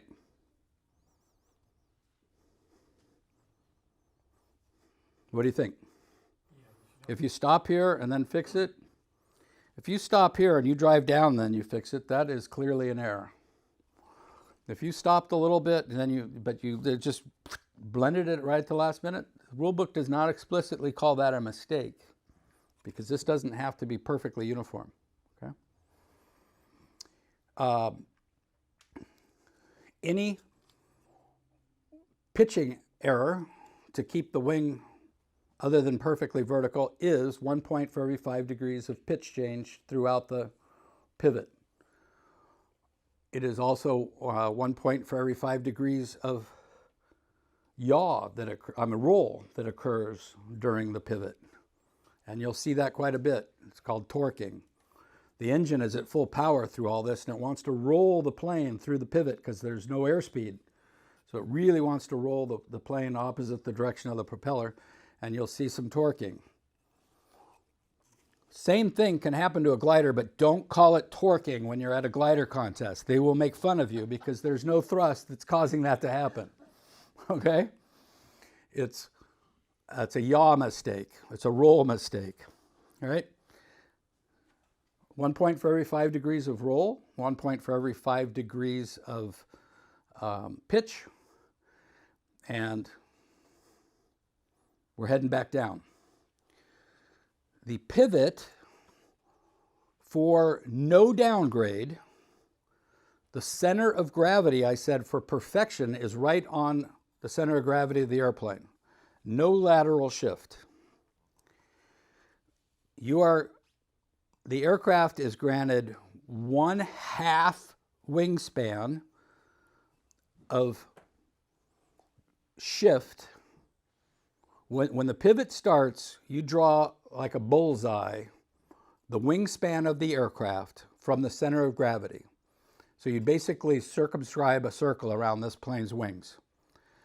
If the pivot is complete with the center of gravity anywhere inside that circle, no deduction.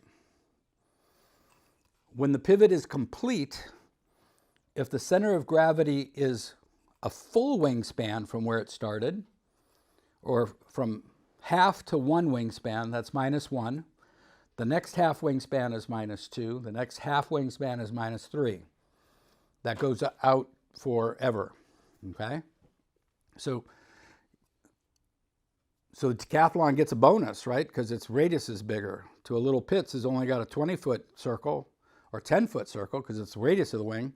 Decathlon gets 16 feet. So fly decathlons. Point is, you will see a lot of this where it seems like the pivot hangs right on the strobe of the airplane, right? So that's perfect, right? Wingtip to wingtip. And they're easy to judge. And a great mini hammerheads look exactly like that. It's going up and they pivot right on their strobe and then go back down. No deduction, right? Because it's within 1/2 a wingspan? Wrong. That is a full wingspan because the center of gravity is here, the pilot's head. And if I pivot on this beacon, my center of gravity went a full wingspan. That's a 1/2 a wingspan more than it's allowed to. So if you see that, where it looks like they just snagged their wingtip on something and went boop, just like that, that's actually a -1. It's not a 0 deduction. The 0 deduction is the pilot's head is going to come back down before it's outside where that strobe was. Gotta get that yarn to stop moving before Yeah. you kick. Okay.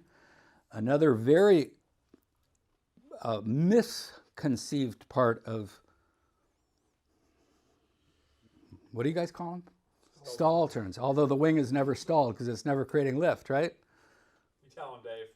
Yeah. The plane is allowed to fall. Not in the POH for a super decathlon, but according to our rules, they have a bullseye that is 1/2 radius in diameter. So as long as they don't fall more than their center of gravity going beyond basically the tail of the airplane, they're within that circle. This isn't just a shift horizontally from where the center of gravity goes. It gets that whole circle. And next slide.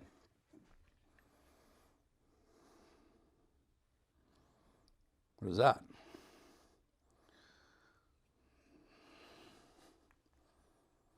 That's weird. Okay, here's the one we're talking about. So they get that zero, that basically within the confines of the aircraft, to finish and have to be pointing down and going the other direction within that span. If they're going straight up and pivot falling straight down, the same thing, the same criteria applies. As long, in this case, the arrowhead shows the fuselage. He didn't get it completely around until he was in this -2 ring. But the fact that it's falling down is not a hard zero because it's a tail slide. It is not additional criteria. It only is within these circles. How many half radius circles did he complete the pivot? Same thing applies to going up. You see people kick the rudder way too soon and they just, right? You have to imagine how many half radiuses that is before the thing's coming down over here. And just count how many wingspans and then multiply it by 2 basically and subtract half. It's very easy. You can do that in your head within seconds. All right? And keep in mind, while this is happening, they've got to keep the wing flat. It all has to happen in the same plane, or it's 1 point for every 5 degrees of shift of attitude of the wing or roll of the wing. Okay. New rule, just last year, I think. It wasn't on the earlier slide. Maybe it's been a couple years. But it's a relatively new rule. These are not wind corrected. The pivot is not wind corrected.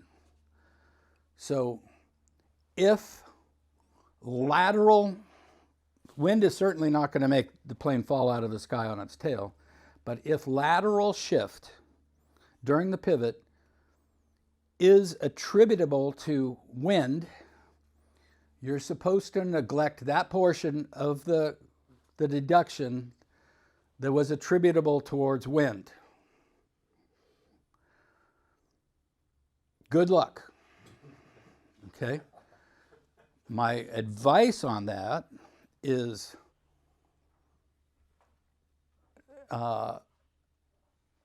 if the wind isn't changing appreciably, if one pilot in a super decathlon goes up and he does a pivot within a half wingspan, and the next guy flying 7 minutes later goes up and he flies it over 4 wingspans, was that wind or was that pilot? Chances are it was pilot because the wind hasn't changed appreciably in 7 minutes. Is it reasonable to just look at their track on the upline and try and extrapolate from that, or is that? Yes, it is absolutely reasonable, and that was my next. Since vertical lines are not wind corrected either, the vertical line is going to be shifting. And the time in the vertical line is actually considerably longer than the second or two it takes to do the pivot. So unless the plane is translating like crazy in the direction of the wind, and they fly over by 3 wingspans, that's the pilot kicking too early. That's not wind. Don't give him the benefit of the doubt. Use your interpolation skills of how much he was translating and allow it to translate that same amount and deduct whatever that translation would be from whatever it translated. Okay? So one pilot to the next, you can look for consistency. The better one is to watch for especially on the first pilot, because you don't have an appreciation yet. Okay? Do the best you can.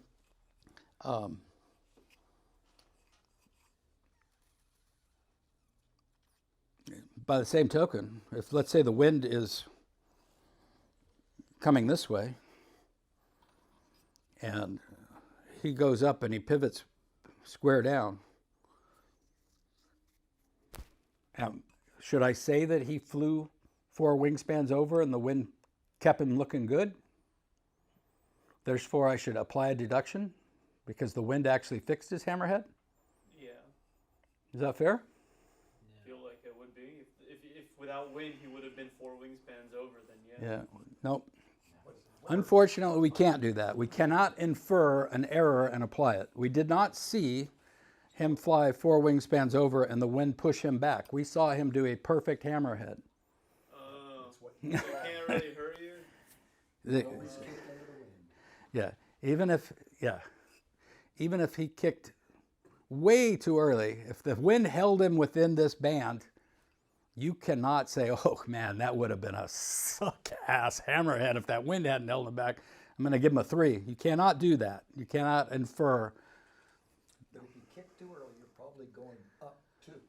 Possibly. So that will Possibly. show that In that case, that yeah, will take you his outside hammerhead is going to, So you may Yeah. look perfect on the vertical line, but you're going to see the verticality problem. verticality. Yes. So you'll see the early kick. Yep. So The point is the center of gravity needs to be in these bullseyes.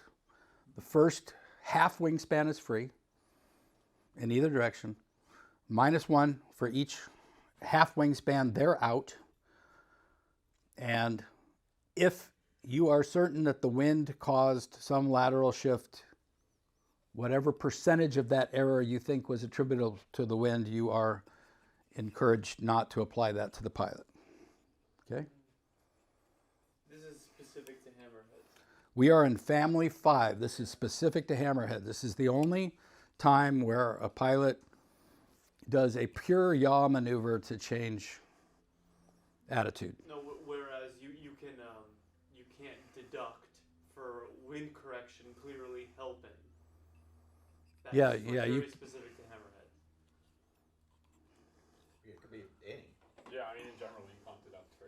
You can only deduct for stuff you saw. So what if, Yeah. what if there's a strong wind and a primary airplane flew exactly, you could imagine a better 45, But but it's there's a based really on- strong wind, so really it should have been pushed up straight, but it wasn't. Well, Yeah, there's you actually have a to go better back to example see it. in the rulebook specifically, right? Where if you're on the x-axis, you are obligated as a pilot to have your heading be parallel to the x-axis. Yes. The rulebook explicitly says, like, if someone with nothing on the y in their program gets from the downwind side to the upwind side, but you don't know how they did it, you're not allowed to deduct. That's Like, right. they That's clearly- exactly right. They obviously did it, but being that you can't figure out can't how, see you it. can only downgrade them based on things that you You actually see. That's exactly right. Good example. Yeah. Yep. It's called cheating. Yeah, feels good. And that's in a different course. It's our team name. Yeah. You can only it's presentation. Yeah, and that's why when I was talking about the rollers, I say you can only infer that his roll rate changed because he wasn't on the cardinal axis. You in this case, you may not have actually perceived the roll rate change, but you know it had to happen because the cardinal points mandate that it happened. In that case, you can deduct because you did see it happen. You didn't see it directly, but you saw the effect. Because he was behind here, therefore he had to speed up to get to there. Provided you're able to see an accurate 45-degree angle. Provided that you are correct in that he wasn't exactly 45 when he's, but that's opens a whole nother can of worms because nothing we see is absolutely perfect, right? Right?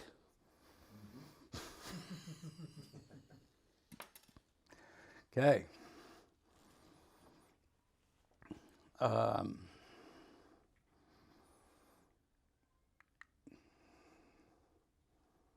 Everybody good with hammers? And they're called hammerheads, by the way, because the wing is never stalled. I think maybe I wanted to clarify. You mentioned that the upline begins as soon as the hammerhead is begun. The upline stops as soon as either one of two things happen. The plane starts to slide down or the yaw starts.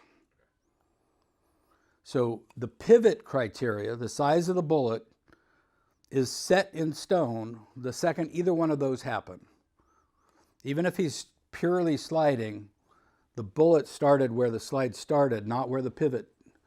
And if he is kicking way too early, the second that nose yaws, the bullet's there. Okay? Good point, thank you.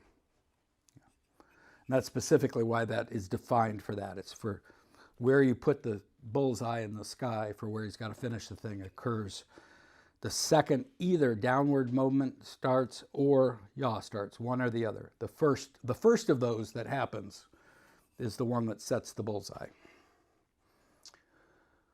Tail slides. Tail slide is a going from uppity to downity in pure pitch, whereas a hammerhead is going from uppity to downity in pure yaw. Okay? So all the yada yada applies equally to tail slides like it does to hammerheads. And the family specific stuff is what happens with the same criteria. It either starts to come down or the pitch starts to happen. Okay? Now, it's pure yaw. A perfect tail slide, the wing is zero lift axis up. The plane stops and slides without any pitch for a minimum of 1/2 the fuselage length for power and a minimum of perceptible distance for a glider. Any perceptible slide, as long as you saw a slide, is a slide in a glider. Does not have a minimum length other than you saw a slide. And that is all dependent on how good your eyesight is and whether or not you saw a slide. You will see some where it's going up and it actually might even pitch while they're still going up if you get a little eager on that elevator. In a glider, that's not slide, nor is that a slide in a power. 1/2 a fuselage length and then the pivot. Okay? If not, that's not 1 point for 5 degrees, or it's hard 0. No slide. The slide is the critical element of this maneuver, and if it doesn't exist, you didn't do it. There are also 2 kinds of slides. Canopy up, where the flop is going to leave the canopy on the top side of the pivot when you drop, or canopy down, that's going to put the canopy falling towards the ground first as you're flopping. Those are 2 different maneuvers, and if it's shown with a solid line, this guy, that means canopy up, positively loaded, and it goes this way. Guess what? That's this guy, not this guy, hard 0. Okay? The slide, or the pivot in the slide must, not pivot, the flop in the slide must be in the proper direction. Hard 0. It must be pure pitch. After the slide, the plane is going to pure pitch in the proper direction. The wing is going to stay horizontal to the ground without roll and without yaw. It's going to just pitch straight down. Now, it is not a requirement, like a hammerhead has to be 180 and down. It is not a requirement in a tail slide that they go from 0 lift axis perfectly vertical to 0 lift axis perfectly down. The plane is allowed to pendulum as many times as the pilot wants or necessary to settle the thing down, but once it stops, it must be stopped on heading. So if it swings past and he brings it and sets it, good. If he swings past and freezes it and goes down a little bit, then fix it. That's a deduction of 1 point for every 5 degrees of fix. Once it's heading down the line, not wings at 0 lift axis. Okay? And sometimes it'll swing 2 or 3 times, then boop, set and go. Okay? No deduction as long as they haven't stopped it, drawn some line, and then fixed. Okay? Some pendulums will come up and it has to stop before it comes back, so don't get trigger happy there. I've had tail slides go up almost back to vertical over here. If you really get going into a nasty tail slide, there's a lot of energy, and that nose will swing almost all the way back up. And naturally, it's going to stop because it has to stop before it goes the other way. Don't count that as a fix. It's just physics, okay? 1 point for every 5 degrees of roll, 1 point for every 5 degrees of yaw. It's pure pitch maneuver. And as we said earlier, for the hammerheads and for this, it doesn't matter which direction that flop happens on the Y or the X axis, as long as the plane is actually on the right axis. Yeah, on the downlines. Judging people who cheat them? People who cheat them, like who pitch before? People that cheat them. I know, it's crazy. Are we not all Heard gentlemen? of such a thing? These Australians are so freaking bossy. Cheating. We're going to get to that. Thank you. That's the segue. So, if you actually nail one of these things and you are perfectly on the zero lift axis, you have a 50-50 chance of which way it's going to go. And a 50-50 chance on a hard zero is a pretty risky thing to do. So, the natural tendency for all the other people that I compete against is to set a little bit of cheat in the direction that's going to favor the canopy to go the proper direction. So if it's canopy up, they're going to tip that nose and just a little bit, get that center of gravity just an inch or so on the other side of that center of lift so that it wants to fall this way on the way down.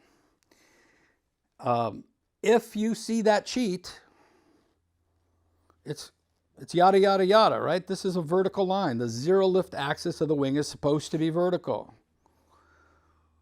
If you see cheat, deduct for it. But they got 4 degrees.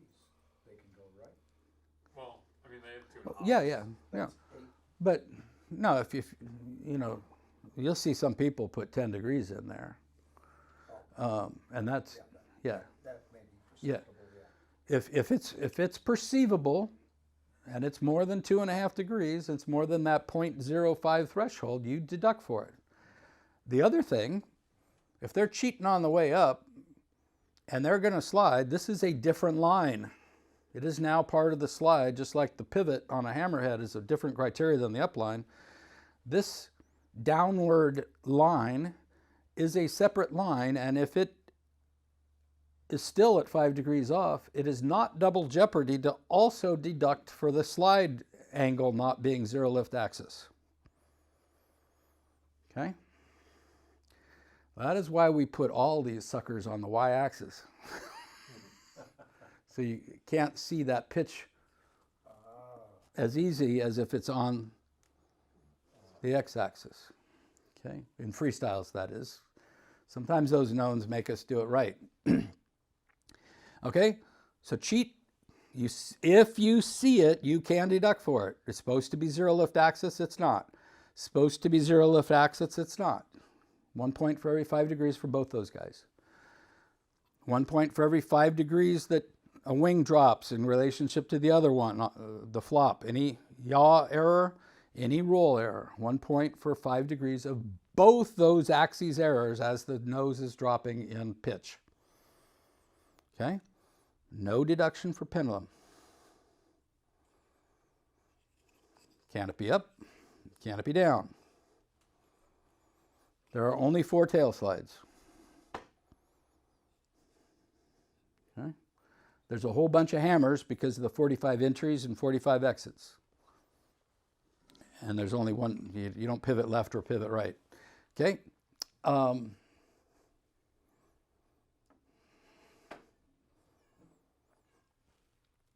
Upline ends when the flop begins. And that is a separate line. So any error you see as it's flopping is different than the error you saw on the way up. And believe it or not, another one of the stupid things in the rulebook, this vanilla tail slide, pull the vertical, slide straight down, no rolls, no nothing, K of 15. K of the equivalent hammerhead is 17. What the hell are they thinking? You can destroy yourself and you can destroy an airplane doing this wrong. And you only get 15 for that. And you have a 50-50 chance of getting it wrong. If you do the hammer just right, it becomes a tail slide.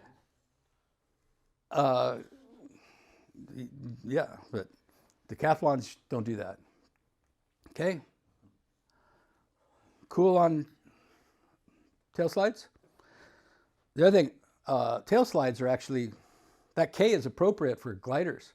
Tail slides are wonderful in gliders because you don't have any of that gyroscopic torque and all that stuff fighting you through all this. And a tail slide in a glider is an intermediate maneuver, whereas unlimited only in power, at least except in freestyles if you want to do that to yourself. I have Okay? a quick question, but you mentioned it might not be super relevant. How can you destroy an airplane doing a tail slide? I don't know. I've not done one. When the airflow is backwards on the ailerons or the elevator or the rudder, Yeah. it wants to snatch that and sham it against the stops like nobody's business once the airspeed picks up. Ah, okay. And That's not good. it's not good. Not good. Not good.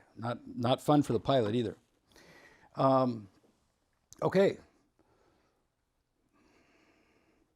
Do we need a quick break? Or is everybody... We're ready to keep going? Thumbs up over there. Keep going for another family or so. Oh, okay. Okay. I'm just going to... Count it out. I'm getting to the point where my voice is struggling. Okay. Full loops. Family 7. We talked about during yada, yada, yada, how to score loops and looping elements, right? You know explicitly how to downgrade for errors in loops, right? How is that?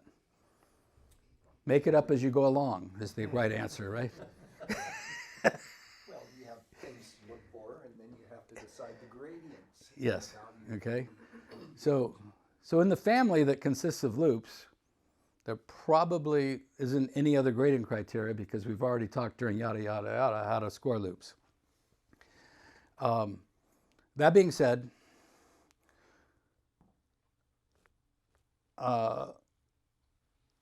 there are some full loops, there's some P loops that have rolls integrated either at the apex, at the top of the loop, or at the bottom of the loop. Those are not flown like Emmelmans, where it's a half loop and then a horizontal roll, like we talked about earlier. If there is a roll present, next slide. Oh, okay, we'll get to that next then. It's interesting. Okay, we don't have a picture of this, but we'll get there eventually. We'll talk about it when we get to the next slide about the asymmetry on the roll. Okay. Hesitation loops, which are in the same family, they are whole loops. They're just square loops or diamond loops or octagonal loops. Round figures, looping lines have to be wind corrected, right? Vertical lines are not wind corrected. So a square loop is never going to look square on a windy day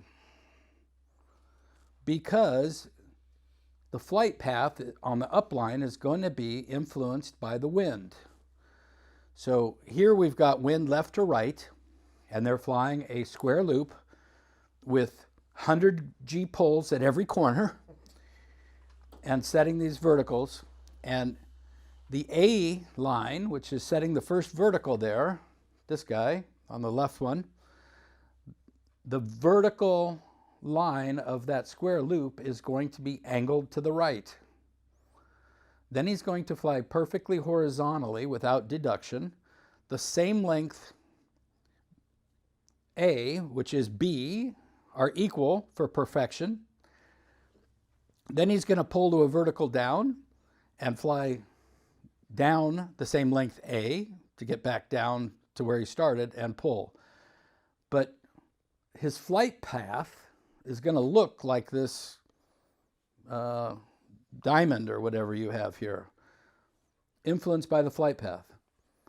If he flew it like this and survived those tight corners, that would be a perfect square loop based on the flight path, so long as the angle of attack of the wing, zero lift axis, was perfectly vertical going up A, and it was perfectly vertical coming down C. Do not let the flight path influence you on vertical lines, and this is a perfect example of how wonky these things can look. When you look at the gestalt of the picture of the flight path in the sky, it's going to look like that, but it was a perfect square loop to you because on this A and on this C, you were looking at that wing, and it was perpendicular going up, then it was flight path going across the top, and then it was perpendicular. I should use the airplane, right? Square up, but going this way. Then they're going to be super slow up here, lots of angle of attack. Pull down, and as long as that wing is square, but it's drifting, it's going to create that flight path looking there, okay? It's not flight path, it's instantaneous attitude of the wing on the verticals. What did we learn about this? The length of those lines have to be the same, right? These radiuses have to be the same. So this is just accentuating the flight path difference, and the same applies to the diamond loop and the octagonal loop, because you're wind drifting in every single one of the 45s and every single one of the verticals.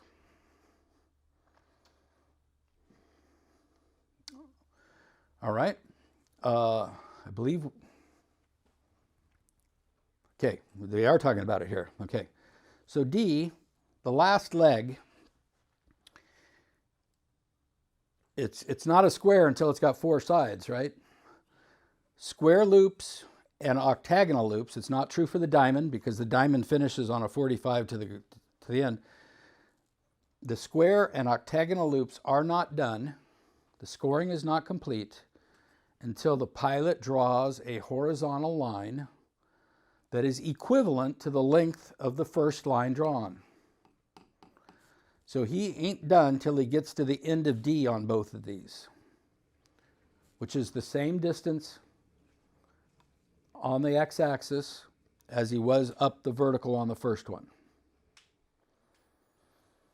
The rules get confusing and sometimes hard to remember, so this is one you want to sleep with you every night. Put it on a little piece of paper, put it under your pillow so it finally sticks with you after 20 years.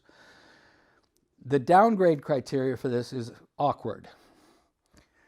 If there is a figure, and there typically is a figure following a square loop, it's not ever the last thing, but if there is a figure following and they pull to the next figure or start the turn or whatever, however the next figure begins, if they start the next figure before D has been flown with wings level, horizontal flight, they have not completed the square loop, right? It's not done until D is done. So naturally it would be a hard zero, right? Because they didn't complete the figure. That's not the case. It's much more complicated than that. If D, just like any of the other line lengths, don't match, what is the criteria? 1, 2, 3, 4, the same criteria as centering a roll based on its ratio to the length of A. Okay? If D is shorter than A, you deduct that ratio. If it's much longer than A, you can also deduct, right? Because it's not the same length as A. Good answer. Longer just means he's waiting to position the next figure in the right place in the box. It's only shorter that applies in this case. If D is shorter than A by half the length, you would deduct 2. If it's shorter than more than 2, but according to the rules, you would deduct 3 or whatever, right? If it's appreciably shorter, it's a 1. Now,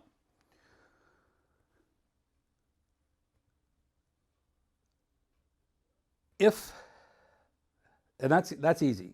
That's the easy part. The length of D is scored just like you would score C or B in its relationship to A. The tricky part is what happens if there's absolutely no line D? No D at all. It's just like that very, very first slide where the guy's coming down the hammerhead and goes right into a loop. So he comes down this vertical and pulls an exact 180 at the bottom. You see absolutely no stop and pitch and goes up into a hammerhead. Okay, there was no D.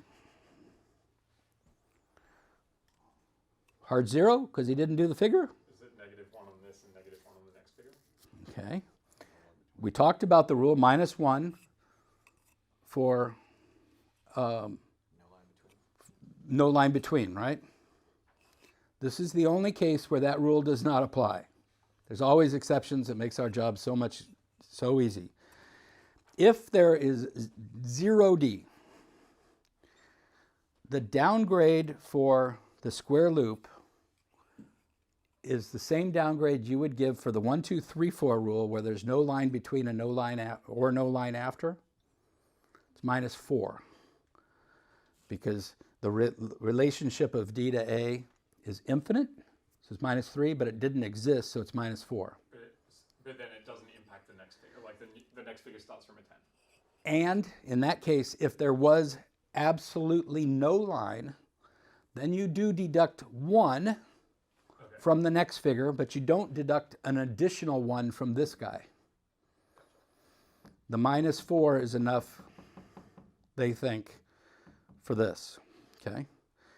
If D is any length, even if it's less than A, that is some line between the two figures, and the -1 from each does not apply, even if it's too short. But if it exists at all, you do not take that 1 away from the next figure because he didn't complete it here. There was some line, so he gets credit for that. Is that as confusing as mud?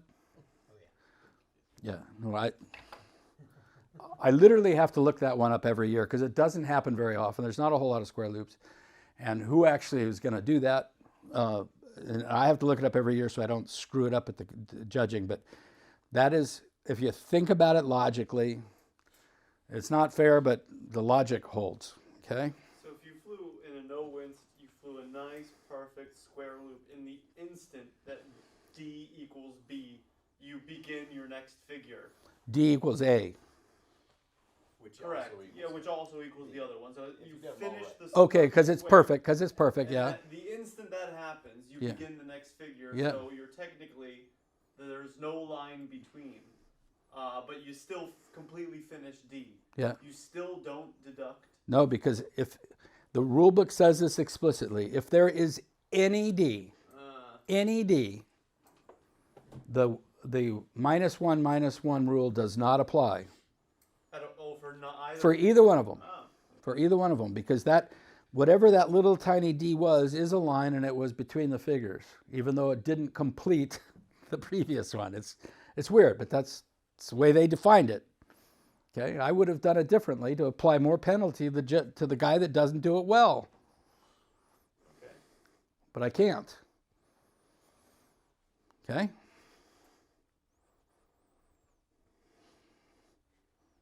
Got it? So same applies for octagonal loops. Got to finish that last goodie.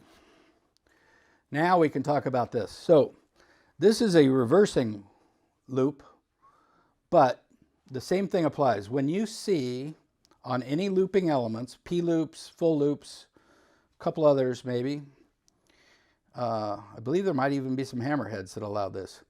When you see these two little slashes and a roll symbol on the basic figure like this is the basic figure, okay? You wouldn't see this on a flimsy because this is undefined roll. But on these basic figures, when you've got the little slash marks, this roll is integrated into the loop. This is a family 7 and 8, no, maybe just 7, criteria. This roll must be just like a roller, where the roll is integrated into the turn horizontally. This roll is integrated into the loop vertically, okay? They're always at the very top or very bottom. If you're doing a loop down there, we sometimes have 2 8-point rolls and shit down there. So the grading criteria for perfection is, depending on the speed of the roll of the aircraft, at some point on this radius, the top of this thing, I'm going to try to do this for you guys too. If I'm just going to fly a loop, there's going to be a nice constant radius over the top. When there is a roll integrated, regardless of how many degrees or whatever, or combination roll, sometimes there's snap and sometimes there's roll combination, it's where the combination starts and where it ends. If the pilot and the airplane starts this while they're 45 degrees, which is kind of where this is shown on this guy, and they roll, they should be halfway through the roll combination right at the top, and then they should be back to the proper attitude to finish the maneuver at exactly the same pie, same wedge of pizza from the top to where they started to the bottom. That angle of offset has to be consistent. The start angle, or the finish angle, has to match the start angle, okay? And this is where it gets a little weird for the math. If you start 20 degrees before the apex and you finish 10 degrees after the apex, you would think that's a 10-degree error, right? 20 before, 10 after. But the rules mandate that we deduct based on the asymmetry of the center. So if this roll took 30 degrees of rotation from 20 to 10, and it was perfectly flown, it would have been 15 to 15 for perfect centering. So the center is only 5 degrees off if you start at 20 and end at 10. The downgrade is based on how far off the center is, not the difference between the start angle and the end angle. The downgrade is always half that distance or difference in the angles.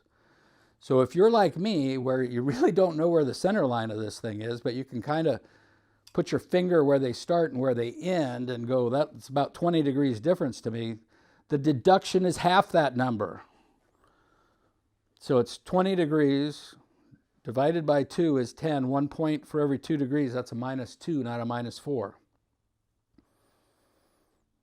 Is that absolutely clear? Yeah? Any questions on that? Okay. When it's a combination roll on the top, like If it's a snap and the same thing applies if it's a combination roll of aileron roll, hesitation roll, whatever, or snap and roll, snap and snap. It's the start point and the end point, and the difference of where the center line of that start point to end point would be in relationship to the top of the circle that matters. Not, let's say it's a double roll. As long as you start at the right point, if you're a little bit off, you're a little over the top when your wing's level here, but you finish at exactly the right point, there's no deduction for the asymmetry of the roll, but there would be a deduction for the roll rate, right? Because you didn't roll consistently. So yada, yada, yada applies. So while the roll rate has to be consistent, can't stop, blah, blah, blah. But for the precision of the symmetry at the top, that is based purely on where the roll or roll combination stopped and started. It would be double jeopardy if they were perfect and you said he changed his roll rate because he was here, he's already starting his way down, and he finished exactly 15 off and 15 over here. The roll was centered. The downgrade is for the change in roll rate, not for the asymmetry of the roll. Can you deduct Different from both? criteria. Sorry? Can you deduct from both? If it was Yes. symmetrical and the roll rate changed, you could. Absolutely, because they are different criteria. This centering does not negate the pilot's obligations to roll smoothly and at a constant rate. I have a question about integration. So say you had this figure with an outside snap over top. Outside snap? Yeah. Okay. So when you sort of transition from pulling for the inside loop to pushing to brake for the outside snap, Yeah. are you looking for their flight path to stay perfectly on the loop? Yes, or- you are. Okay, so if you see them pitch up at any time, you deduct 1 in 5 for the pitch out of the loop. Yes. Am I describing that? Yep. Okay. Yep. Because I hadn't finished yet. We were just talking about the symmetry thing. So the curvature of the loop has to appear, the center of gravity of the aircraft has to prescribe that perfect loop in the sky as if the roll wasn't there for perfection. Whether it's a snap roll or not, it's crazy, right? So, but that's the criteria.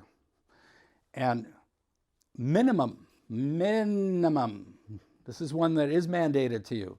2 point if a line is seen. So if it's flown like an Emmelman, which we haven't gotten to yet, like a half loop up, boop, boop, boop, boop, boop, boop, there's the full roll at the top, and then a half loop down. Minimum of 2. So that the minimum is actually there for if there's even just like in your snap roll, you know, they pitch and the thing flies on a little bit of a straight line while it's snapping or whatever. You can deduct a minimum of 2 for any straight line segment of flight path that you see of the center of gravity while it's supposed to be performing a perfect circle. Those 2 dashes that indicate the integration, is it a nonsensical figure if those dashes weren't there? Can you have a non-integrated? Well, when this actually gets put onto when you put a roll on here, Yeah. the dashes disappear. But it'll still be on a curve like this. And it's implied that it's integrated into. Yes, yes. This for the basic figures that you see in the Rusty catalog, they'll have these hash marks on the apex or nadir of a loop, as opposed to this guy. It's supposed to just accentuate that it's not on a horizontal entry or horizontal exit. There's no line here. It's in the curvature. But it's on the line at the bottom. This one is on the line Okay. and has to be flown on the horizontal line before the pitch begins. Yeah. We're going to talk about that in the next slide, or a couple of slides coming up. And just to finally talk about a combination. If it's Yeah, it's just kind of awkward that this criteria happens before we talk about rolls going into and out of half loops. But But if it's a snap and an aileron roll combination at the top, yep, the thing I think I've seen before is, you know, it could be centered as a combination, but the 2 components are not centered. So it's kind of visually, it looks like Yeah. it's off. Is that right? It's the Yeah. combination of the 2 that's centered. Because the snap goes a lot faster than the aileron roll, and you see this. and it could be asymmetry of how it this- could be a full snap and a half roll, Yeah. or worse yet, a full roll and then a half snap, Yeah. because then the half snap would be really short in relationship. It's they don't it's look where it starts the roll and where it ends the roll combination for the centering aspect. The roll does not have to be completed halfway through at the very top. That's not what the criteria says. The start point, end point, the halfway between those needs to be centered. Yeah. I found that visually quite difficult to look at and see how asymmetric it is, but it's symmetric. Yeah. Yeah. Because the 2 are splitting that combination up into very different pieces, but in combination they're symmetric. But Yeah. it doesn't look like it's. And as a judge, you absolutely need to know when these things are coming, so that it doesn't happen before, so that you know where to look, where that roll starts. Sorry, guys. So you've got it in your mind of where that goes, okay? But it's the has to be centered, and it's the degree of deflection of the center point off the top that dictates the math for the deduction. All right, let's get through family 7, then we can take a quick break. All the same applies at the bottom. And as a competitor, you are going to see flat lines at the bottom of these things. It is nearly impossible to get enough rudder on an airplane that's going that fast to hold that kind of curvature while you're trying to roll the airplane without snapping out of it. So, except my plane, obviously. I didn't mean that, of course. Yeah, so when you see them at the bottom of these lines, you can kind of expect that the radius is going to open up. Okay, we do have some more family 7. So horizontal S is the one specific that there's only one 45. But when we talked about when radii have to match, does this meet the criteria? Richo's giving me a definitive yes. Why isn't everybody giving me a definitive yes? It's two loopy things connected by a 45, isn't it? It's the minimum requirement for that criteria. So when you look at this, it's drawn like this because for clarity, but this must be flown with the 2 loops of exactly the same size. And if that were the case, and they have to be at the same altitude for power.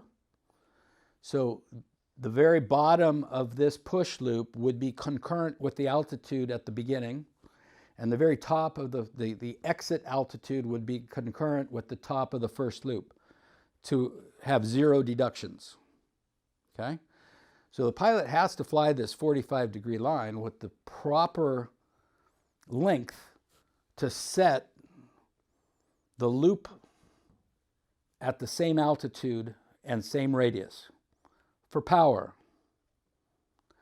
For gliders, because they are constantly losing energy and don't have this thing, the loops have to be the same size, but they do not have to be at the same altitude. So they're going to draw this 45-degree down line much longer to get back to the same airspeed they had here to draw the same loop, because they're losing energy through this whole thing and they can't get it back up in that short amount of time. So the 45 is going to be longer, and this is going to be skewed first loop higher than the second loop, almost always for a glider for perfection. Otherwise, the second loop won't be as big. He won't have the energy to draw it as big. Okay? So glider criteria, loops same size, can be different altitudes. So Mallory has a question about the figure specifically on the slide. If they are shown flown in opposite directions versus the one before. And I think this is a little bit of a mix-up between the catalog versus... No, I think I understand his question. Yep. Each one of these rolls is on a different line. There is no criteria for which to roll right or which to roll left on any of these full rolls. Pilot can do all of them to the left, all of them to the right, does not matter. The fact that this is below and this is above and this is above doesn't mean this is left, right, right. They are on different lines. The only time an arrowhead has significance of roll rate is when there are 2 of them on the same line, in the same figure. Then they only dictate same or opposite. If the 2 arrowheads are pointing in the same direction, those rolls are same. We're going to talk about this more when we get to family 9. If they're pointing in opposite directions, they have to be flown opposite to each other, not same as each other. But it's pilot discretion on which one he goes right and which one he goes left, or they can both be right or they can both be left in case of same. Okay? Is that your answer you were looking for, Mal? Yes. Thank you. Okay. This one in particular, the second loop is a push, right? So doesn't matter. Your job, the rules say same size. You are not to consider, oh my God, he's going to have to push the shit out of that to make it the same radius as this pole. That's tough bananas. He chose to do this, right? We could have gone knitting instead. Okay. Family-specific grading criteria. The loops have to be the same altitude. They have to be the same diameter for power. Same diameter, different altitudes, acceptable for gliders.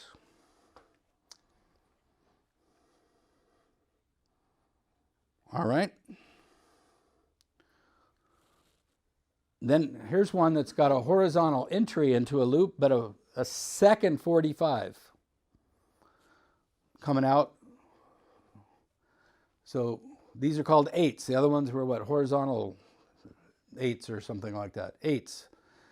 The additional 45 line doesn't make any difference to anything I just spoke about. These are still two loopy-loopies that are both connected with a 45 line between the two of them. Therefore, altitudes must match, radius must match, except in gliders, the altitudes can be different. That always applies, okay, to the gliders. The altitudes can be different, but the loops have to be the same size.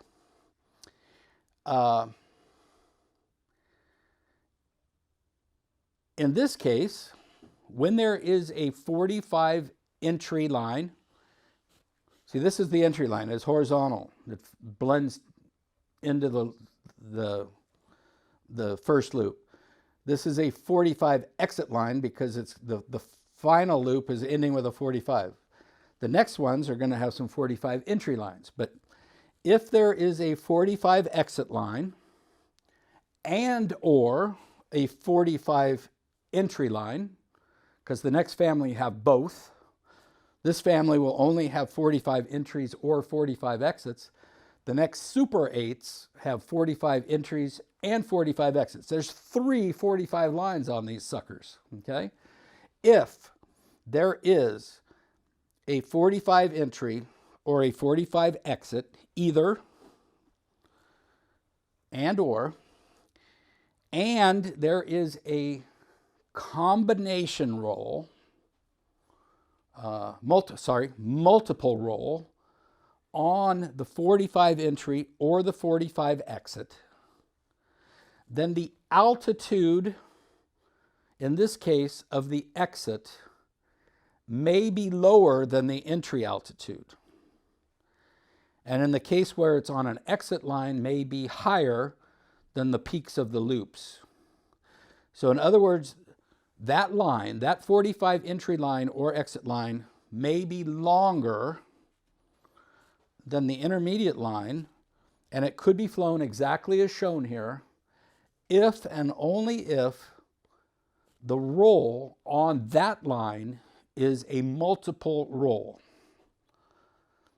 The next question is, Dave, what's a multiple roll? Good question, class. A multiple roll is any roll of more than 360 degrees of rotation, any single roll of more than 360, and this one qualifies. This is a roll and a half, right? Everybody taking first day. Or any two rolls, any combination roll, period, regardless of rotation. It could be a quarter one way, 2 of 8 the opposite, which is only 90 degrees of rotation, but it's two rolls, would allow the pilot to extend this line and not get penalized. The absolute ridiculousness of this is that intermediate 45, if that had a double snap followed by a double roll opposite, 1,420 degrees of rotation, you still got to match the altitudes of the loops. It only applies to the entry line and the exit line. It does not apply to the intermediate line. No matter how much rolling you do on that 45 between those loops, or how much is specified in power, they must be at the same altitude. And you've got to get that done in a very, very short amount of time, or else the second loop's going to be lower. And that is a grading criteria for if the loops are not the same size. Let's see what it says. Maybe that's the next slide. Damn. Okay. No. Okay. The slides are not gonna help me out here. And I'm getting there. If these, for all these subfamilies that we just talked about, where there's two of these bad boys and they have to be the same size,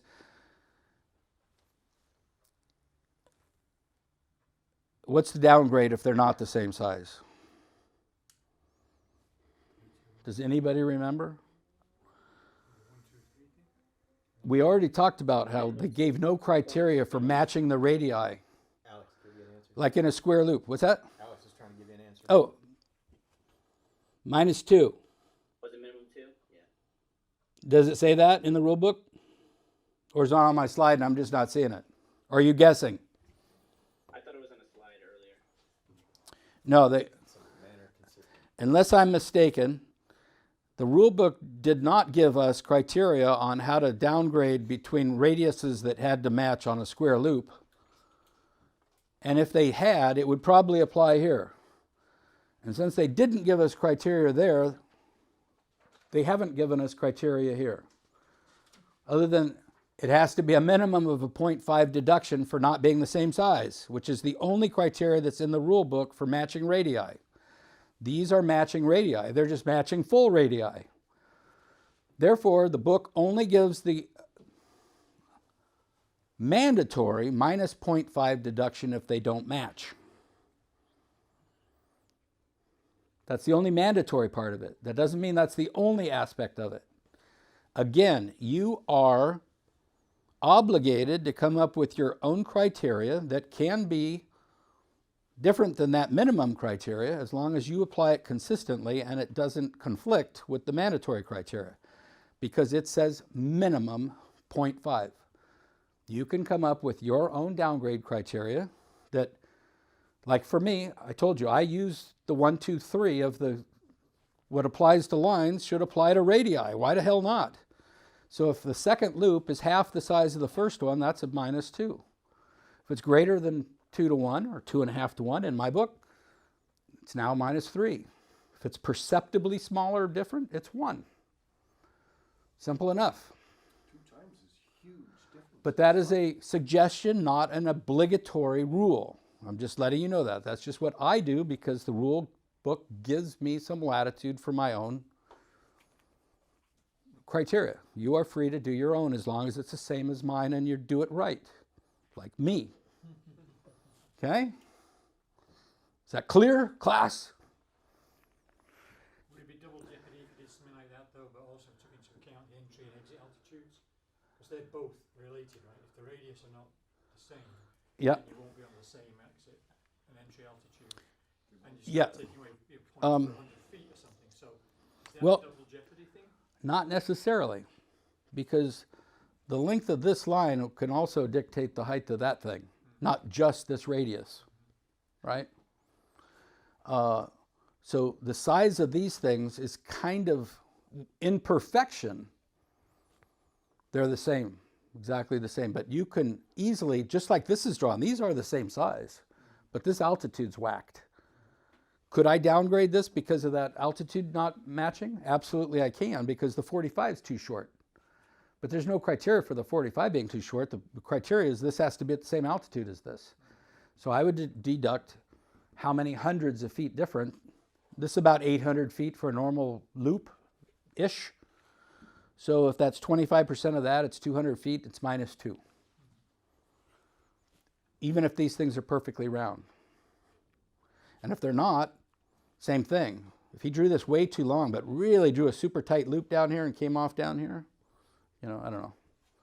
I don't think it's double jeopardy.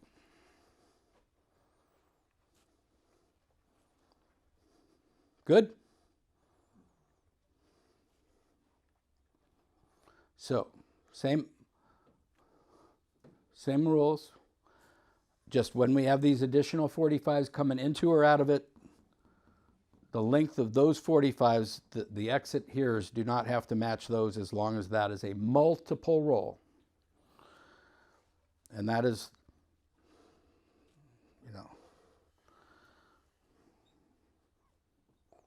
that's a 85K figure probably by the time you added up all this stuff. Okay, so this, unlike as drawn, the entry to this figure would have to be at the same altitude as the bottom of the second loop and the bottom of the first loop, because that is not a multiple roll. But the exit multiple roll is a full roll one way, full roll opposite, and the exit altitude could be, but does not have to be, higher than the altitude of the two loops. Is it still a deduction if it's lower, even with the multiple rolls? Sorry?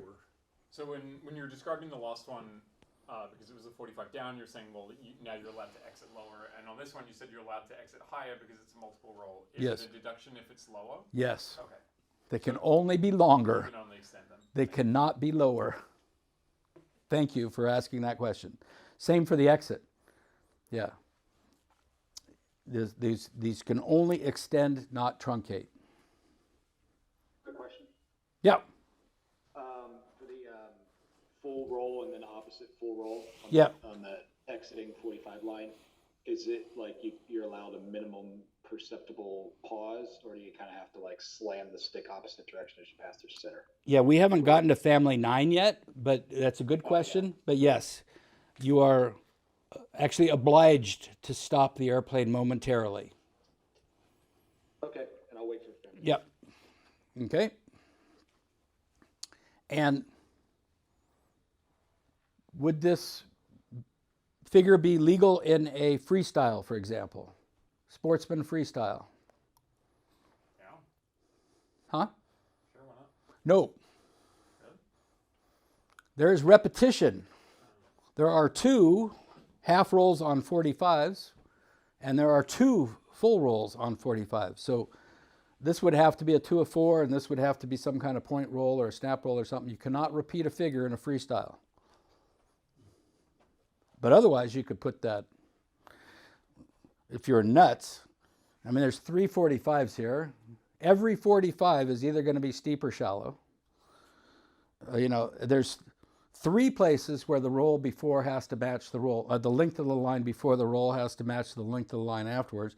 The loops have to be exactly the same size. They have to be at the same altitude. They have to be perfectly round. This is a 2 waiting to happen. Just kidding. This figure can be flown with perfection. It's just very, very difficult. Okay? Let's take a quick break before we do Humpties. Right at 2:45, we'll pick up. Okay?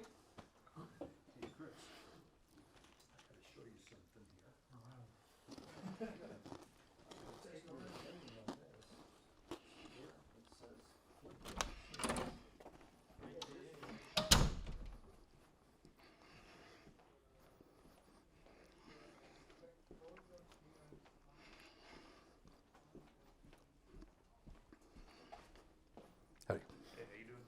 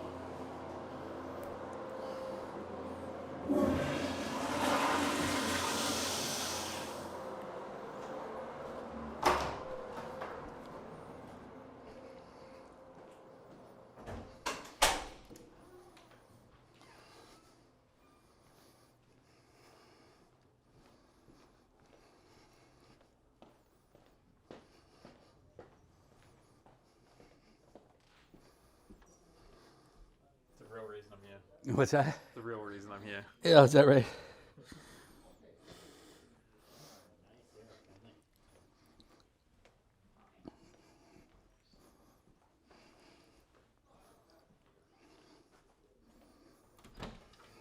edge and then slam upper left corner and pull left rudder and the thing tumbles. Sounds like a launcher bot. It is, it is. Is anybody else gonna have another sandwich? We could put this out so it doesn't go to waste. Yeah, let them Let them have at it. Yeah. The cat will help if nobody else does. What's that? Put it out there, the cat will have it if nobody else does. Yeah.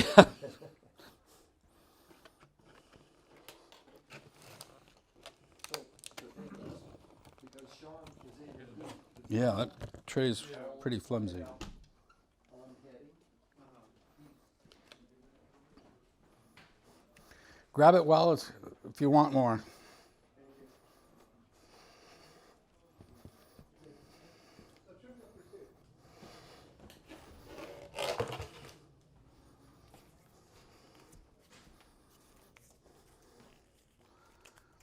We just put out a bunch of leftover sandwiches if anybody's Oh, okay. got such a desire.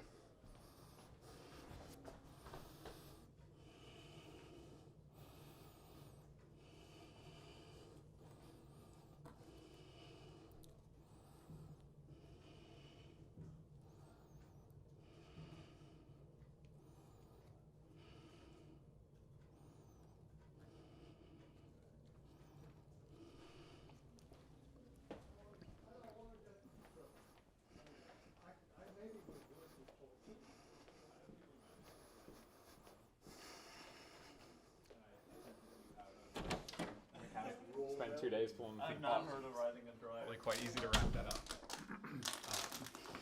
Yeah. I mean, it's another No, one I that's think that would be cool because I think it would increase confidence a lot. pretty quick. Because I just don't want to die And it's honestly in the airplane. That's my number one goal right now. have them do some mechanical inverted enough spins that with I you. for sure know Yeah. And you'll get that, not very and you'll stressful go, for me to okay, I got it the now. extra like And the pretty thing is, easy airplane to work the on. I extra think for us the big thing is extra air, all day just to use the recovery on the spin, usually the recovery on the spin, I was only pointing straight down so the yeah, recovery. Yeah. You just put in the recovery and fly out level. Is there any way to It's like, tell when oh, you're wait, looking at an that's not. Well, for a competition, it's like you want to end up down, but letters and yeah. I don't really see Do that. you train in a plane that's not yours as well, or do you coach in a also, plane if you that's look not at yours, the, or no?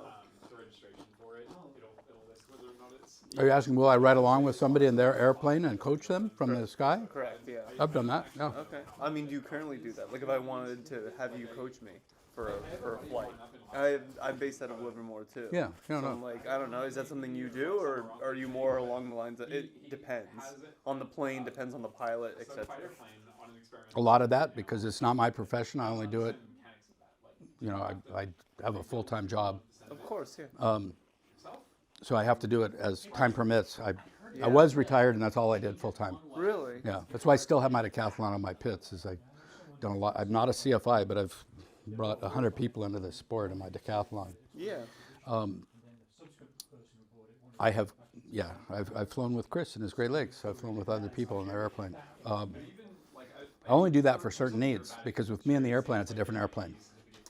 What is best for you Yeah. is with me on the ground, out at Tracy, watching your figures from the ground, which is where you as a judge will be, Yeah. or the other judges will be watching you. Like for the Yeah. critique days or something. Yeah, exactly. Okay. And I do those privately as well. Oh, okay. Yeah. No, I'm with you, but you still So, have to write a or letter and like. 2 or whatever, you know. Yeah. By So like for me arrangement. as a beginner, No, I like mean, what I is the agree, but utility I still of think I'm curious to know how me the FAA responds going to getting regular aerobatic instruction besides what I was just talking about is Yeah. like I'm not 100% confident in my because I haven't been exposed to everything yet. Yeah. But I don't know if I did some snap on an upline, ran out of energy, and the plane entered into some gyroscopic. If you're just thing. getting into the sport, don't do that. I know. Well, I know. But like how Not even on purpose. But we were just talking about Yeah. King City or It's a good something. question. Like I want to find out. I want to get into that situation so I know Yeah. how to get out of That's it. a different situation. Yeah. Is So, that just upset recovery? Yeah, yeah. Advanced upset recovery. yes, in and you should general? absolutely have that before you're flying solo around doing, because even a hammerhead, as benign as they sound, is a recipe for an inverted spin. Really? It's absolutely a fucking recipe for a, So I did a bunch of same as an Emmelman.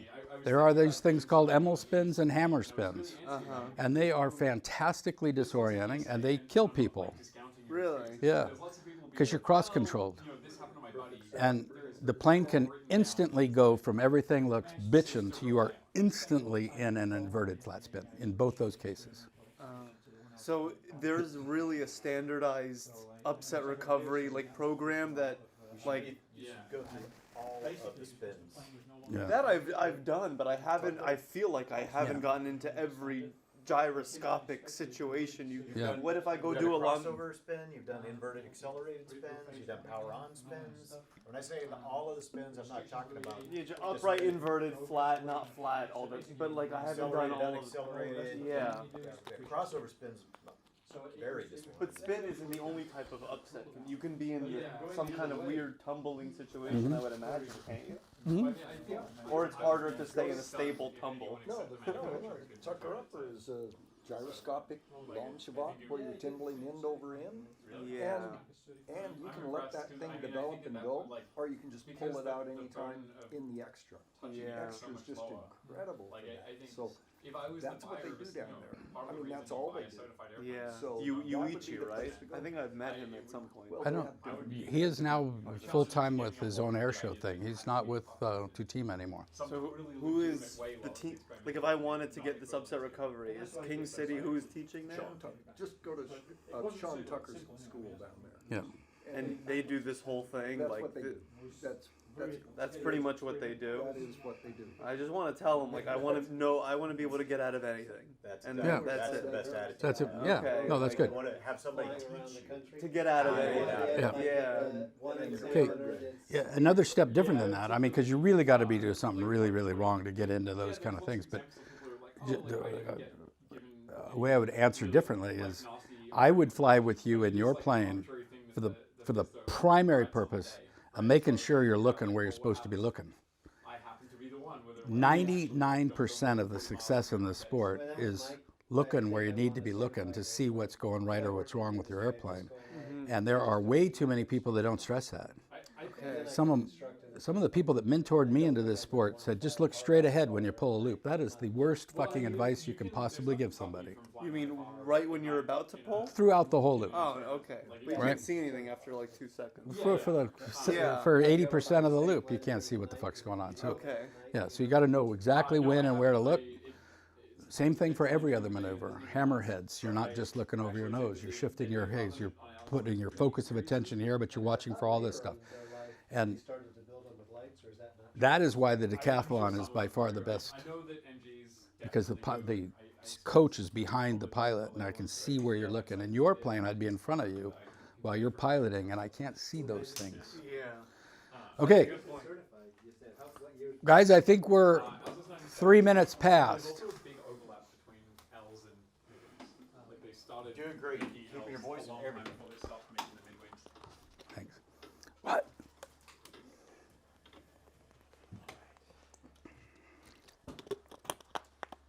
Okay. Everybody keeping up? Is everybody alive out there in Cyberland? Are you keeping track of these guys? Are they napping on the job? They're all asleep at this point. There's Brooks. Brooks is. Mallory, is that you with the M? Or Mallory, you still on? Is Mallory still there? He said they had a power outage and he was likely not to be able to last through the whole thing. He's still there? Let's see. There's just this M. Yeah, it just says M and is muted. I don't, okay. Maybe he sent me a text, I don't know. But yeah, apparently he's in Southern Oregon and they got whacked last night. And he's been without power all day, so his batteries might not have lasted. Okay. Any questions so far? You guys hanging in there? It's a long day, right? Wait till you're on the fucking judge's line and it's 135 degrees and you're looking into the sun all day and you're trying to do this fast. Nobody will bring you a freaking sandwich. And nobody will bring you a sandwich. Why do I want to do this again? That's right. Because of the pay. Just keep that in mind. And the babes. That's right. So you can do the other end. Okay, yes, no, thank you guys for spending your Saturday and wanting to do this, and I hope it's helping you become better pilots as well. Okay, Humpty Bumps. What applies to Humpty Bumps like it applies to everything else? Yada, yada, yada, yada, yada, yada, yada, yada. Okay? There is no family-specific criteria for these puppies. There's no times when the line lengths have to be the same. There's no time when the radiuses have to match. Verticals are verticals. Loops are loopies. All yada yada applies, but there is nothing special. There's just a gazillion combinations of these things, but there's no additional criteria. What you can, there are a whole bunch of these half loops on the tops of uppity lines, right? Or half loops on the bottom of those uppity lines. If that thing is a perfect circle, what can you tell me about the stop and stop points of the verticals? Same altitude. You should be able to draw a horizontal line from where they come off the vertical and where they've finished the looping element, and those should be at the same altitude. If it's not, the terminology for that is, as I alluded to earlier, is if he finishes down here, that's closed low. If he finished higher than the start point, that's closed high. You won't see that as much as closed low. Okay? There are specific ways the pilot needs to do things with this stick on a Humpty Bump different than what he does in a loop in order to make those altitudes match. Because the airspeed is way, way slower for these typically than it is for a loop. So the stick management is very different. You will see many, many closed lows. And the criteria for that is not explicit. But if you draw a line and it's 30 degrees down, that's -6. If it's 10 degrees down, that's -2. Et cetera, et cetera. 1 point for every 5 degrees of closing issue. Okay? Or you can use 100 feet, whatever, 1 for every 100 feet. But so if you're doing that, is that basically cooking in the deduction for the different radius? Like at that point, you're not specifically trying to track the radius changes. You're just like... That is one way to do that. Okay. Unless the radius is so just segmented and garbage that it deserves more. But that is one way to say that that wasn't perfectly round, is by that deduction. Because there isn't specific criteria for that, right? So this is a suggestion on how to do that. But if it was flats in it and pinches and all kinds of things, you can downgrade more than that if you want. Yada, yada, yada, this must equal this, this must equal this. As far as those line lengths before and after, downline does not need to be the same length as the upline. Okay, we've got these double Humpties where we got 3 lines. Those are relatively new. I think that's less than 8 years in the catalog since those. Yada, yada, yada. The loops on the top have to be wind corrected. Okay. Good? Good, good, good. Okay, you got it.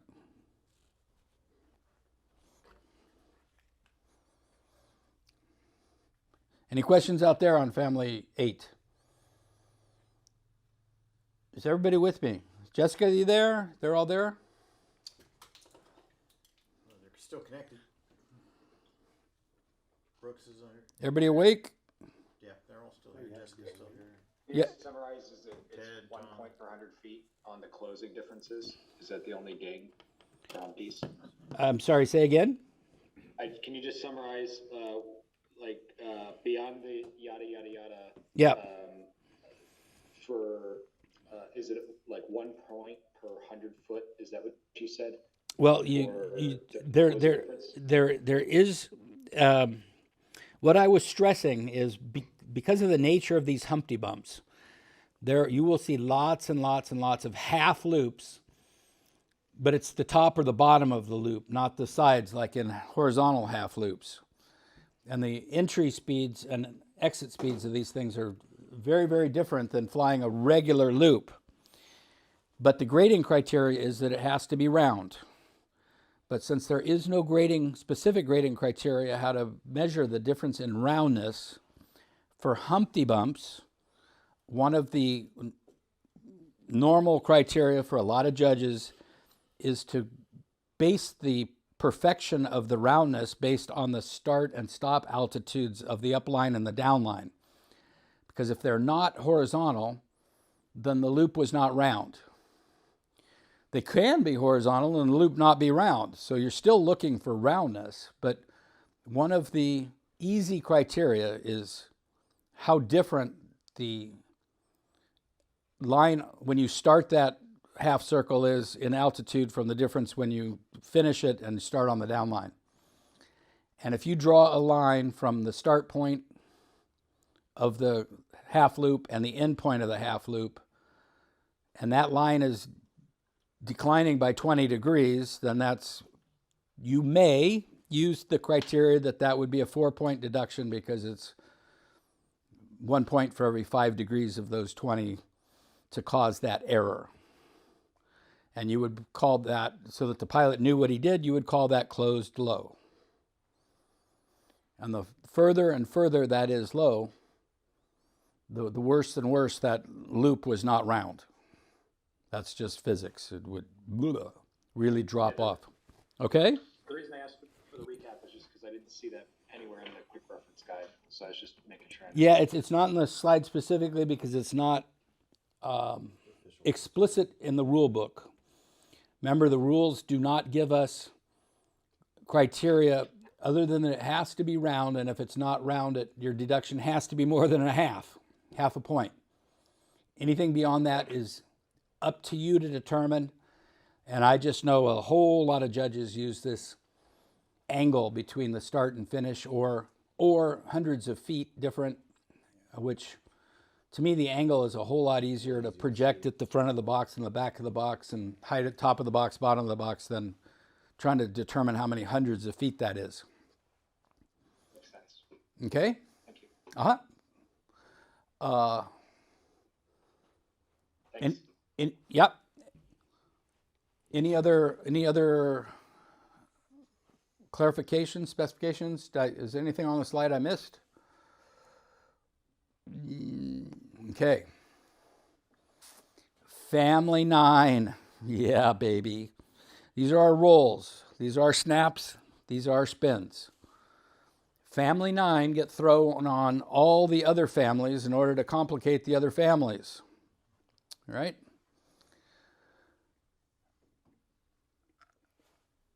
Grading criteria for all rolls, it says. Okay? Constant rate of rotation.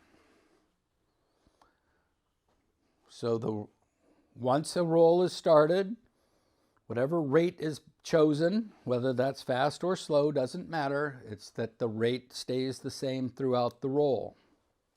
That roll. Except for spins. So that implies that the rate of rotation for snap rolls has to be the same.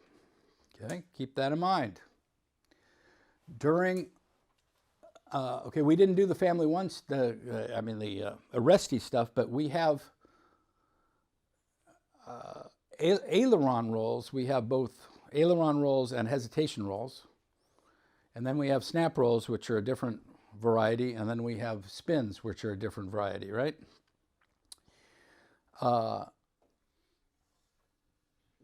During slow rolls, and when the rule book uses slow rolls, that implies both continuous aileron rolls and hesitation rolls.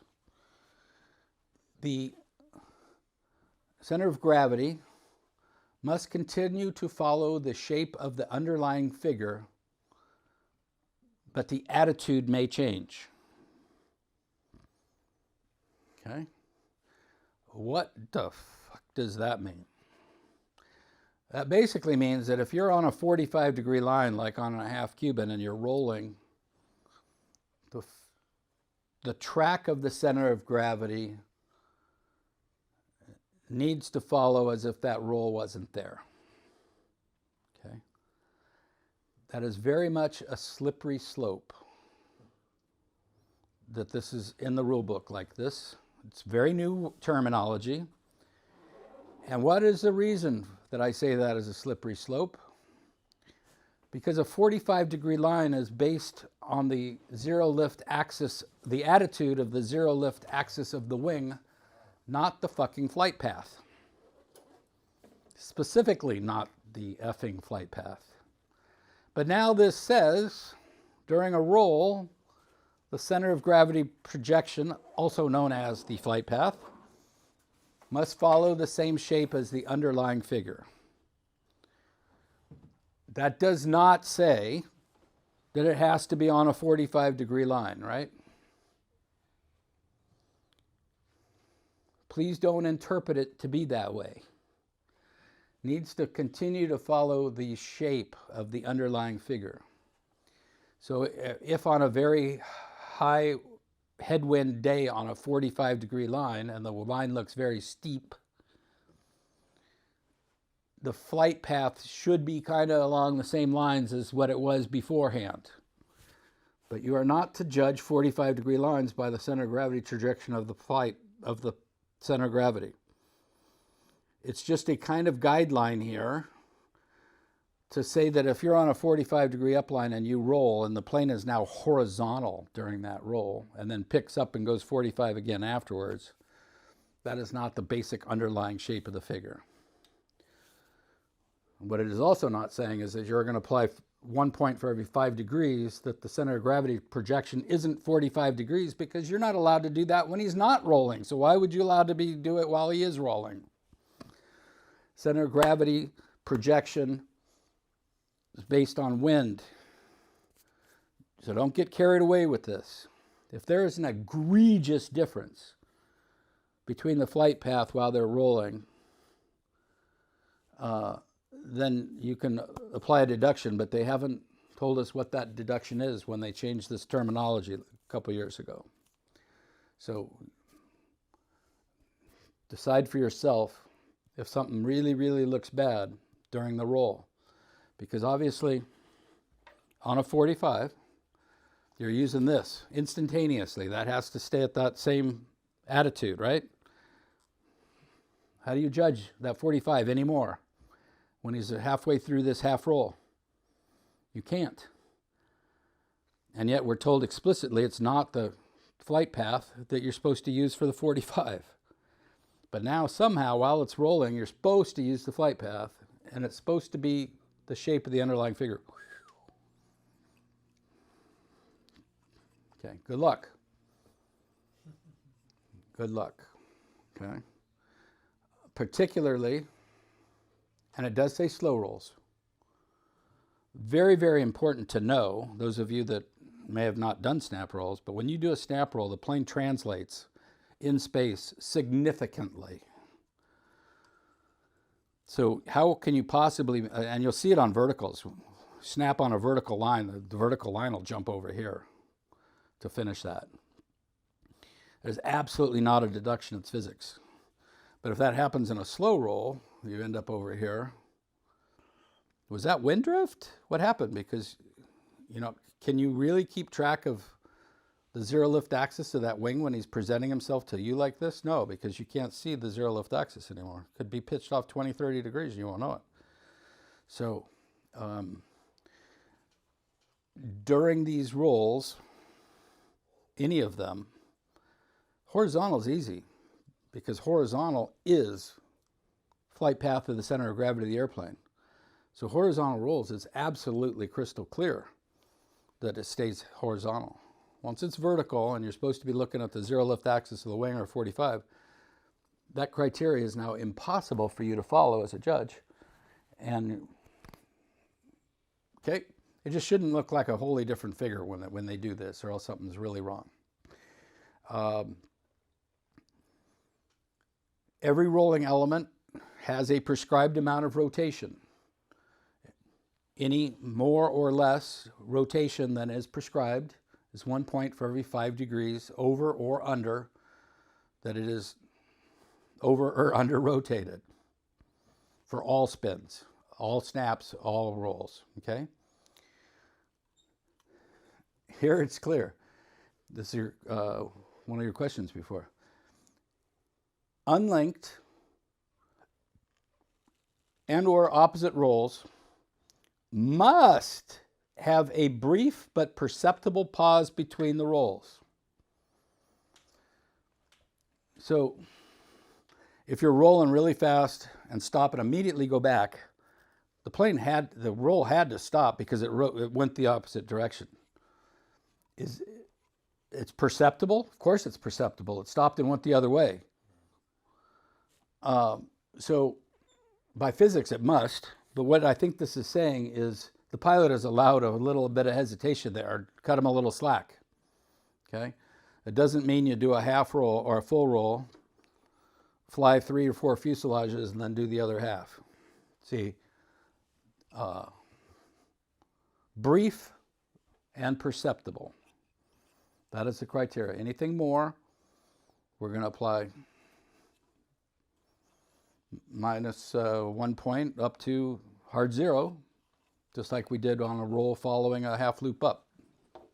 Okay? That applies to all rolling elements. Question. Yes. Except spins comment on snap rolls. In my mind, I thought a snap roll was a horizontal spin. Well, that's one way to perceive it, but that's not how we judge it at all. In real life, then, does a decathlon snap at a constant rate? I've never really thought to perceive that. You can do things to change the rate of snap in any plane. So what this rule is saying is that for precision, they don't want the pilot doing those things. They want, once it starts the snap, they want that snap rate to stay consistent throughout the snap. Just like you can change the rate of rotation of a roll, once you set it, you leave it. Now, but a spin naturally accelerates. Spin, because it's falling and the airspeed's changing tremendously, right? I had thought of it. Yeah. I was curious. Yeah, I just never thought and a of the spin snap has a roll lot of accelerate. pitch oscillation to it. Yes. Yeah. Snap, you can just vary a little bit how much you put on the foot a little harder, or accelerate or decelerate. You can change the snap significantly throughout a snap. I think the biggest difference between a spin and a snap is that a snap is entered at 90 in a Citabria, or 80, and spin is entered at stall, or close Yeah. to it. And Well, so when yeah. you accelerate, You, you do it in a vertical. you're theoretically supposed to stall the wing for a snap roll too, but it's not necessary. Right. Okay. But you can enter it past. Let's get to those, and this is why this section takes a little bit of time, actually.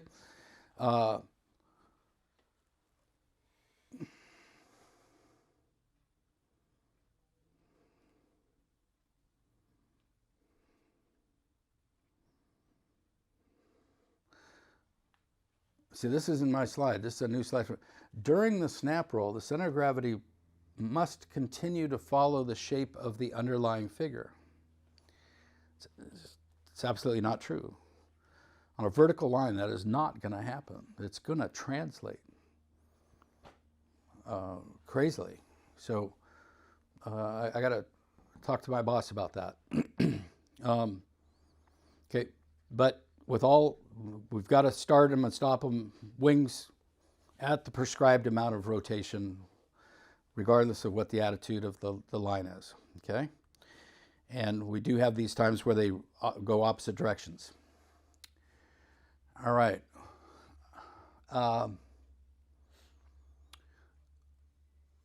The attitude of the aircraft, just like in the roller that we were talking about, because of the same physics, the wing is not creating lift during knife edge. The plane gets its lift by the fuselage lift and thrust to the ground. So you will see the pitch attitude of underpowered aircraft and aircraft with angles of incidence where the pitch of the aircraft is varying significantly throughout that roll in order to maintain constant altitude of the center of gravity of the aircraft. That is not barreling a roll or porpoising. That is good flying. The lower one is a pilot that's just been flying a decathlon and just got himself into a high-performance airplane, and he's overcompensating and he's porpoising.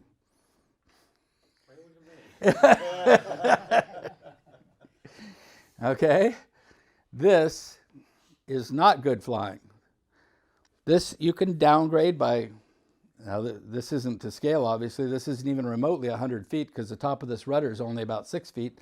So this from the back of the box would almost be imperceptible by scale. But that's like a 15-degree line for that climbing angle here, and this descending angle is more like 25 degrees over here. You would downgrade that as not constant altitude. Porpoising, you could call that. And is this a correction? Or is it a second error?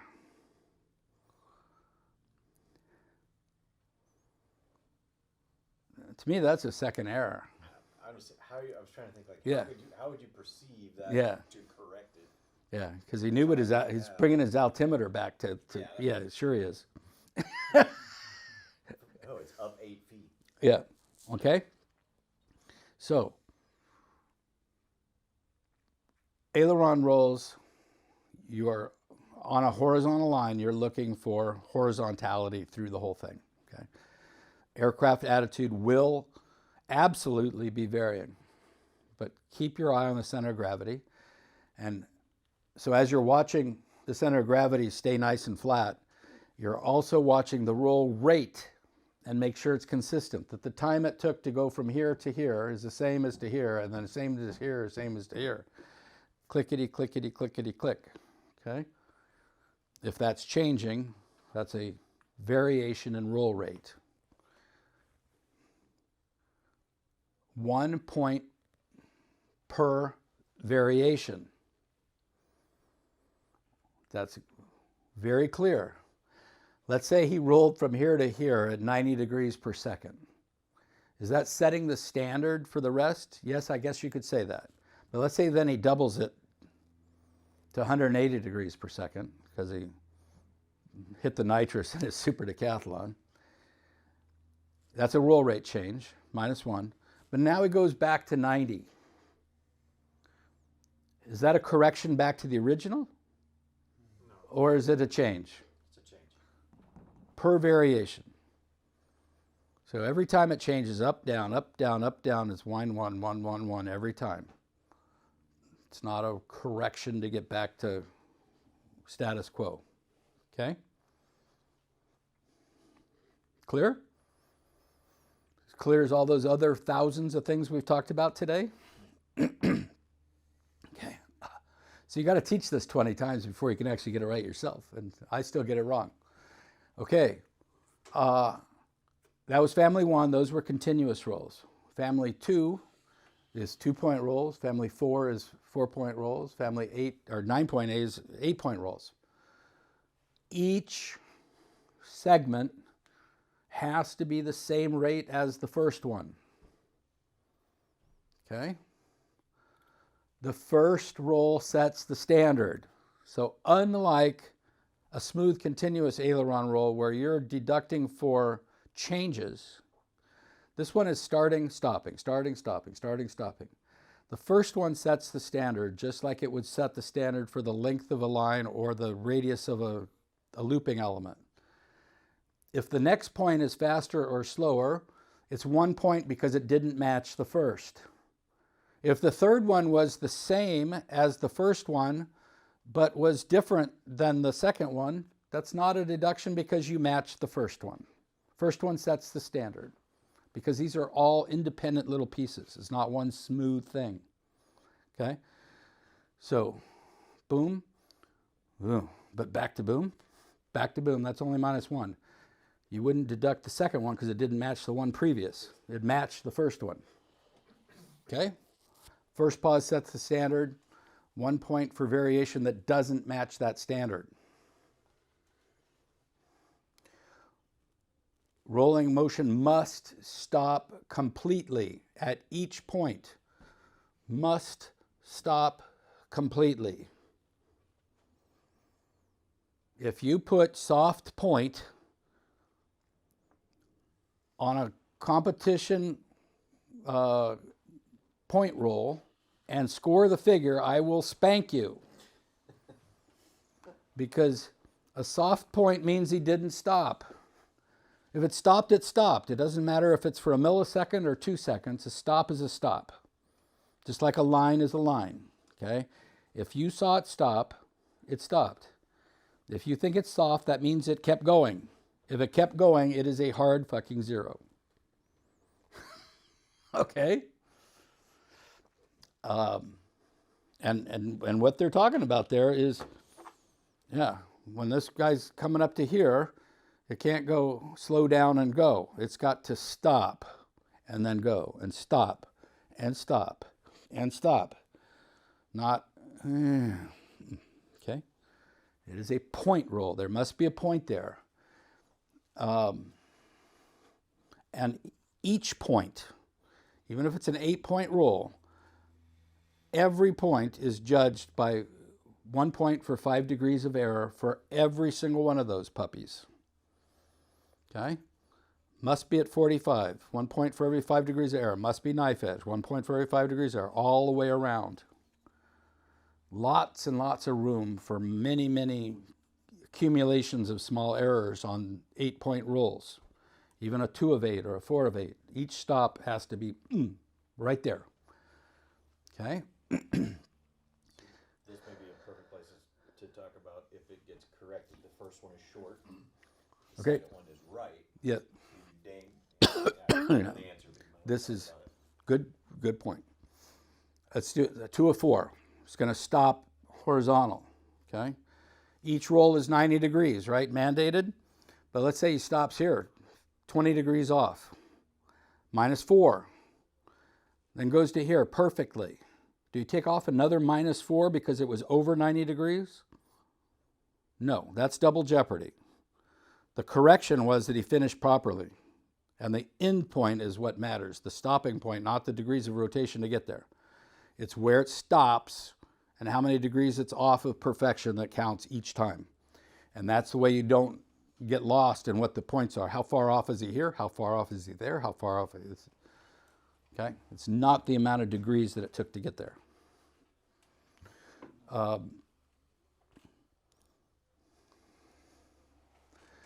Duration of pauses must be consistent. First pause sets the standard. 1 point production for every variation. It's a cadence. It's a rhythm that needs. These things are beautiful when they're flown right. So what that's saying is if you come up and hit knife edge and you don't like being knife edge because you're falling out of the sky and you rush it, but then you spend a whole bunch of time inverted, and you come to this knife edge and you just hit the point real quick and then you go back to here, that's a terrible cadence. On a 4 of 4, however long this is set, needs to be matched here, needs to be matched here, needs to be matched here. So the roll rate needs to be consistent. So the time it takes to get there, the time you hold it, those are different times, but both those set the standard.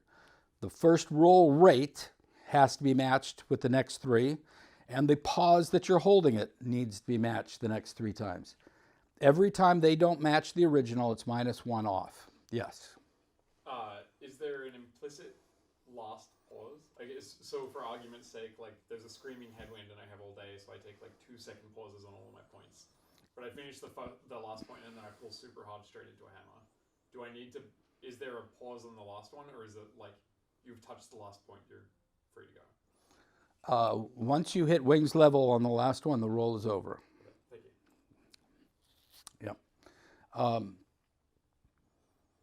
Yeah, it doesn't say that you, kind of like a square loop, it doesn't say that you have to progress that same amount of time. As long as there's some line there before your next thing, you should be okay.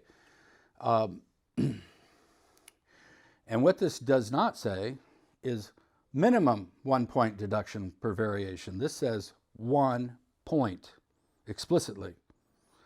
So every roll rate that doesn't match the first one, and every roll rate, every pause duration that doesn't match, the only a deduction you can do is 1, 1, 1 for each roll rate difference and 1 pause duration difference.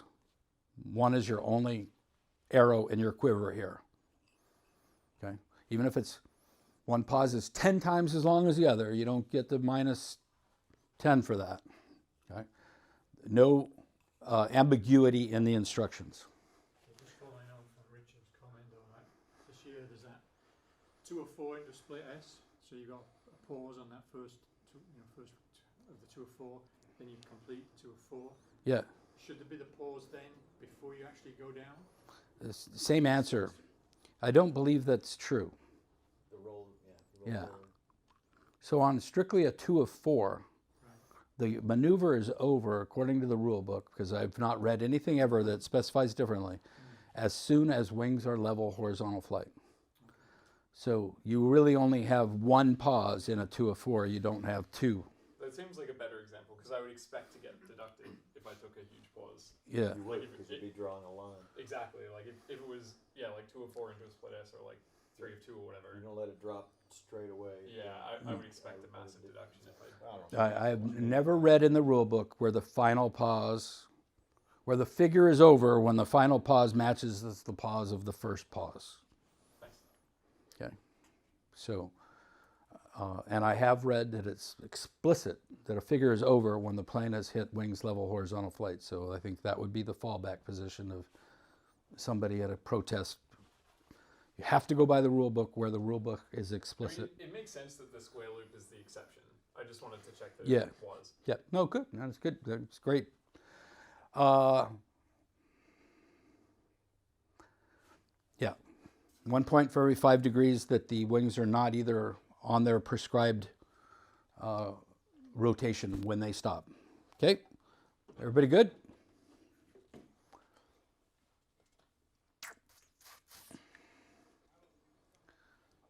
Snap rolls. Just making sure I'm not forgetting anything here, okay? Snaps.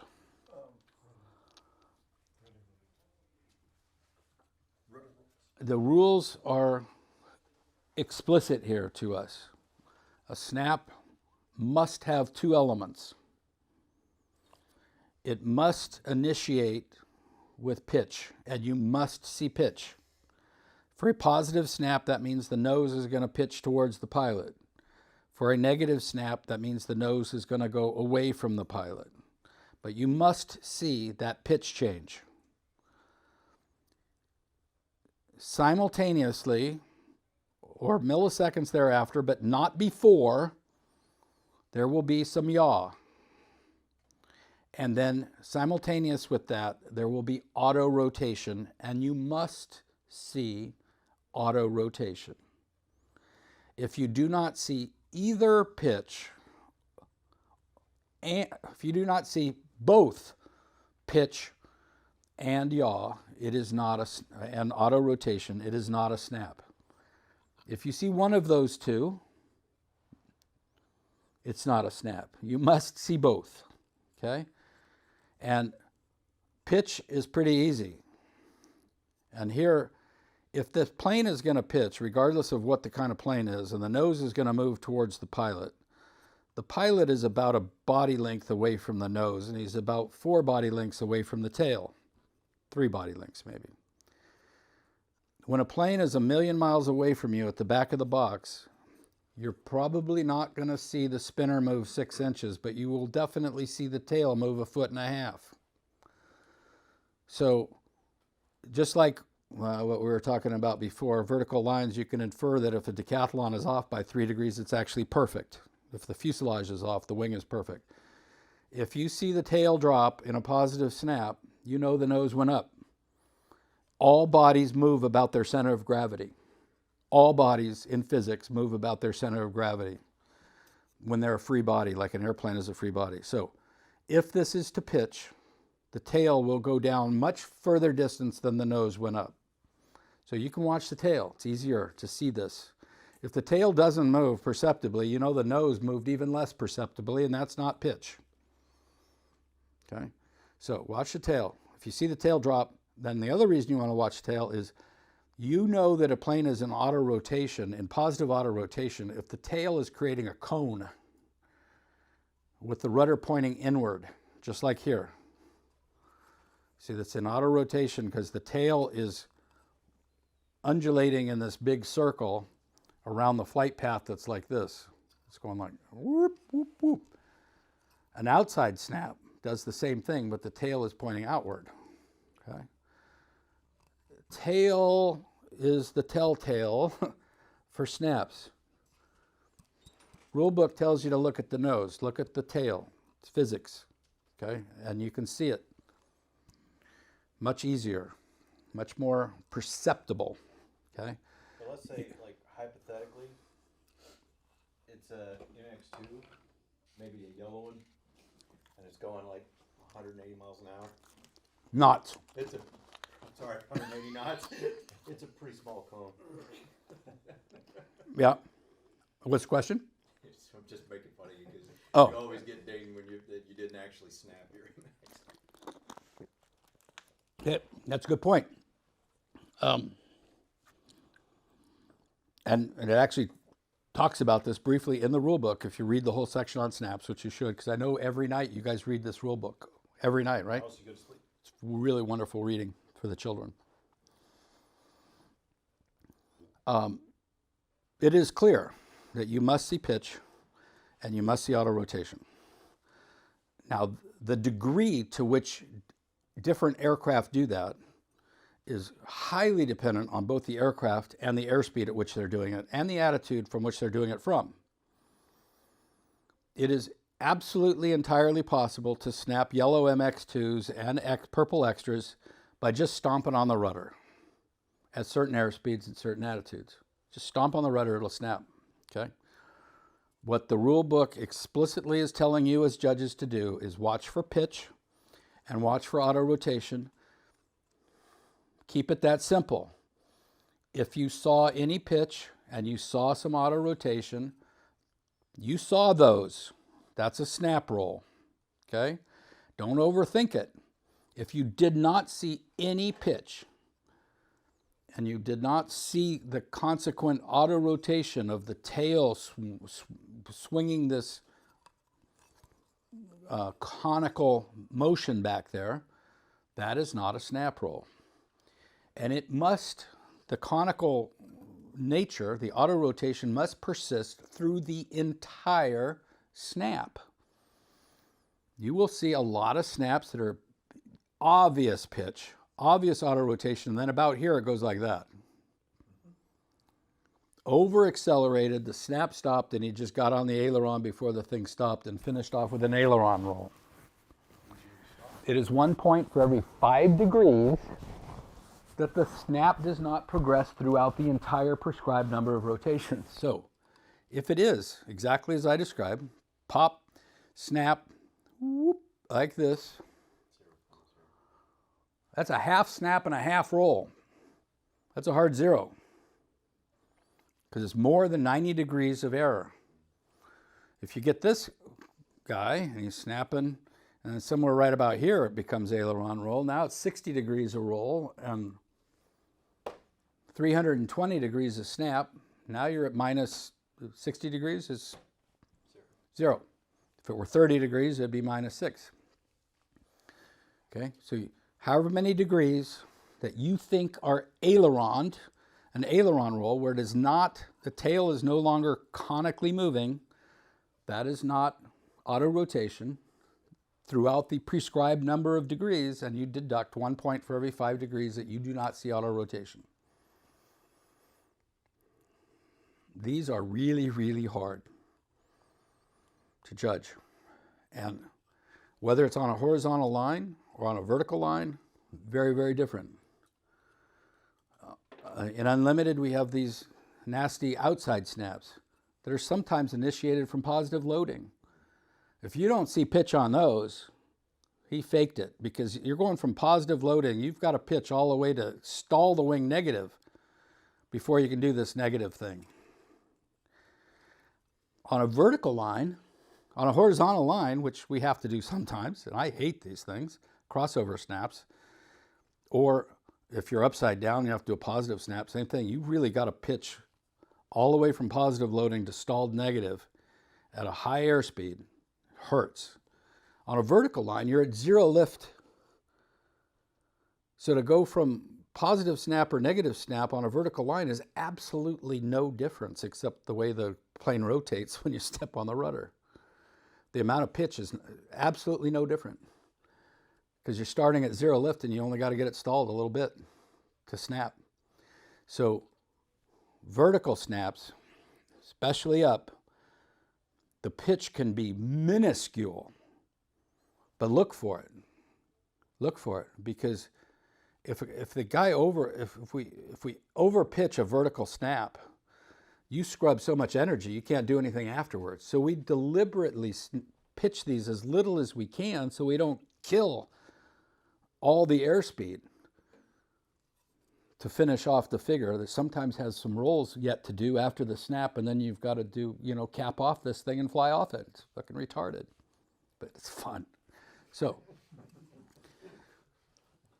when you see snap from your assistant or you know it's coming up, this is time for absolute micro attention to the tail. And watch for, if you see any movement fits the criteria. Any movement, any pitch is pitch, just like any line is line, okay? You just got to watch a whole bunch of these things, okay? And again, the auto rotation is easy to see when it stops because instead of the tail swinging like this, it becomes an arrow, the feathers of an arrow back there, just flying along the longitudinal axis of the fuselage, not spiraling back there, okay?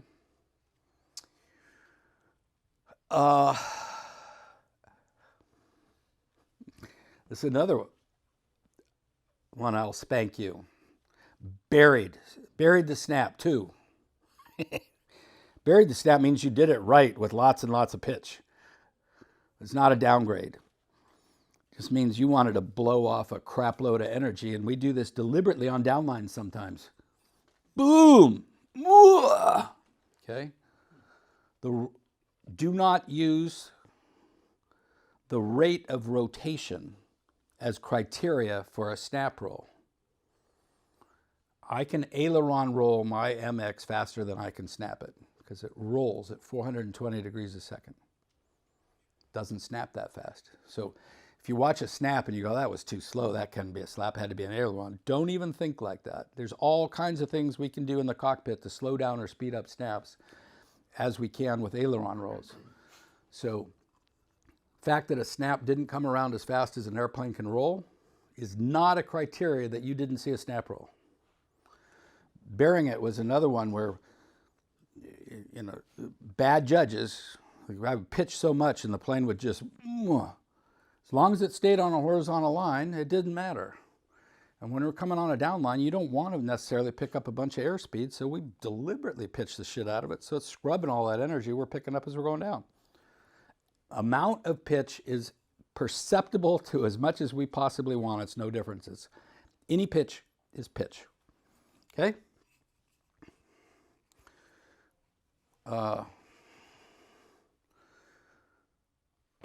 Did we cover all that? You guys okay out there? You got everybody alive? Okay. And again, we talked quickly, an outside snap, the nose has to move away from the pilot. Even if the attitude is here and it says outside snap, the nose is going to come down. Positive snap, the nose is going to come at the pilot regardless of what the attitude of the airplane is beforehand. Can you give an example? At the bottom it says biplane and monoplane snaps look different. Yeah. A lot of biplanes, the two wings are at different angles of attack actually than each other, like pits. So you've got to pitch a bit more than a corresponding monoplane to get both wings to stall and to snap cleanly coming around. So when you say burying, you're going to see, you're likely to see much more pitch in a biplane than what's necessary to snap a monoplane. But again, any pitch, any drop of that tail for a positive snap, regardless of how little it is, fits the criteria. Okay. Yeah.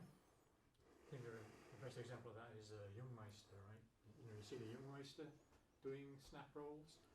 Sorry. Booker Jungmeister doing snap rolls. Oh. I mean, they're the definition of a buried snap. Yeah. They're fast, but they're like 45 degrees. Yeah, yeah. Yeah. Incredible. Yeah, no. I flew my I absolutely prohibit snaps in my super decathlon, but at the same time, I fly my super decathlon on the unlimited 4-minute free before I got my MX, and I did outside snaps with impunity in the 4-minute free as just ridiculously buried, and I was not expecting to maintain horizontal flight. I just pitched the piss out of that thing and just let it wallow through the sky, and it's just really fucking cool to see. But that is a buried snap. Buried, buried, buried. Okay? Doesn't hurt the airplane. Is there still any criteria here about the rate of rotation? Yeah. Yeah, because it's a little different here. It's a bit more like spin in that sense, right? I mean, you're supposed to be actively trying to encourage it to maintain a certain rate of rotation.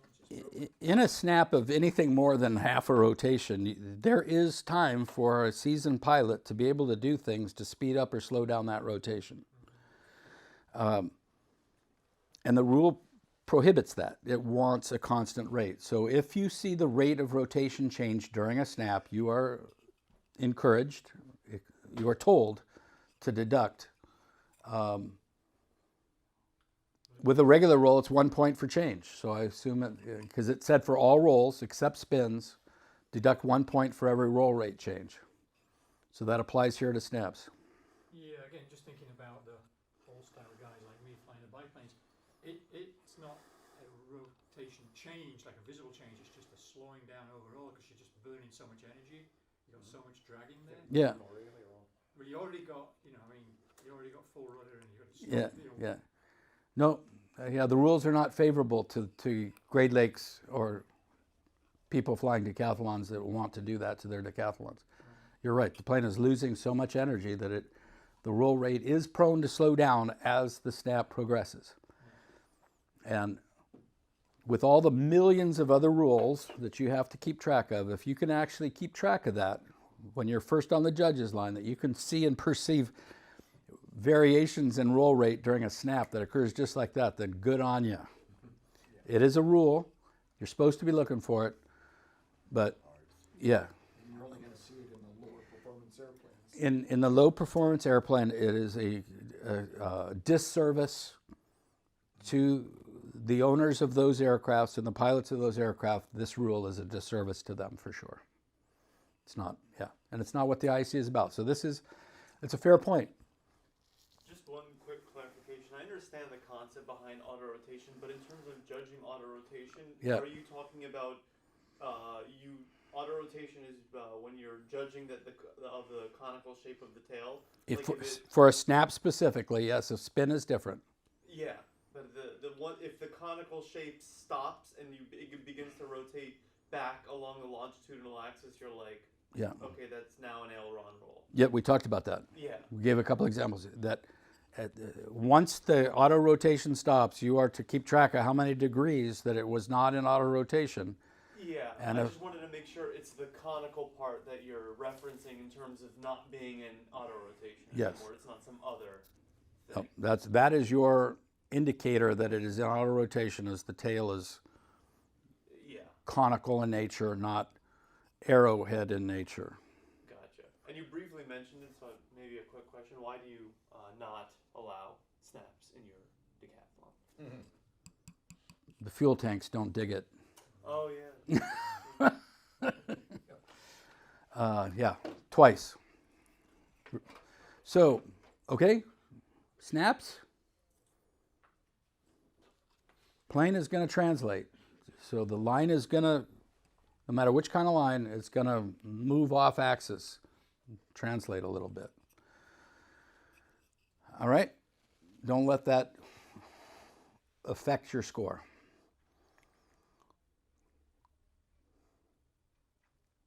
I think we talked about all this stuff. Let's make sure. Characters, find it positive, negative, yes.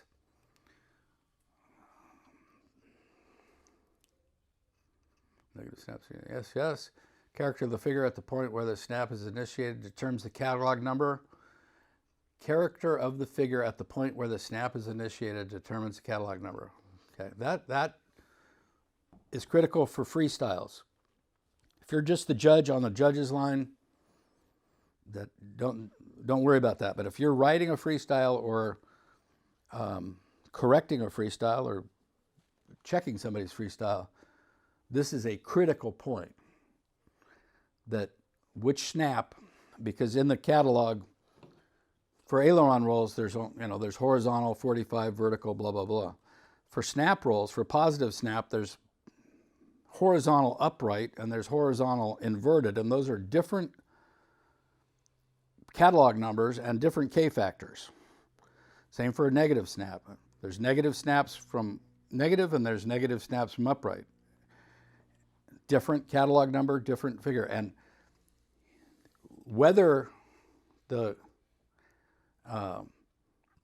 which snap that is determined of the character of the figure at the point where the snap is initiated. Let's say an Emmelman, for example.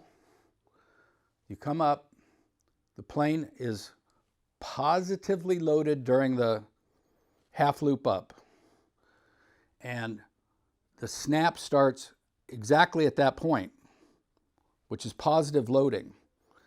But if that snap didn't exist, the line would actually be negative to continue the figure. After a half loop up, this is positively loaded, this is negatively loaded. A snap that is placed right at the end of a half loop up is actually a positive snap in the rule book. It's retarded because you actually have to set a negative line to start the negative line, and the snap is actually on the negative line. But when, Open Arrow checks these things, it will, I believe it'll check that that snap roll is the one that is initiated from a positive line, not a negative line. And when you have rolls beforehand, before a snap, that changes the character of the line as well. So if I've got this half loop up and it's got a full roll on it, what's the character of the line when I finish that half roll? It's now negative. So the snap would be the snap that's shown a dash line, even though it's immediately preceding this half loop up, which dictate that it would be a solid line. So when you're a grading judge, it doesn't make any difference. You're just looking for directionality, you're looking for pitch, you're looking for auto rotation, you don't care if the K factor is right. But when you're setting up a freestyle or correcting a freestyle, this is really critical, okay? And there are a couple of exceptions. All snap rolls on down lines after a hammerhead or a tail slide are the lesser of the two evils because the plane is considered to be neutrally loaded after a hammer or a tail slide. A couple other exceptions, but if you're ever writing a freestyle, it's going to have snaps in it, follow explicitly the steps in the rule book so you get the right K factor associated with the snap rolls. Okay?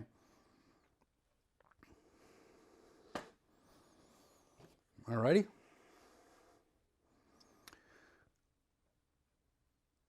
Here again, so these are usually after each other, but there's 5 different varieties of snaps, whether the line is positive or negative. These are all positive snaps, but the variation in the K factor, and you'll see it's always 2 greater. A positive snap from negative loading is 2 K factor greater than a positive snap from a positive loading, which is stupid because on a vertical line, they're nearly identical to fly. This guy from positive is cakewalk compared to this guy from negative loading, and yet it's still only 2K. So this should be at least 6K higher than this guy, but this could probably be almost the same once you start doing these things. What is the difference functionally? I don't get it between, because you're at negative 1G while you're inverted, and then you have to pull all the way through to a positive. If I'm flying horizontal, my wing is positively loaded. I only have to pitch it a certain amount to get it to stall. Yeah. If I'm flying inverted, this is a positive snap. Okay, this guy versus this guy. Oh, that I understand. I'm sorry. I meant between row 1 and row 6. Like Row 1 and row 6. Oh, okay. So I'm pulled to a vertical. Here I push to this vertical. But by the time you hit the snap halfway up the line, you're at zero lift axis. That's why I'm saying that's really kind of crazy that it's an even 2 points for K factor down the line. Because this guy hitting a positive snap after a push is really not any harder than hitting a positive snap after a pull. Gotcha. But if I'm flying like this and I got to go outside snap, man, that is just absolutely no fun. If you got to do what? Sorry. If I'm going, I'm sorry, it's positive snap. If I'm inverted and I have to positively snap, I got to wait, I got to pull a snot out of this thing, wait forever for that amount of pitch to happen, and then the auto rotation happens. They're way, way harder to do. Isn't it worse the other way around? If you were inverted and you needed to negative, oh, these are all positive snaps. These are all positive snaps. The same thing applies to negative snap. Negative, it's much easier to go negative from negative than if you're positively loaded and now you got to go negative snap. That's the one that's really, where am I? Where am I? Okay. Okay, that's just sides. Okay. Same thing we just talked about. Got a slide for it, in fact. You can see the angle of attack difference that has to happen for these crossover snaps, as I call them. Positive from negative or negative from positive. They're brutal. Okay? Anything else on snaps? Okay. Spins then.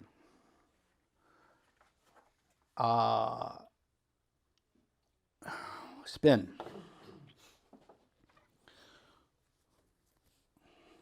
Spin has 2 prescribed things too, right?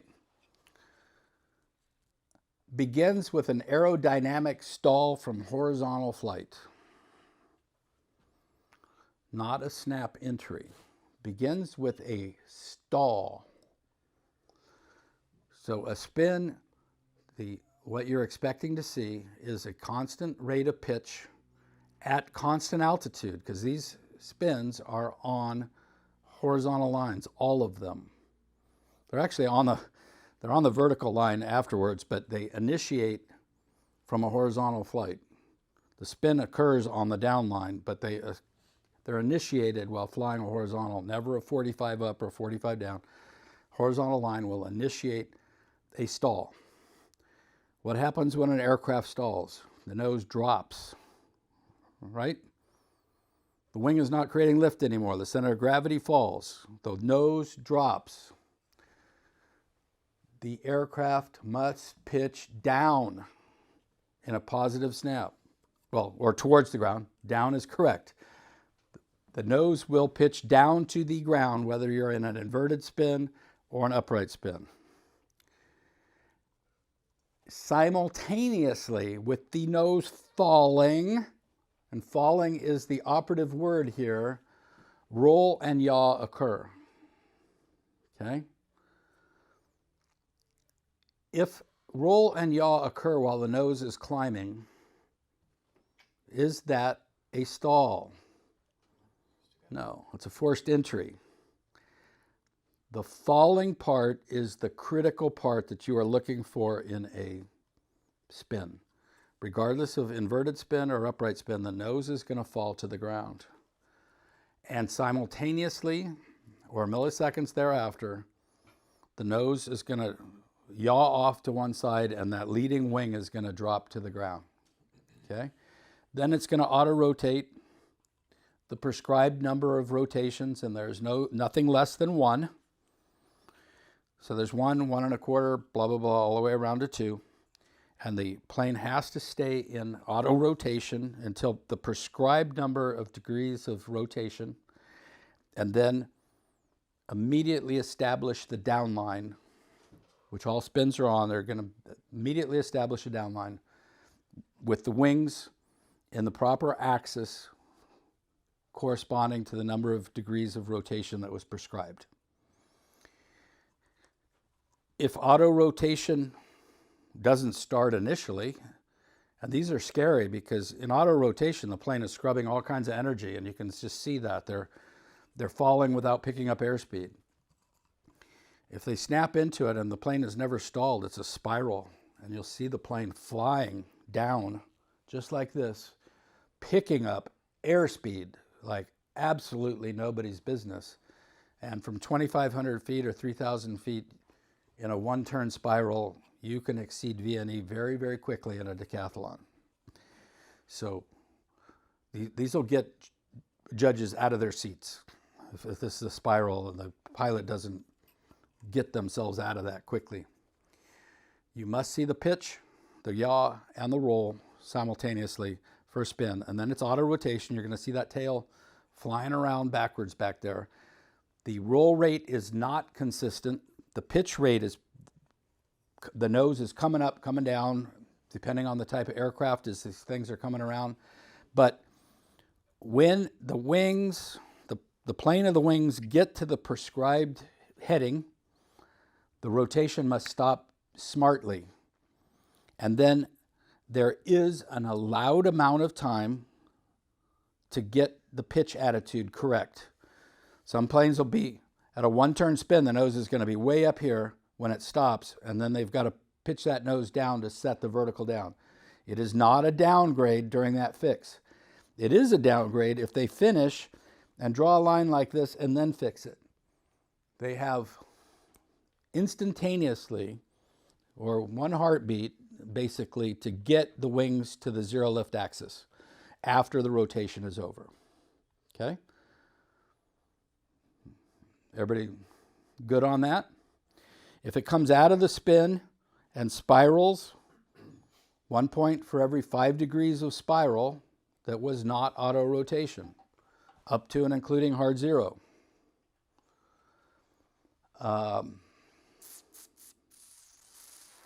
If the wings are not square, if you stop if it's a 1 1/4, and I'm supposed to be coming to you guys, and I don't get all the way to the quarter, 1 point for every 5 degrees under or over rotated when the wings are stopped.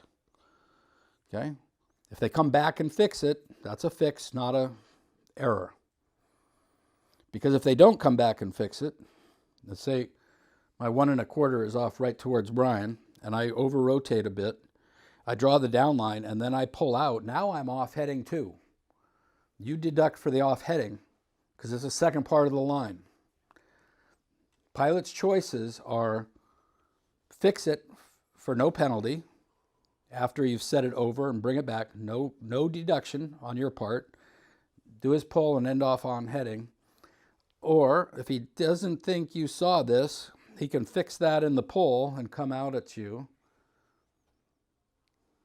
But if you did see that, now you can deduct for it. If you didn't see it, he got away with what he was trying to do. Okay? You can deduct for anything that you see happen. All right? 1.5 degrees, auto rotation. Good? So we're allowed any amount of pitch, like after auto rotation is done, as long as you immediately get the nose down. As long as, you know, yeah. There's no limit. Yeah. The spin could be as, presentation aside, it could be as flat or as steep as you Yep. want. Okay. Another thing to look for as judges, because the plane is in auto rotation, if I'm on a one-turn spin, sorry for you guys, if I'm on a one-turn spin, the wing drops, and when it comes around, it's square. on one, if it's a perfect auto rotation, initiates real clean and comes around. On a 1 1/4 spin or a 1 3/4 spin, the spin starts all over again. And when you come around a quarter, the leading wing will always be down in relationship to the wingtip of the trailing wing. It's just physics, because it's dropping, it's rolling and yawing at the same time.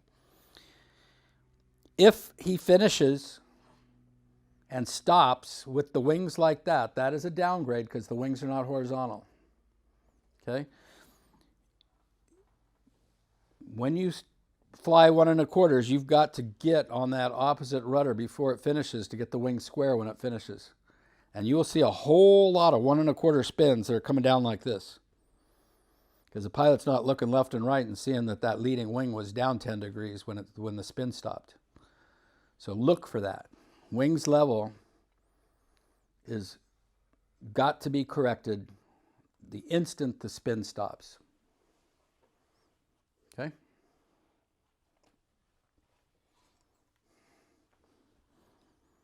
There's not a whole lot different about inverted spins, except they're just inverted. Start from that, but the nose does drop. Okay? I believe it's my next slide. Yes. Okay. This is a question from the rule book, but it's also something in the rule book. In any category, particularly unlimited, you will see rolls after spin elements. Those rolls, in this case, as drawn, the snap must be in the opposite direction as the spin, right? Because the heads of the triangles are on the opposite sides of the lines. Therefore, okay, here's where judging this can either be very, very simple if you listen to me, or can be absolutely exquisitely painful if you try to read the rule book. Okay, and the reason is rolls are defined as a rolling maneuver. Okay? When spins became part of rolls, that criteria was interpreted for them as well. A spin, it is true, has some rolling element to it. The wing is dropping, but it's not rolling, right? It does a little bit of fuselage roll, and I guess as you come around, I guess you can say it rolled. But the primary thing of a spin is actually yaw. Okay? Where the confusion occurs is in an inverted spin, to the pilot only, not to you on the ground, the roll is opposite to the yaw. An inverted spin will yaw right, but roll left, and vice versa. An upright spin yaws left, rolls left, okay? To the pilot in the airplane. To you on the ground, you don't perceive this because you're not in the airplane, okay? But for some reason, because they were fixated that roll was the important part of a spin, as it is with a snap and an aileron roll, they say that the snap roll element has to be opposite the roll element of the spin. And you have to grade that. You have to grade that the roll element of the spin or the aileron roll after a snap or after a spin is opposite or same based on the character of the figures. Forget that shit, okay? It's super easy to know if it's opposite or same, upright, inverted, whatever, snap, aileron roll, or whatever. When the spin is initiated, watch the yaw of the plane. In this case, the nose is coming at you, the wing is coming at you on the leading side of this. If it was going the other way, it would spin away from you in the direction that the plane was flying, right? If the pilot does this right, and he does it to the rule book, if I spin this way, my nose is coming away, and I finish that 1 1/4, to go opposite, the snap or the spin needs to go this way. There's absolutely no way I've ever been able to perceive which way a goddamn plane is rolling when it's in a spin. It's easy to see it yawing. So just watch as the aircraft is going downward. If you were on top of this, watch which way it's rolling, going down, yawing around that line going down, and make sure that the thing after it goes the opposite direction or same. Forget the rolling element. It's just makes it impossible, but they correlate directly. Okay? Does that make sense? Rotation about the vertical axis. Yes. Yes. And spins, and yeah, because the spin is actually happening up here with yaw, but then once it's going down, it's actually yawing down that line more than it's rolling down that line. Okay? And that can easily get confused. One way you'll know it's right or wrong as well is in this combination. If this were a half roll, you wouldn't be able to use this criteria, but if he did this in the same direction, he'd end up going this way. When he finished the figure. If this was actually 1 1/4 and this was actually 3/4, if he did the spin same direction, the figure down here would be opposite direction. So that's another way you can figure it out but you'd be surprised at how many unlimited pilots get away with 1 3/4 spins or 1 1/4 when they're supposed to be 1 3/4. You've really got to pay attention to the amount of rotation when these things are going. Okay? A lot happens real fast in these figures. Cool with spins? Have I missed anything? All right. Too bad Mallory's not here. So these figures are not in the Aresti catalog. We call them pseudo families in IAC vernacular. Family 0. Wingovers are used in primary and sportsman, and I believe intermediate gliders, and they are allowable in a sportsman freestyle. Okay, and a wingover, for those that in the first day of class, a perfect wingover is a very aggressive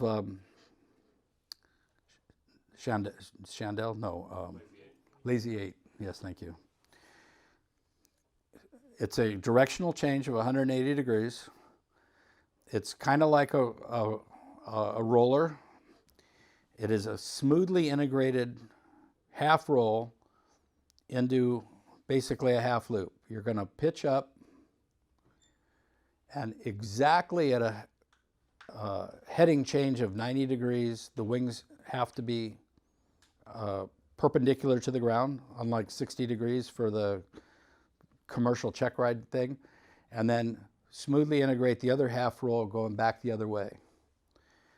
Absolutely blended, uniform the whole time from start to finish, but the key to know if they're on track or not is if they're on heading and not off heading here, fuselage is horizontal and wings are perpendicular at the apex, and then it smoothly integrates coming back the other way. Okay. At the top, the heading should have changed 90 degrees. That is a criteria. So unlike our roller, this is an intermediate point where it all has to be square. So you can use yada, yada, yada up here, right? The wings should be perpendicular to horizon. Longitudinal axis should be horizontal. 1 point for 5 degrees of error of all three of those things. Like this, like this, like this. It's all perfect on heading up there at the top. And it's all relieved. Wings are level, square to the proper axis, and heading is going down the right heading, start and finish. So yada, yada, yada applies here, it applies here, and it applies there. And any pitch rate changes or roll rate changes that you observe are 1 point per variation or stoppage on the way up and on the way down. It's an equal altitude maneuver. So altitude should be the same for your perception of this, okay? There are going to be different distances in the box, so that's kind of hard to tell sometimes, but the altitude should be the same. You won't see a lot of these unless you go to Estrella and judge gliders. You'll see a lot of them in the lower categories. All right.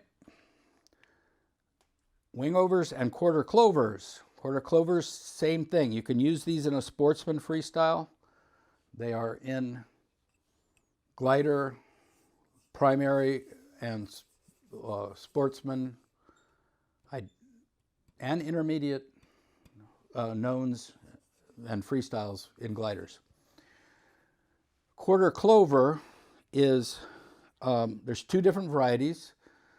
They're with the half loop in and the half loop out, but in this case, you can kind of see this is a half loop, and it is flown and judged as a half loop, as we've talked about, absolutely on heading, perfectly round. But then the back half of the loop has a quarter roll integrated that finishes on the opposite axis, on the perpendicular axis, at the same altitude, and that quarter roll has to be smoothly integrated from the apex to the bottom. Same criteria as the other one. Any variation in roll rate or the radius of this thing as you're coming out is 1 for every variation you see, and constant altitude. This blend out thing needs to lose the same altitude that the half loop up created. Okay. The other one involves the corkscrew first. So if I wanted to come at you, I'm going to have to integrate this thing and finish my half loop here with my quarter roll, and then the back half is flown and judged just as a half loop. Okay? And this part is same thing, smoothly integrated, and the cardinal points at the top of both these have to be square, wings level, on heading, before the half loop or after the half loop up or before the half loop down. It all has to be square up there at the top and at the bottom. Is that clear? This is just for gliders, or is it for gliders only? Or is this these are allowable in a sportsman freestyle, and they have been in sportsman knowns before. Oh, okay. This still has the criteria that all the radii have to be the same. The two radii have to be the same. Sorry? The radii have to be the same, right? Because these are Yes, loop segments yes, that touch yeah, these, so yep. They are constant altitude, so if the radii are different, they won't be. Yep, so you can use whatever criteria you use there for variation in radiuses, just like you would for the family of reversing loops, where it's basically the same thing happening, but no quarter roll, right? I think Brooks has a question. No. Okay. Okay.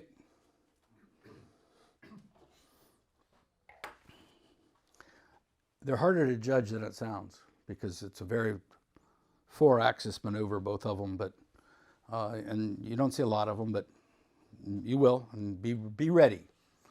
Okay.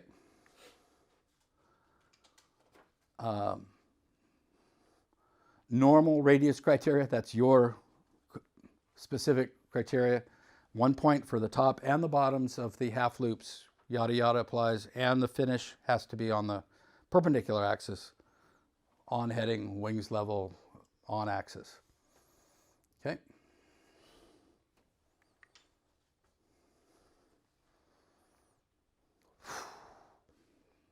You guys look as tired as I feel.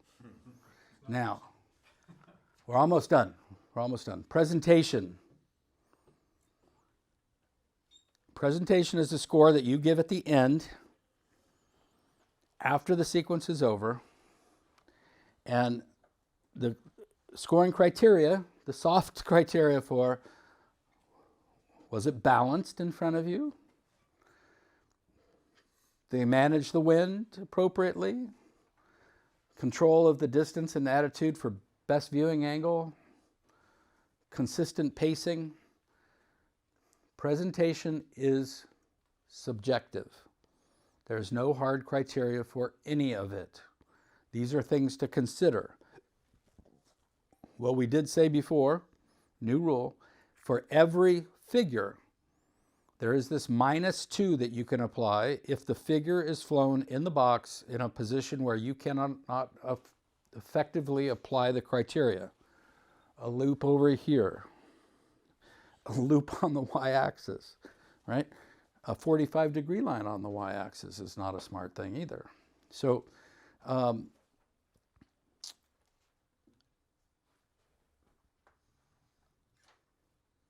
it's scaled from 0 to 10.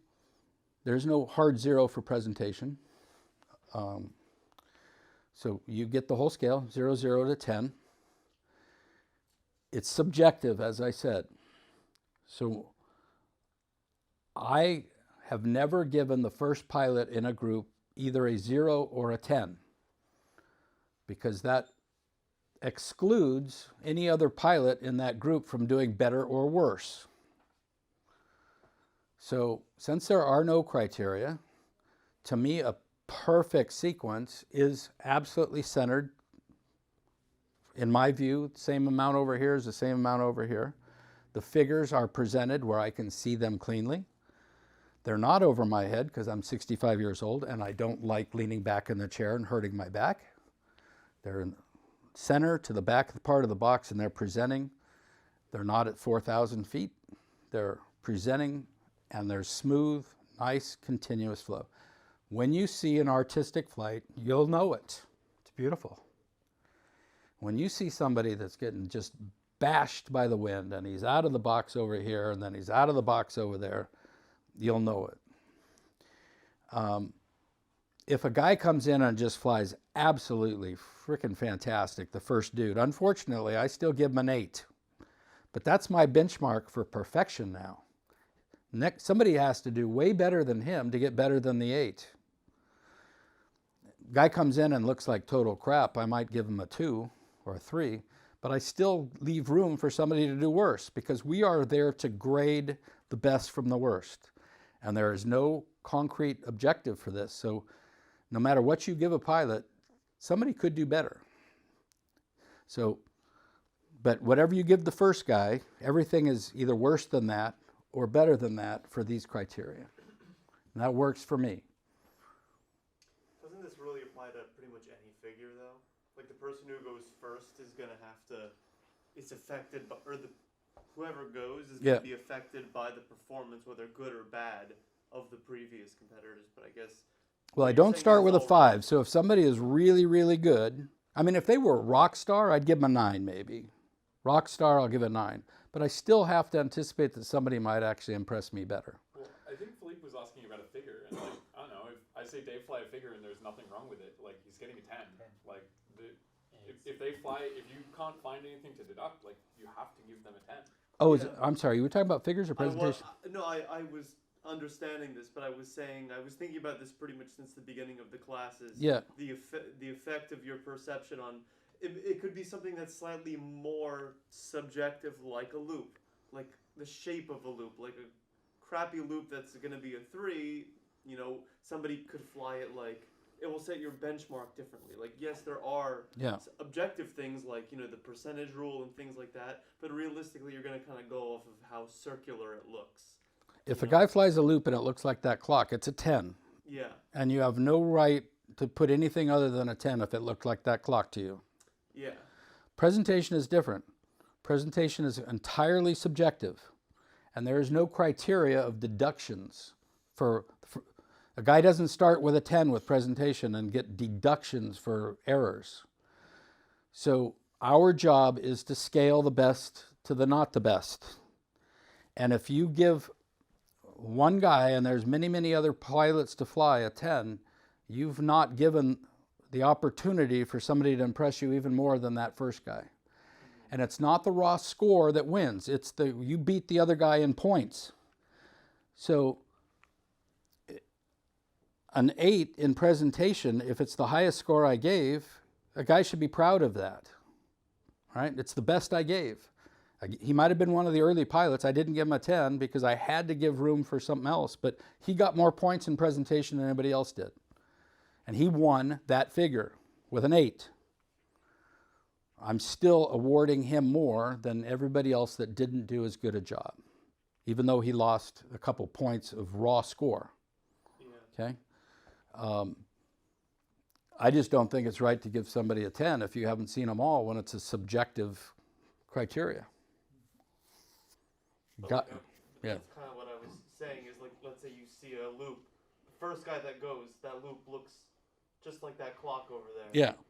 I mean, from what you just said, you wouldn't give them a 10 because... No, I didn't say that at all. I said it. And then the second pilot comes into the box, and they do the exact same thing. They draw another clock for you. They get a 10 too. That's right. You can't do better than perfection. Yeah. And a perfectly round loop is perfect. Okay. And if all pilots fly perfectly round loops, they all get 10s. Okay. You can't give somebody an 11 because their loop was rounder than a round loop. Yeah. You can't get rounder than round. I get it, but Okay? yeah. But you can possibly fly an entire sequence even more impressively than the guy before you, even if the guy before you flew a outstandingly smart sequence. Yeah. I just believe you should give yourself some room. The same criteria applies for 4-minute freestyle. You can't give the first pilot that flies a 4-minute freestyle 10s all the way down there, because it's 100% subjective. And there's no room for any other pilot after that to do better than that guy. Right? With the loss of most competitions having boundary judges, there's been like more emphasis on making sure you kind of be fairly harsh on presentation. Yep. How does that work in the boundary penalties for advanced and unlimited, were so huge compared to, primary sportsmen. Somehow we have to kind of accommodate that in the presentation score. And there's not really any guidance on about how you would do that, So I could look at a presentation done by a sportsman pro, and I could say that's great, that looks really good. I could look at one done by a unlimited pilot and say, well, that looks really good, but I should be harsher somehow on the unlimited pilot because the boundaries have gone away. AJ walked me through how he did my presentation score from the last contest I flew in, and I think it very directly sort of addressed what you're getting at, where like for each figure he had like L is like too far left and LL is like probably out of the box to the left, and same with near and far. Yeah. And then at the end he sort of just went down and like kind of tallied them up into a like fairly objective, at least component to his presentation for like how far from the center of the box were you generally. AJ's. It felt very like Yeah.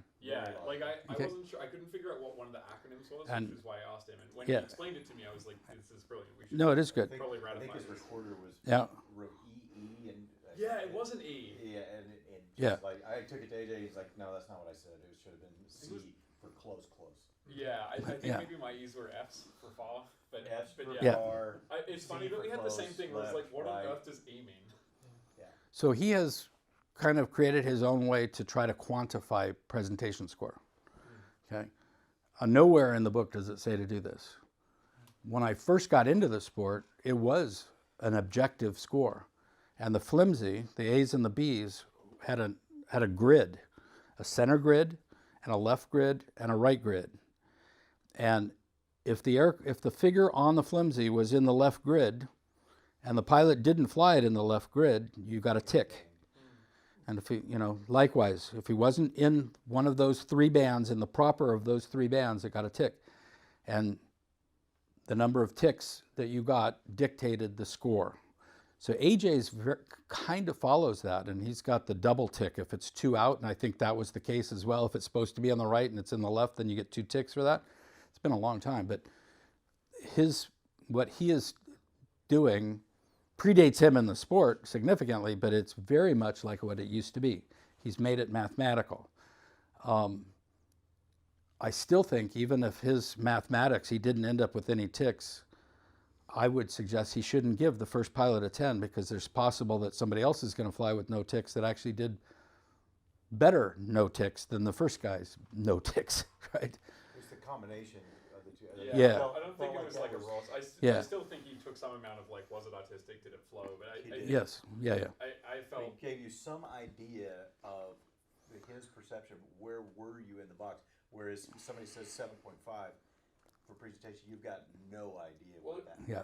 I liked it because as a pilot, it felt like it made me feel like I had much more direct control over my presentation score. Like it wasn't just like, does Dave like the way I fly? Right. It Yeah. was like, I agree with that completely. Yeah. like it felt like afterwards I was like, oh, if he judged me again next week, I think I could squeeze a better presentation score out of him. Yeah. The only tricky part was you got to find him to have him decipher the coding.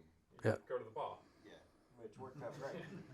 for Sorry, I for kinda all interrupted. involved. Yeah. No, and yes, to Chris's point, there are now a lot of contests without boundary judges, and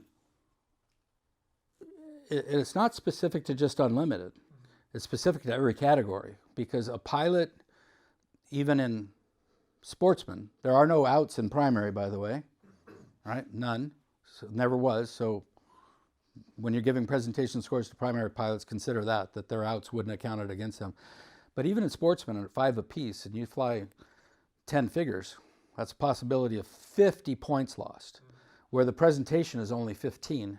So the difference between 0 and 10 is only 150 points, where it's 500 points, or 50 points, if you applied all those outs, okay? So yes, you should, for all categories, if you think there would have been accumulating a bunch of outs, make sure that does show up in your presentation score as a very, very, very low score, because you want to award that pilot the downgrade that he would have had there been boundary judges there, that just because of and the rules still call for these points to be downgraded. It's just a lot of contests don't have the manpower or the geography to be able to reinforce it. But if you are absolutely certain they would have been an out, regardless of the category, those points should be deducted against them, okay? But make sure. I didn't know AJ's thing at the time, but Yeah. Last year, if I thought it was, I would say out. I have the recorder right in the box, out west, out Yeah. south, north. Just so that they had some idea of. I thought you were out. Yeah. It didn't. I still figured into the presentation score the way you do it. And be careful you're using that appropriately. I'll give you a perfect example. I flew at the World Championships. One of the fucking judges called me low. My GPS said I never was below 1,800 feet, and the bottom of the box was 600. He called me low, and he gave me a 0.0 for presentation. All the other judges combined, my average presentation was 8. He was so sure that I was low, he wanted to really sock it to me. And it just absolutely crushed my score. Yeah. So make sure you're right.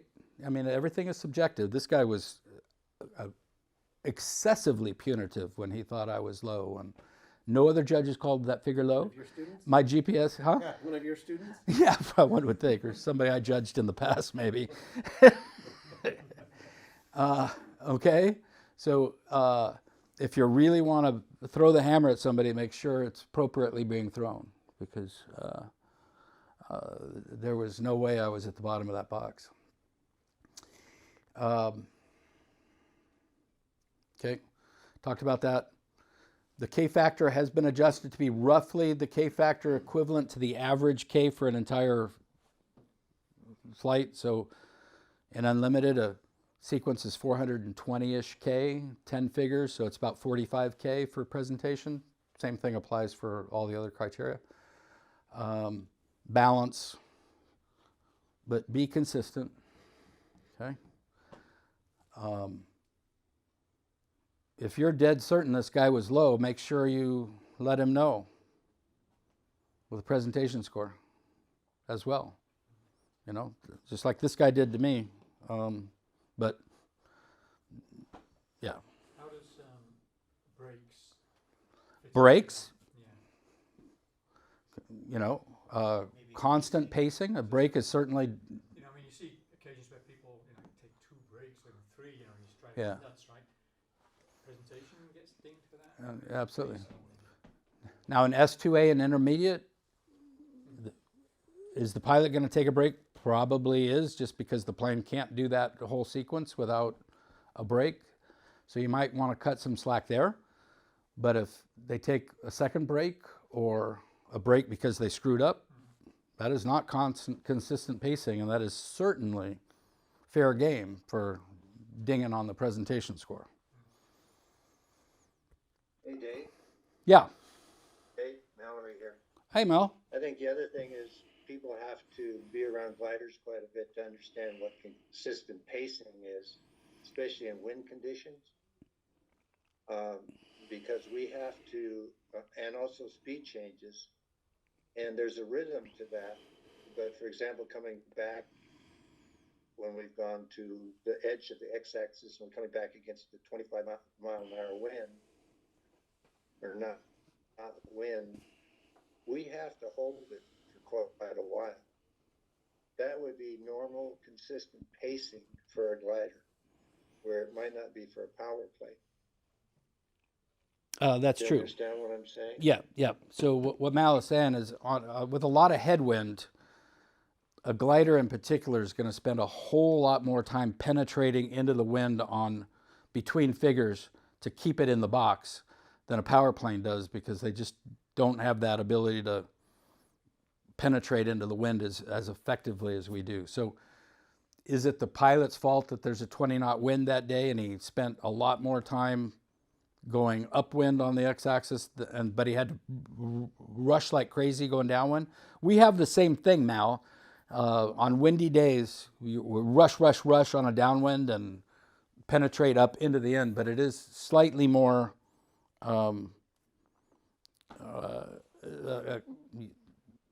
you have less control in a glider to be able to do that. It's only time that can do it, and loss of altitude. The whole time you're penetrating up, the plane is coming down and down and down, and you're not performing maneuvers. So it's a double whammy on windy days in a glider for sure. The criteria is all the same. Okay, we're good.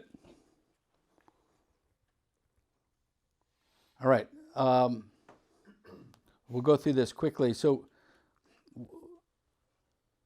horizontal line is, you're kind of stepping back and you're watching the flight path of the airplane. All right. Once they pull the vertical there, you're going to watch the center of gravity of the plane as well. You're kind of stepping back and watching that. But meanwhile, you're trying to focus in on the wings. Make sure they're level, on heading. Then when we go up these 45 lines, now you have to focus on this instantaneous attitude of the wing up that whole line. Has to stay consistent. Will the flight path be consistent up a long 45-degree line if the attitude of the plane is if the attitude of the wing is consistent? No, it'll shallow for sure because the plane is losing airspeed, right? If you hit a 45 and you put the wing exactly 45, you're going to have a nice steep up. As the plane slows down, the flight path is going to shallow on any long 45 ups. That's why we don't judge it by the flight path. We judge it by the attitude of the wing all the way up that 45. You've also got to kind of pay attention to how long this line was before and after. The point of this is you're constantly, this is why cameras do no justice to aerobatic flight and for judging. Your eyes are amazing in the way we can zoom in while still maintaining the big picture of the whole thing. You've got to, on these looping elements, the big loops, you've got to keep your big picture so you can visualize whether that thing's round. If you're zeroed in on the flight like this, you'll never be able to see if it's round or not, right? So as a judge, just get used to the fact that it's going to be exhausting and very, very difficult job to know how to look and where to look at every figure depending on what kind of element they're doing, okay? But you'll get used to it. Hopefully. Okay. Eyes zooming in and out, in and out, in and out, in and out. Okay. Next slide. Point there. Okay, this is actually a really cool exercise. So, figures 1, 2, and 3 of this advanced or unlimited, snap-on and up-line, unlimited. Guy comes in, flies figure 1, and his only mistake is he over-rotates one of those rolls 15 degrees, corrects his error, you don't know it. Everything else is beautiful. 7, right? Good score. Figure 2, he pitches down, full roll, 3 of 2, opposite direction. He's 15 degrees steep after the 2 rolls, so this line is not 45, minus 2 points. And he had varied a roll rate once in that 3 of 2 maybe, so that's good flying. 7. Pulls to vertical, hits this 4 of 4, opposite 2 of 2. He over-rotated 5 degrees on one of those points. He's 10 degrees off heading at the exit for another minus 2, so he gets a score on that guy.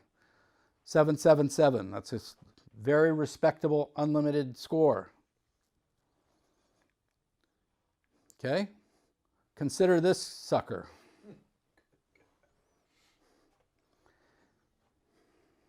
Is that a 7?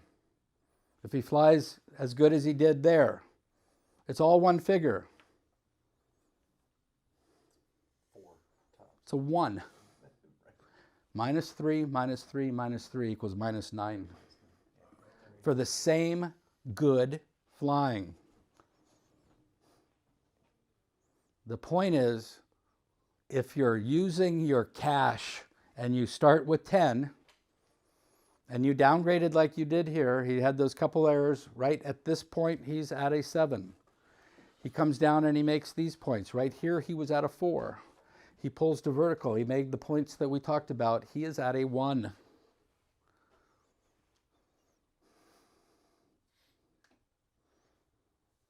But it was good flying. There's a whole lot more he could have done wrong, right? Keep track of your deductions as they're happening from the start of the figure to the end of the figure. And if you do that consistently for every pilot, unlimited scores would be around a 4 for everybody. The winners would be 4.5 and the losers would be 3.5 instead of 9s and 7s. That's what this is trying to tell you. Well, it depends on how you draw it. Depends on how you draw your... No, all of our figures have this much shit on it because we have to have 420K in 9 figures. Oh, that's why you have to have the high value. Gotcha. So when you see an unlimited figure like this and you say 8.5,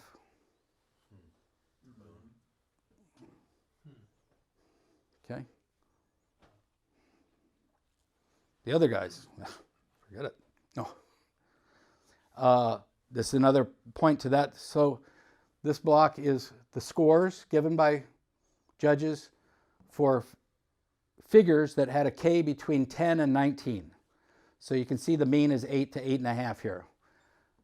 Double the complexity of the figure, the score is still 8 to 8.5. K factor is now 30 to 40. These are now very complex intermediate or lower advanced figures. The mean is still 8. You go to 50 to 60 K factors, unlimited. The mean is 8. What the fuck?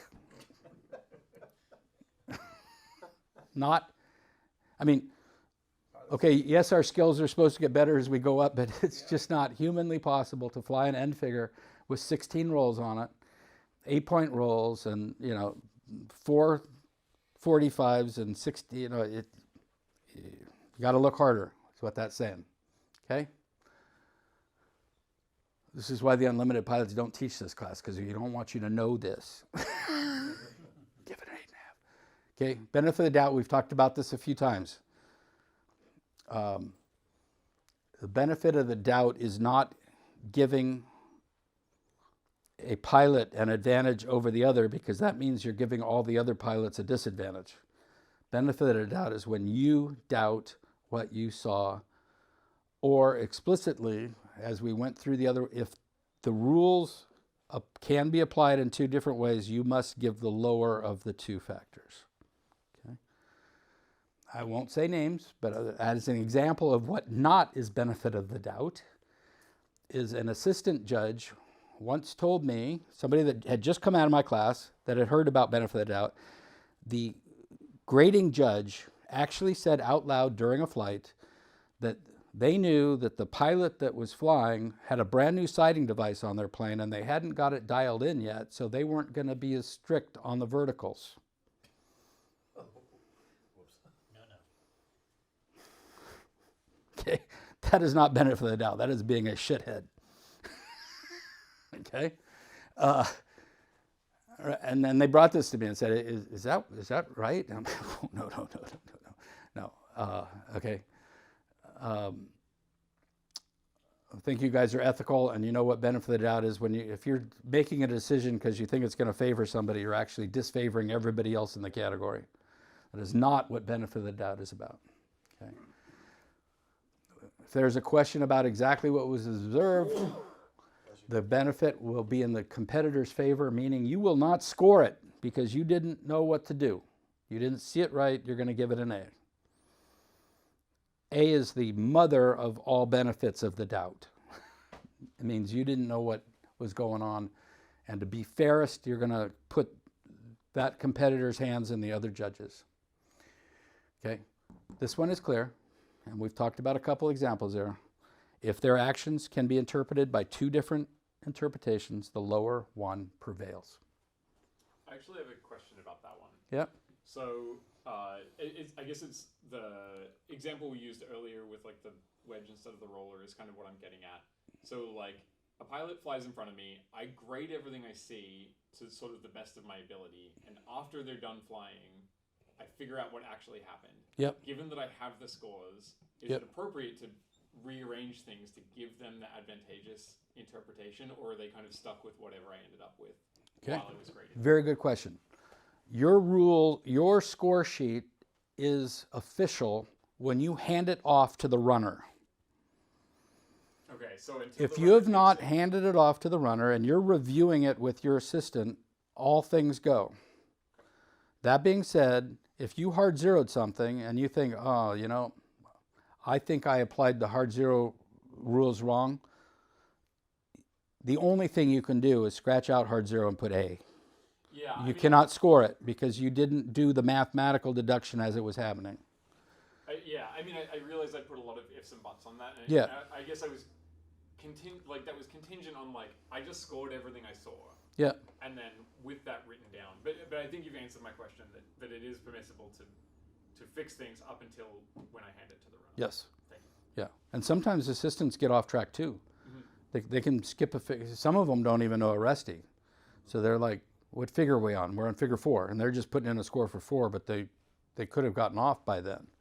And so you need to absolutely, top to bottom, review that score sheet before the score takes it away from you. That actually happens a lot. Yeah. They didn't hear you on one, and then suddenly all of the scores are shifted up one block, and they're like, what was your score for the last one? Yeah, and you're like, Yeah. It was this one. So it takes some finagling to get it straight. Yep. Okay. Okay on benefit of the doubt. While we're on that, so we do have a few more slides. I don't remember.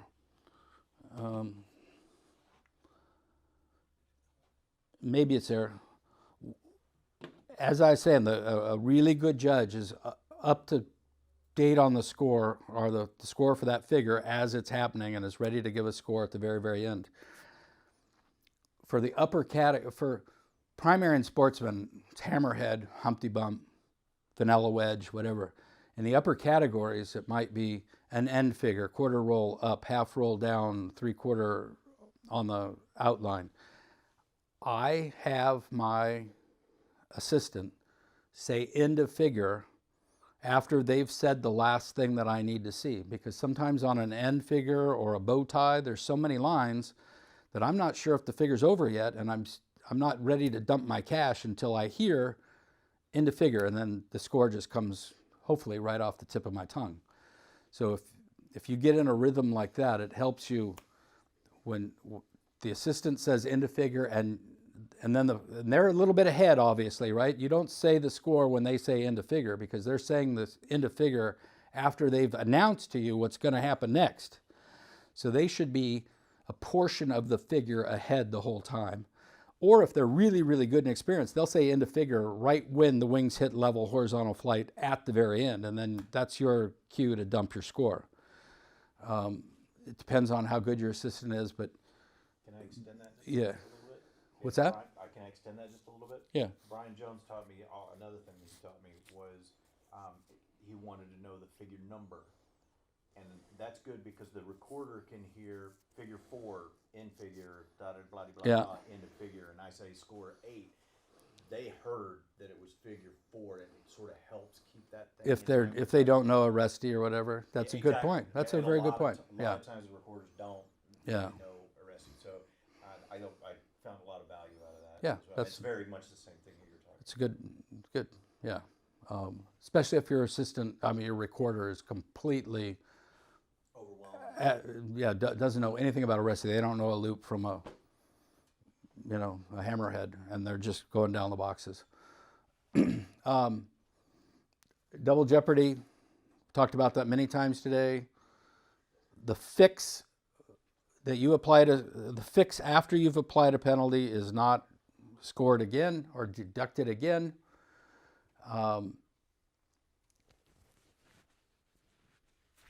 However, if you come out of figure 2, 10 degrees off heading, you are supposed to fix that before you go into figure 3. If you pull the vertical or start your turn or whatever the thing is that starts figure 3 and you're still 10 degrees off heading, that is not double jeopardy. That is, you didn't fix a mistake, and that mistake applies to the next figure 2. Okay? It's 2 separate figures. The error was not corrected.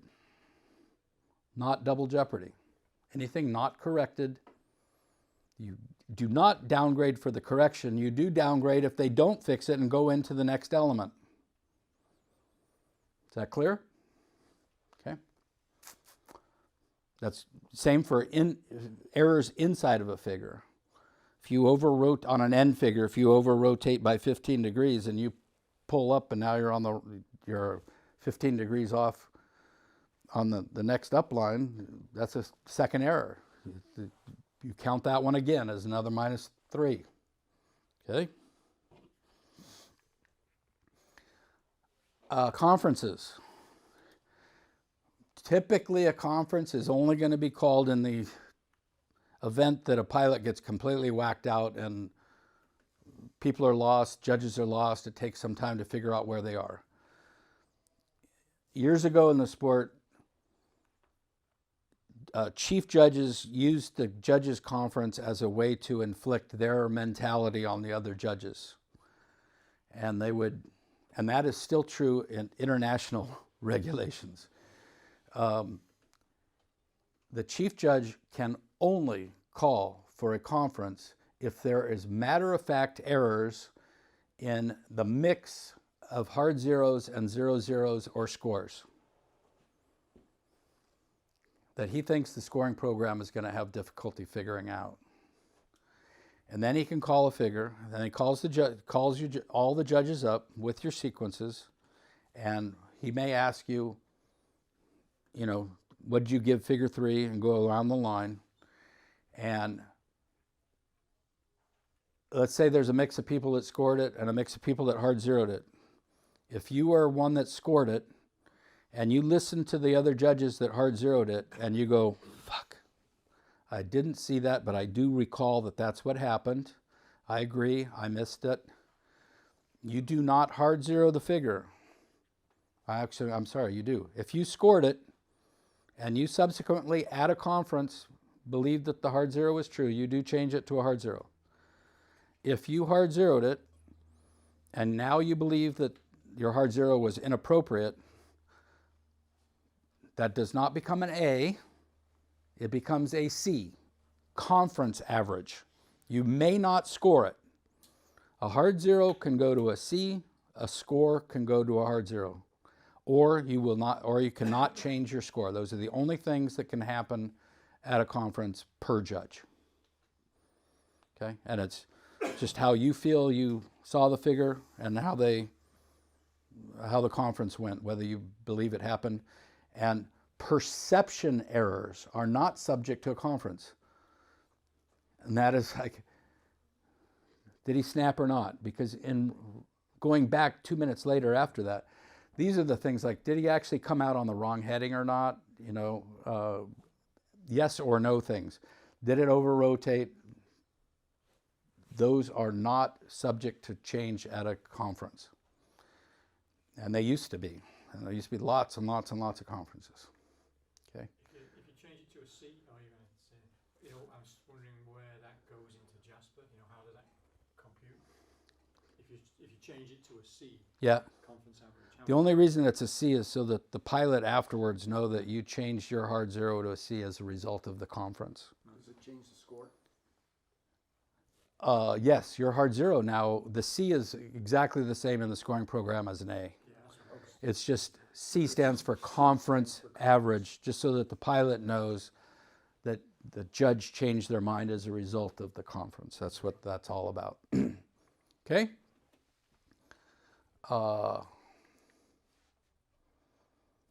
A 0.0 is a score. So if you scored 0.0, that is just as if you called it an 8. So as a result of a conference, you can either leave the score or go to hard 0. You can't change it. Okay? Judge's line. Okay. You're the boss on the judge is the judge's line, is the boss. Your assistant can be anywhere from another judge with sometimes even more experience than you. Hopefully you get that when you start judging. It's very helpful. Do not let them score the figures for you. You are the judge. They are your assistant. Any assistant that is saying things under their breath that influences you and your scoring should be punched in the mouth. Okay, there is no bias on the judge's line permitted at any time. The assistant is there to help you determine yes or no things. Did he roll 4 times or not?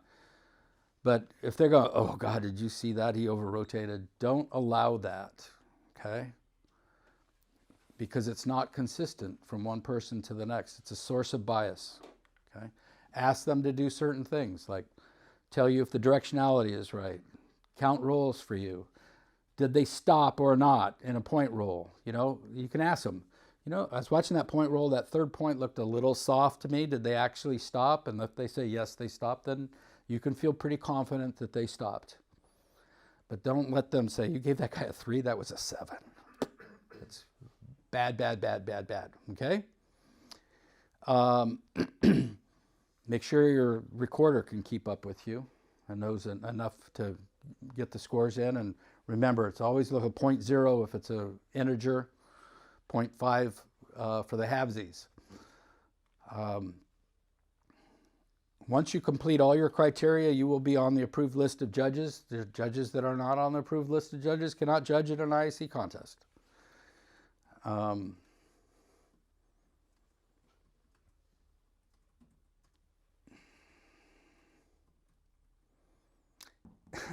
just misspoke. That's right. I forgot about this. This is now 4 years old.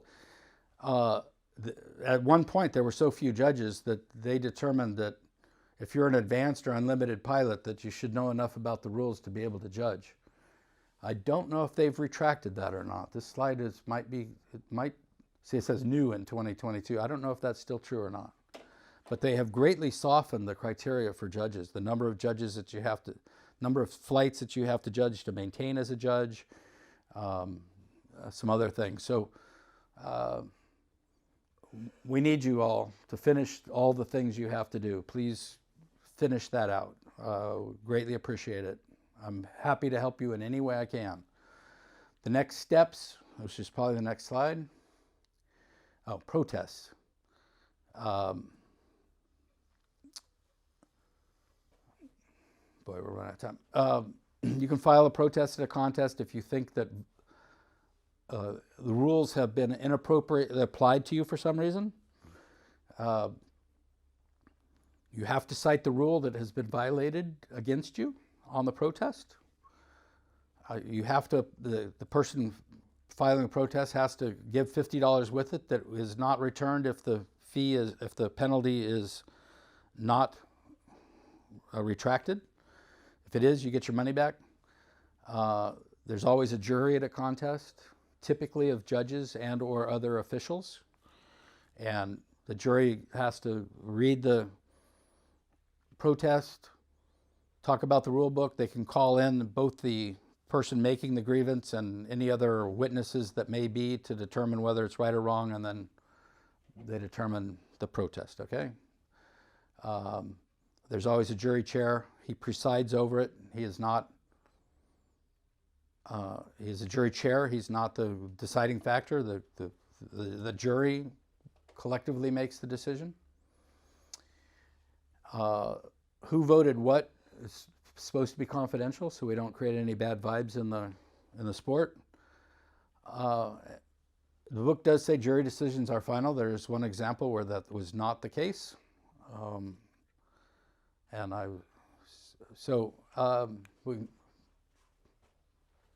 hopefully those don't happen very often, but they do. You cannot protest if you think you did a snap roll and the judge zeroed you for the snap roll. That's never going to pass. So don't even try that. Protests are for other things. Getting tired, I can't think of examples right now, but yes, I actually can. But yeah, you're going to have a hard time trying to protest a score from a judge on a objective figure like a snap roll or something.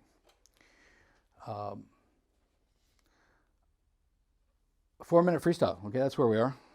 4-minute freestyle has 10 criteria. Every one is just as subjective as presentation score. In fact, 2 or 3 of them are basically a different form of presentation. The whole thing is presentation. 4-minute freestyle has absolutely no arrestee criteria. There are no hard objective things other than low calls. And time. Low calls and time. I thought they removed the penalty for being under time. What was that? It's overtime. Oh yeah, I think they removed the penalty for being under time though. Yeah. So the pilot gets between 3.5 and 4 minutes of airtime in the box with the same altitude restrictions as the arrestee program to do whatever he wants. Smoke is allowed, music is allowed, does not have to be on X and Y axis, does not have to be verticals, stops don't have to be on headings. It is a air show for 4 minutes, basically. And I hope the next slide is, it's not. There's 10 different criteria. If you ever have to score 4-minute free, which you will, the 10 different criteria. Was it balanced? Did he do positive and negative figures? Did he fully exploit the aerodynamic capabilities of the aircraft? And there's 10 different criteria like that. You score each one 0 to 10, and whoever gets the most points wins. Like I do for presentation, no matter who is the first figure, they do not get a row of 10s because that means that nobody could do better. So I set a benchmark, and that benchmark for the different 10 categories, it's not like 8, 8, 8, 8, 8. First guy doesn't get a pure 8 because in some of those categories, he may have done really, really well in which he could get an 8, or he did really, really poorly that somebody could have done much better, so he might get a 4, right? But I don't start off any of the first pilots using the lowest 20% and the upper 20%, assuming that maybe the next guys, I need that to differentiate. Okay, and you do that for all 10 criteria and see how they go. They can tumble. None of the arrestee criteria that we've talked about for the last 8 hours applies during the 4-minute freestyle. It's all for impact and you know, there is periods of high dynamic and periods of gracefulness. So you're expected to do some smooth and beautiful things as well as just come and blow your pants off kind of bullshit. So, okay. Computing scores. See, the program does this.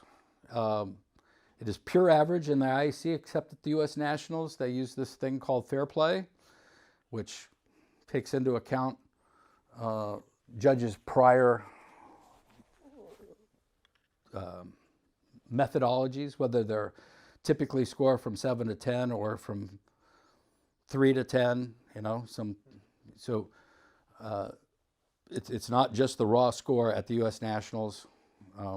They use the SIVA Fair Play there. Here it's straight average. Okay, keep in mind, we're wrapping up here. Our job is to rank the pilots. It doesn't take 10 to win a contest. It takes better than the other people. So keep that in mind. The standard for the figure, Arresti figures, is perfection as defined, and that is a 10. Don't be afraid to give a 10. If you didn't see something wrong with that figure, put a 10 down there. They're rare. They should be rare if you're really, really, really looking close, but they do happen. Give the benefit of the doubt only when it applies, according to what we've talked about, and grade only what you see. Don't make anything up. Don't make up any criteria. Don't, assume that he did something. Give whatever score is warranted. Let the chips fall wherever they may. I'm not sure exactly what that means, but don't be afraid to hurt somebody's feelings. If they flew 3 figures that looked like 2s, give them 2s. Give them the 0, 0. Give them the hard 0. If that's what you saw, that's what it is. I've had many seemingly scary episodes at contests where a pilot will come up to me seemingly pissed. Dave, you gave me a hard 0 on figure 3 or whatever. And I'm like, what the fuck was figure 3? And he goes, oh, it was the spin with the 3/4 blah, blah, blah. And I said, yeah, you did this and that. And he goes, I just wanted to thank you. You're the only one that saw it right. Everybody else scored it. I fucked it up. You're the only one that saw it. It's a good pilot will do that. Will reward you as a judge when, you might be the outlier, and they saw that. I mean, he goes down the scores. He goes 8, 8, 8, 7. Fuck, I fucked that thing up. Only Watson saw that right. It happens. It's a good feeling.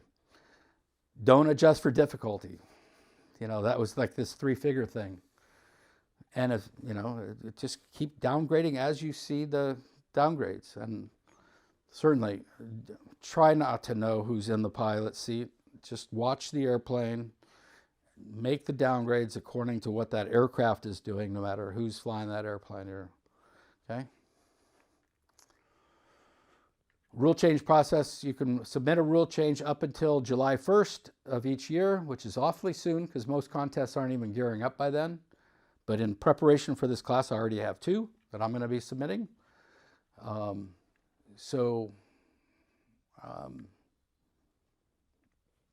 just write an email to Barrett Hines, who's chairman of the rules committee. If you have a rule, it's in the rule book, but if you have any questions, just shoot me an email and I'll let you know how to file those.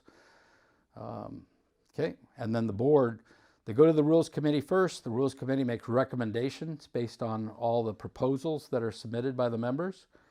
And the board has overridden the rules committee sometimes. So they do get a chance to see all the submissions, whether the group approved them or not. And then anything approved by the board will take effect January 1st the next year. Okay. One of my I should have printed these things out. There is a survey about what you think about the course. Please fill it out. And either way, I do appreciate constructive criticisms. If there's things I could have done better, I want to know. So please let me know, either privately or publicly or whatever. You can't hurt my feelings, and I'm always room for improvement. So let me know. I need, for those of you on Zoom, could you please email me your name and IAC number so that I capture all of you? And I'll double check that with Shane to make sure we don't miss anybody, because there's 4 people on Zoom, right? There have been all day, or is it? Wait, what's your email, Dave? Use Dave at Aerobatica with a K, AEROBATIKA.com. We've had 11 on the Zoom all day, and there's 2 of us here, so that's 9. There have been 11 people on the Zoom? Oh yeah, it's all of us. Like a collection. Oh my. I didn't know my pay. I get paid by the person. I should have done a better job. 11 people. Yeah, right. That's amazing. We only had 8 people that had pre-registered for the class. Wow. We got 9 attendees outside of this room on the Zoom. Oh, okay. I see. 11 includes you and me. I'm sorry. I'm finally getting that. That's how tired I am. Well, thank you all. I'm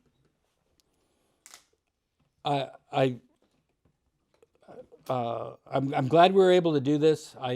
It's very difficult, I think, primarily for you to not be engaged in the class one-on-one. Hopefully you got as much out of it as you could have, and we were able to keep your attention. If there's anything I could have done better on a Zoom, please let me know, because this is only the second time I've done it Zoom, and I've always done it as a mixed group. And I sometimes forget you guys are there, and I never even knew that there were 9 of you there. That's absolutely amazing. So, yeah, thought it was good. Thanks, Dave. No issue here. Text said it was good. Yeah, please. I really appreciate positive feedback. So send me an email. Let me know what you thought. Zoom is good, but it has its limitations. And this is a very important subject, and I know all day long is a very long day to sit, especially if you're in your home alone in your own office and you don't have other people falling asleep next to you that you have to wake up and all that shit. So thank you all. Wow, I had no idea. I had no idea there were 9 people out there. But I do need all your IAC numbers, or else you won't get credit for the class. And please, if somebody could circulate a piece of paper here for those of you in the class, I want to make sure I don't miss any of you here. Okay? Anybody have any other questions? Please consider me a resource for you throughout your journey of not only aerobatics, but of particularly becoming a judge. The next steps, the things, I may be off on a couple of the details here, but in order to become a judge, you will have to act as an assistant for a certain number minimum of flights, and I think it's 40, which is relatively easy to do at a decent sized contest. You can do it in one contest. I believe a minimum of 5 of those flights need to be advanced or unlimited. But there's a certain criteria of assists that you must do. Another box you must tick is you must do apprentice judging. And that is where you're actually acting as the judge, and a current judge is assisting you but watching a flight. The flight can be at a contest as long as you are not on the judge's line as part of the judging line. If you're off someplace else and there's a spare judge available and you have the flimsy for the flight, you can do that as a contest as a ancillary part, not part of the judge's line. It's typically done at a critique day, and we have lots of these critique days here in our chapter. So a lot of chapters don't have that. So this is a very difficult bar for potential judges in some parts of the country. You only have to act as the judge for 3 flights, and the criteria for a flight is it has to be a minimum of 9 figures, any category. So I typically do a lower category first just to make sure that you're proficient in the slower pace of the lower K factors, and then hopefully we can get an advanced pilot to fly and you try to judge intermediate or an advanced flight as well. You have to do that 3 with a current judge. You have to pass the test. There are 2 tests. For the judges that are already judges that took this course, you have to take the refresher course, the refresher test. For people that are not currently a judge that want to be a judge, it's a much longer test, and it does change a little bit from year to year, so there is a new one posted for 2024. You need to take that test. It is open book test. So if you come across a question and you've studied it and you've gone to the rule book and you still don't know the right answer, feel free to shoot me an email. I'll be happy to walk you through how to get the right answer there. Okay? It's part of the learning experience, is actually taking the test. It's why it's open book. Okay? After you have passed the test and you have done the critiques and you have done the assists and you have taken this course, all of that within the current or previous year, then you are eligible to take the oral exam. And if you think you've got all those criteria, all those boxes ticked, you write an email to DJ Malney. He's head of the judges committee. He's my boss. And he will check the IAC records to make sure that you've got all those criteria. And he'll say, yes, you're ready for the oral. You get to choose we're not called national judges anymore, but a senior grading judge. You pick a senior grading judge that you want to be your examiner, and that person picks a second judge of any kind, whether it's just a grading judge or senior judge, and they concurrently give you an oral exam that can be done over Zoom. We've done many over Zoom. And they grill you on your ethics, your interpretation of the rules, your understanding of the rules for about 2 hours. And if you pass that, they let DJ Malney know, and you become a judge. And like I said, in the last 2 years, people starting with this course, we've punched out 10 new judges in 2 years. So I think that's a bar that we'd like to keep. So with 9, you're already a judge. You're not a judge. How many of you are judges out there? None of you, right? How many of the 9 are judges? I don't think any. None. Okay, so all of you are potentials to become new judges. We got 9, 10, 11, 12. You're also not a judge yet, right? Yeah, that's why I always get yelled at. 13. So if we can get half of you done this year and half of you done next year, we'll be able to keep up that pace. And I know a lot of you are Chapter 36. I don't care. This is a California thing. California needs judges. I'm thrilled that you Southern Californians were willing to try to make the trek up here. I'm sorry you couldn't. It would have been much greater to have you in the class. I'm privileged to be part of helping you guys become judges. Use me as a resource. Okay? Much appreciated, Dave. Thank you for giving up your Saturday. Can you please?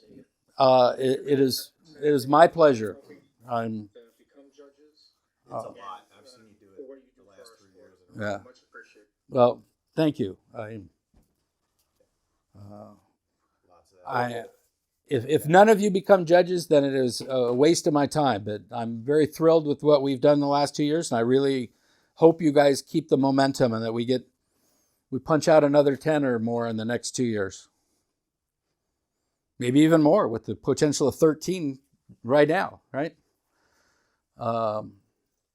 Yeah, the critique thing is the toughest, but we're going to have several critique days out at Tracy this year, and despite how busy I am, we have other judges that can do that, to do those critiques for you newbies. So shouldn't be a factor. Okay. Thanks again, everybody. Really appreciate you spending the day with us. Study the rule book, and just like 6 of the people in this room, once you become a judge, in order to stay a judge, it takes work. And it takes commitment for Shane and Matt and these guys that are already judges to sit here all day long just to make sure they're still good at it. I just appreciate that as well.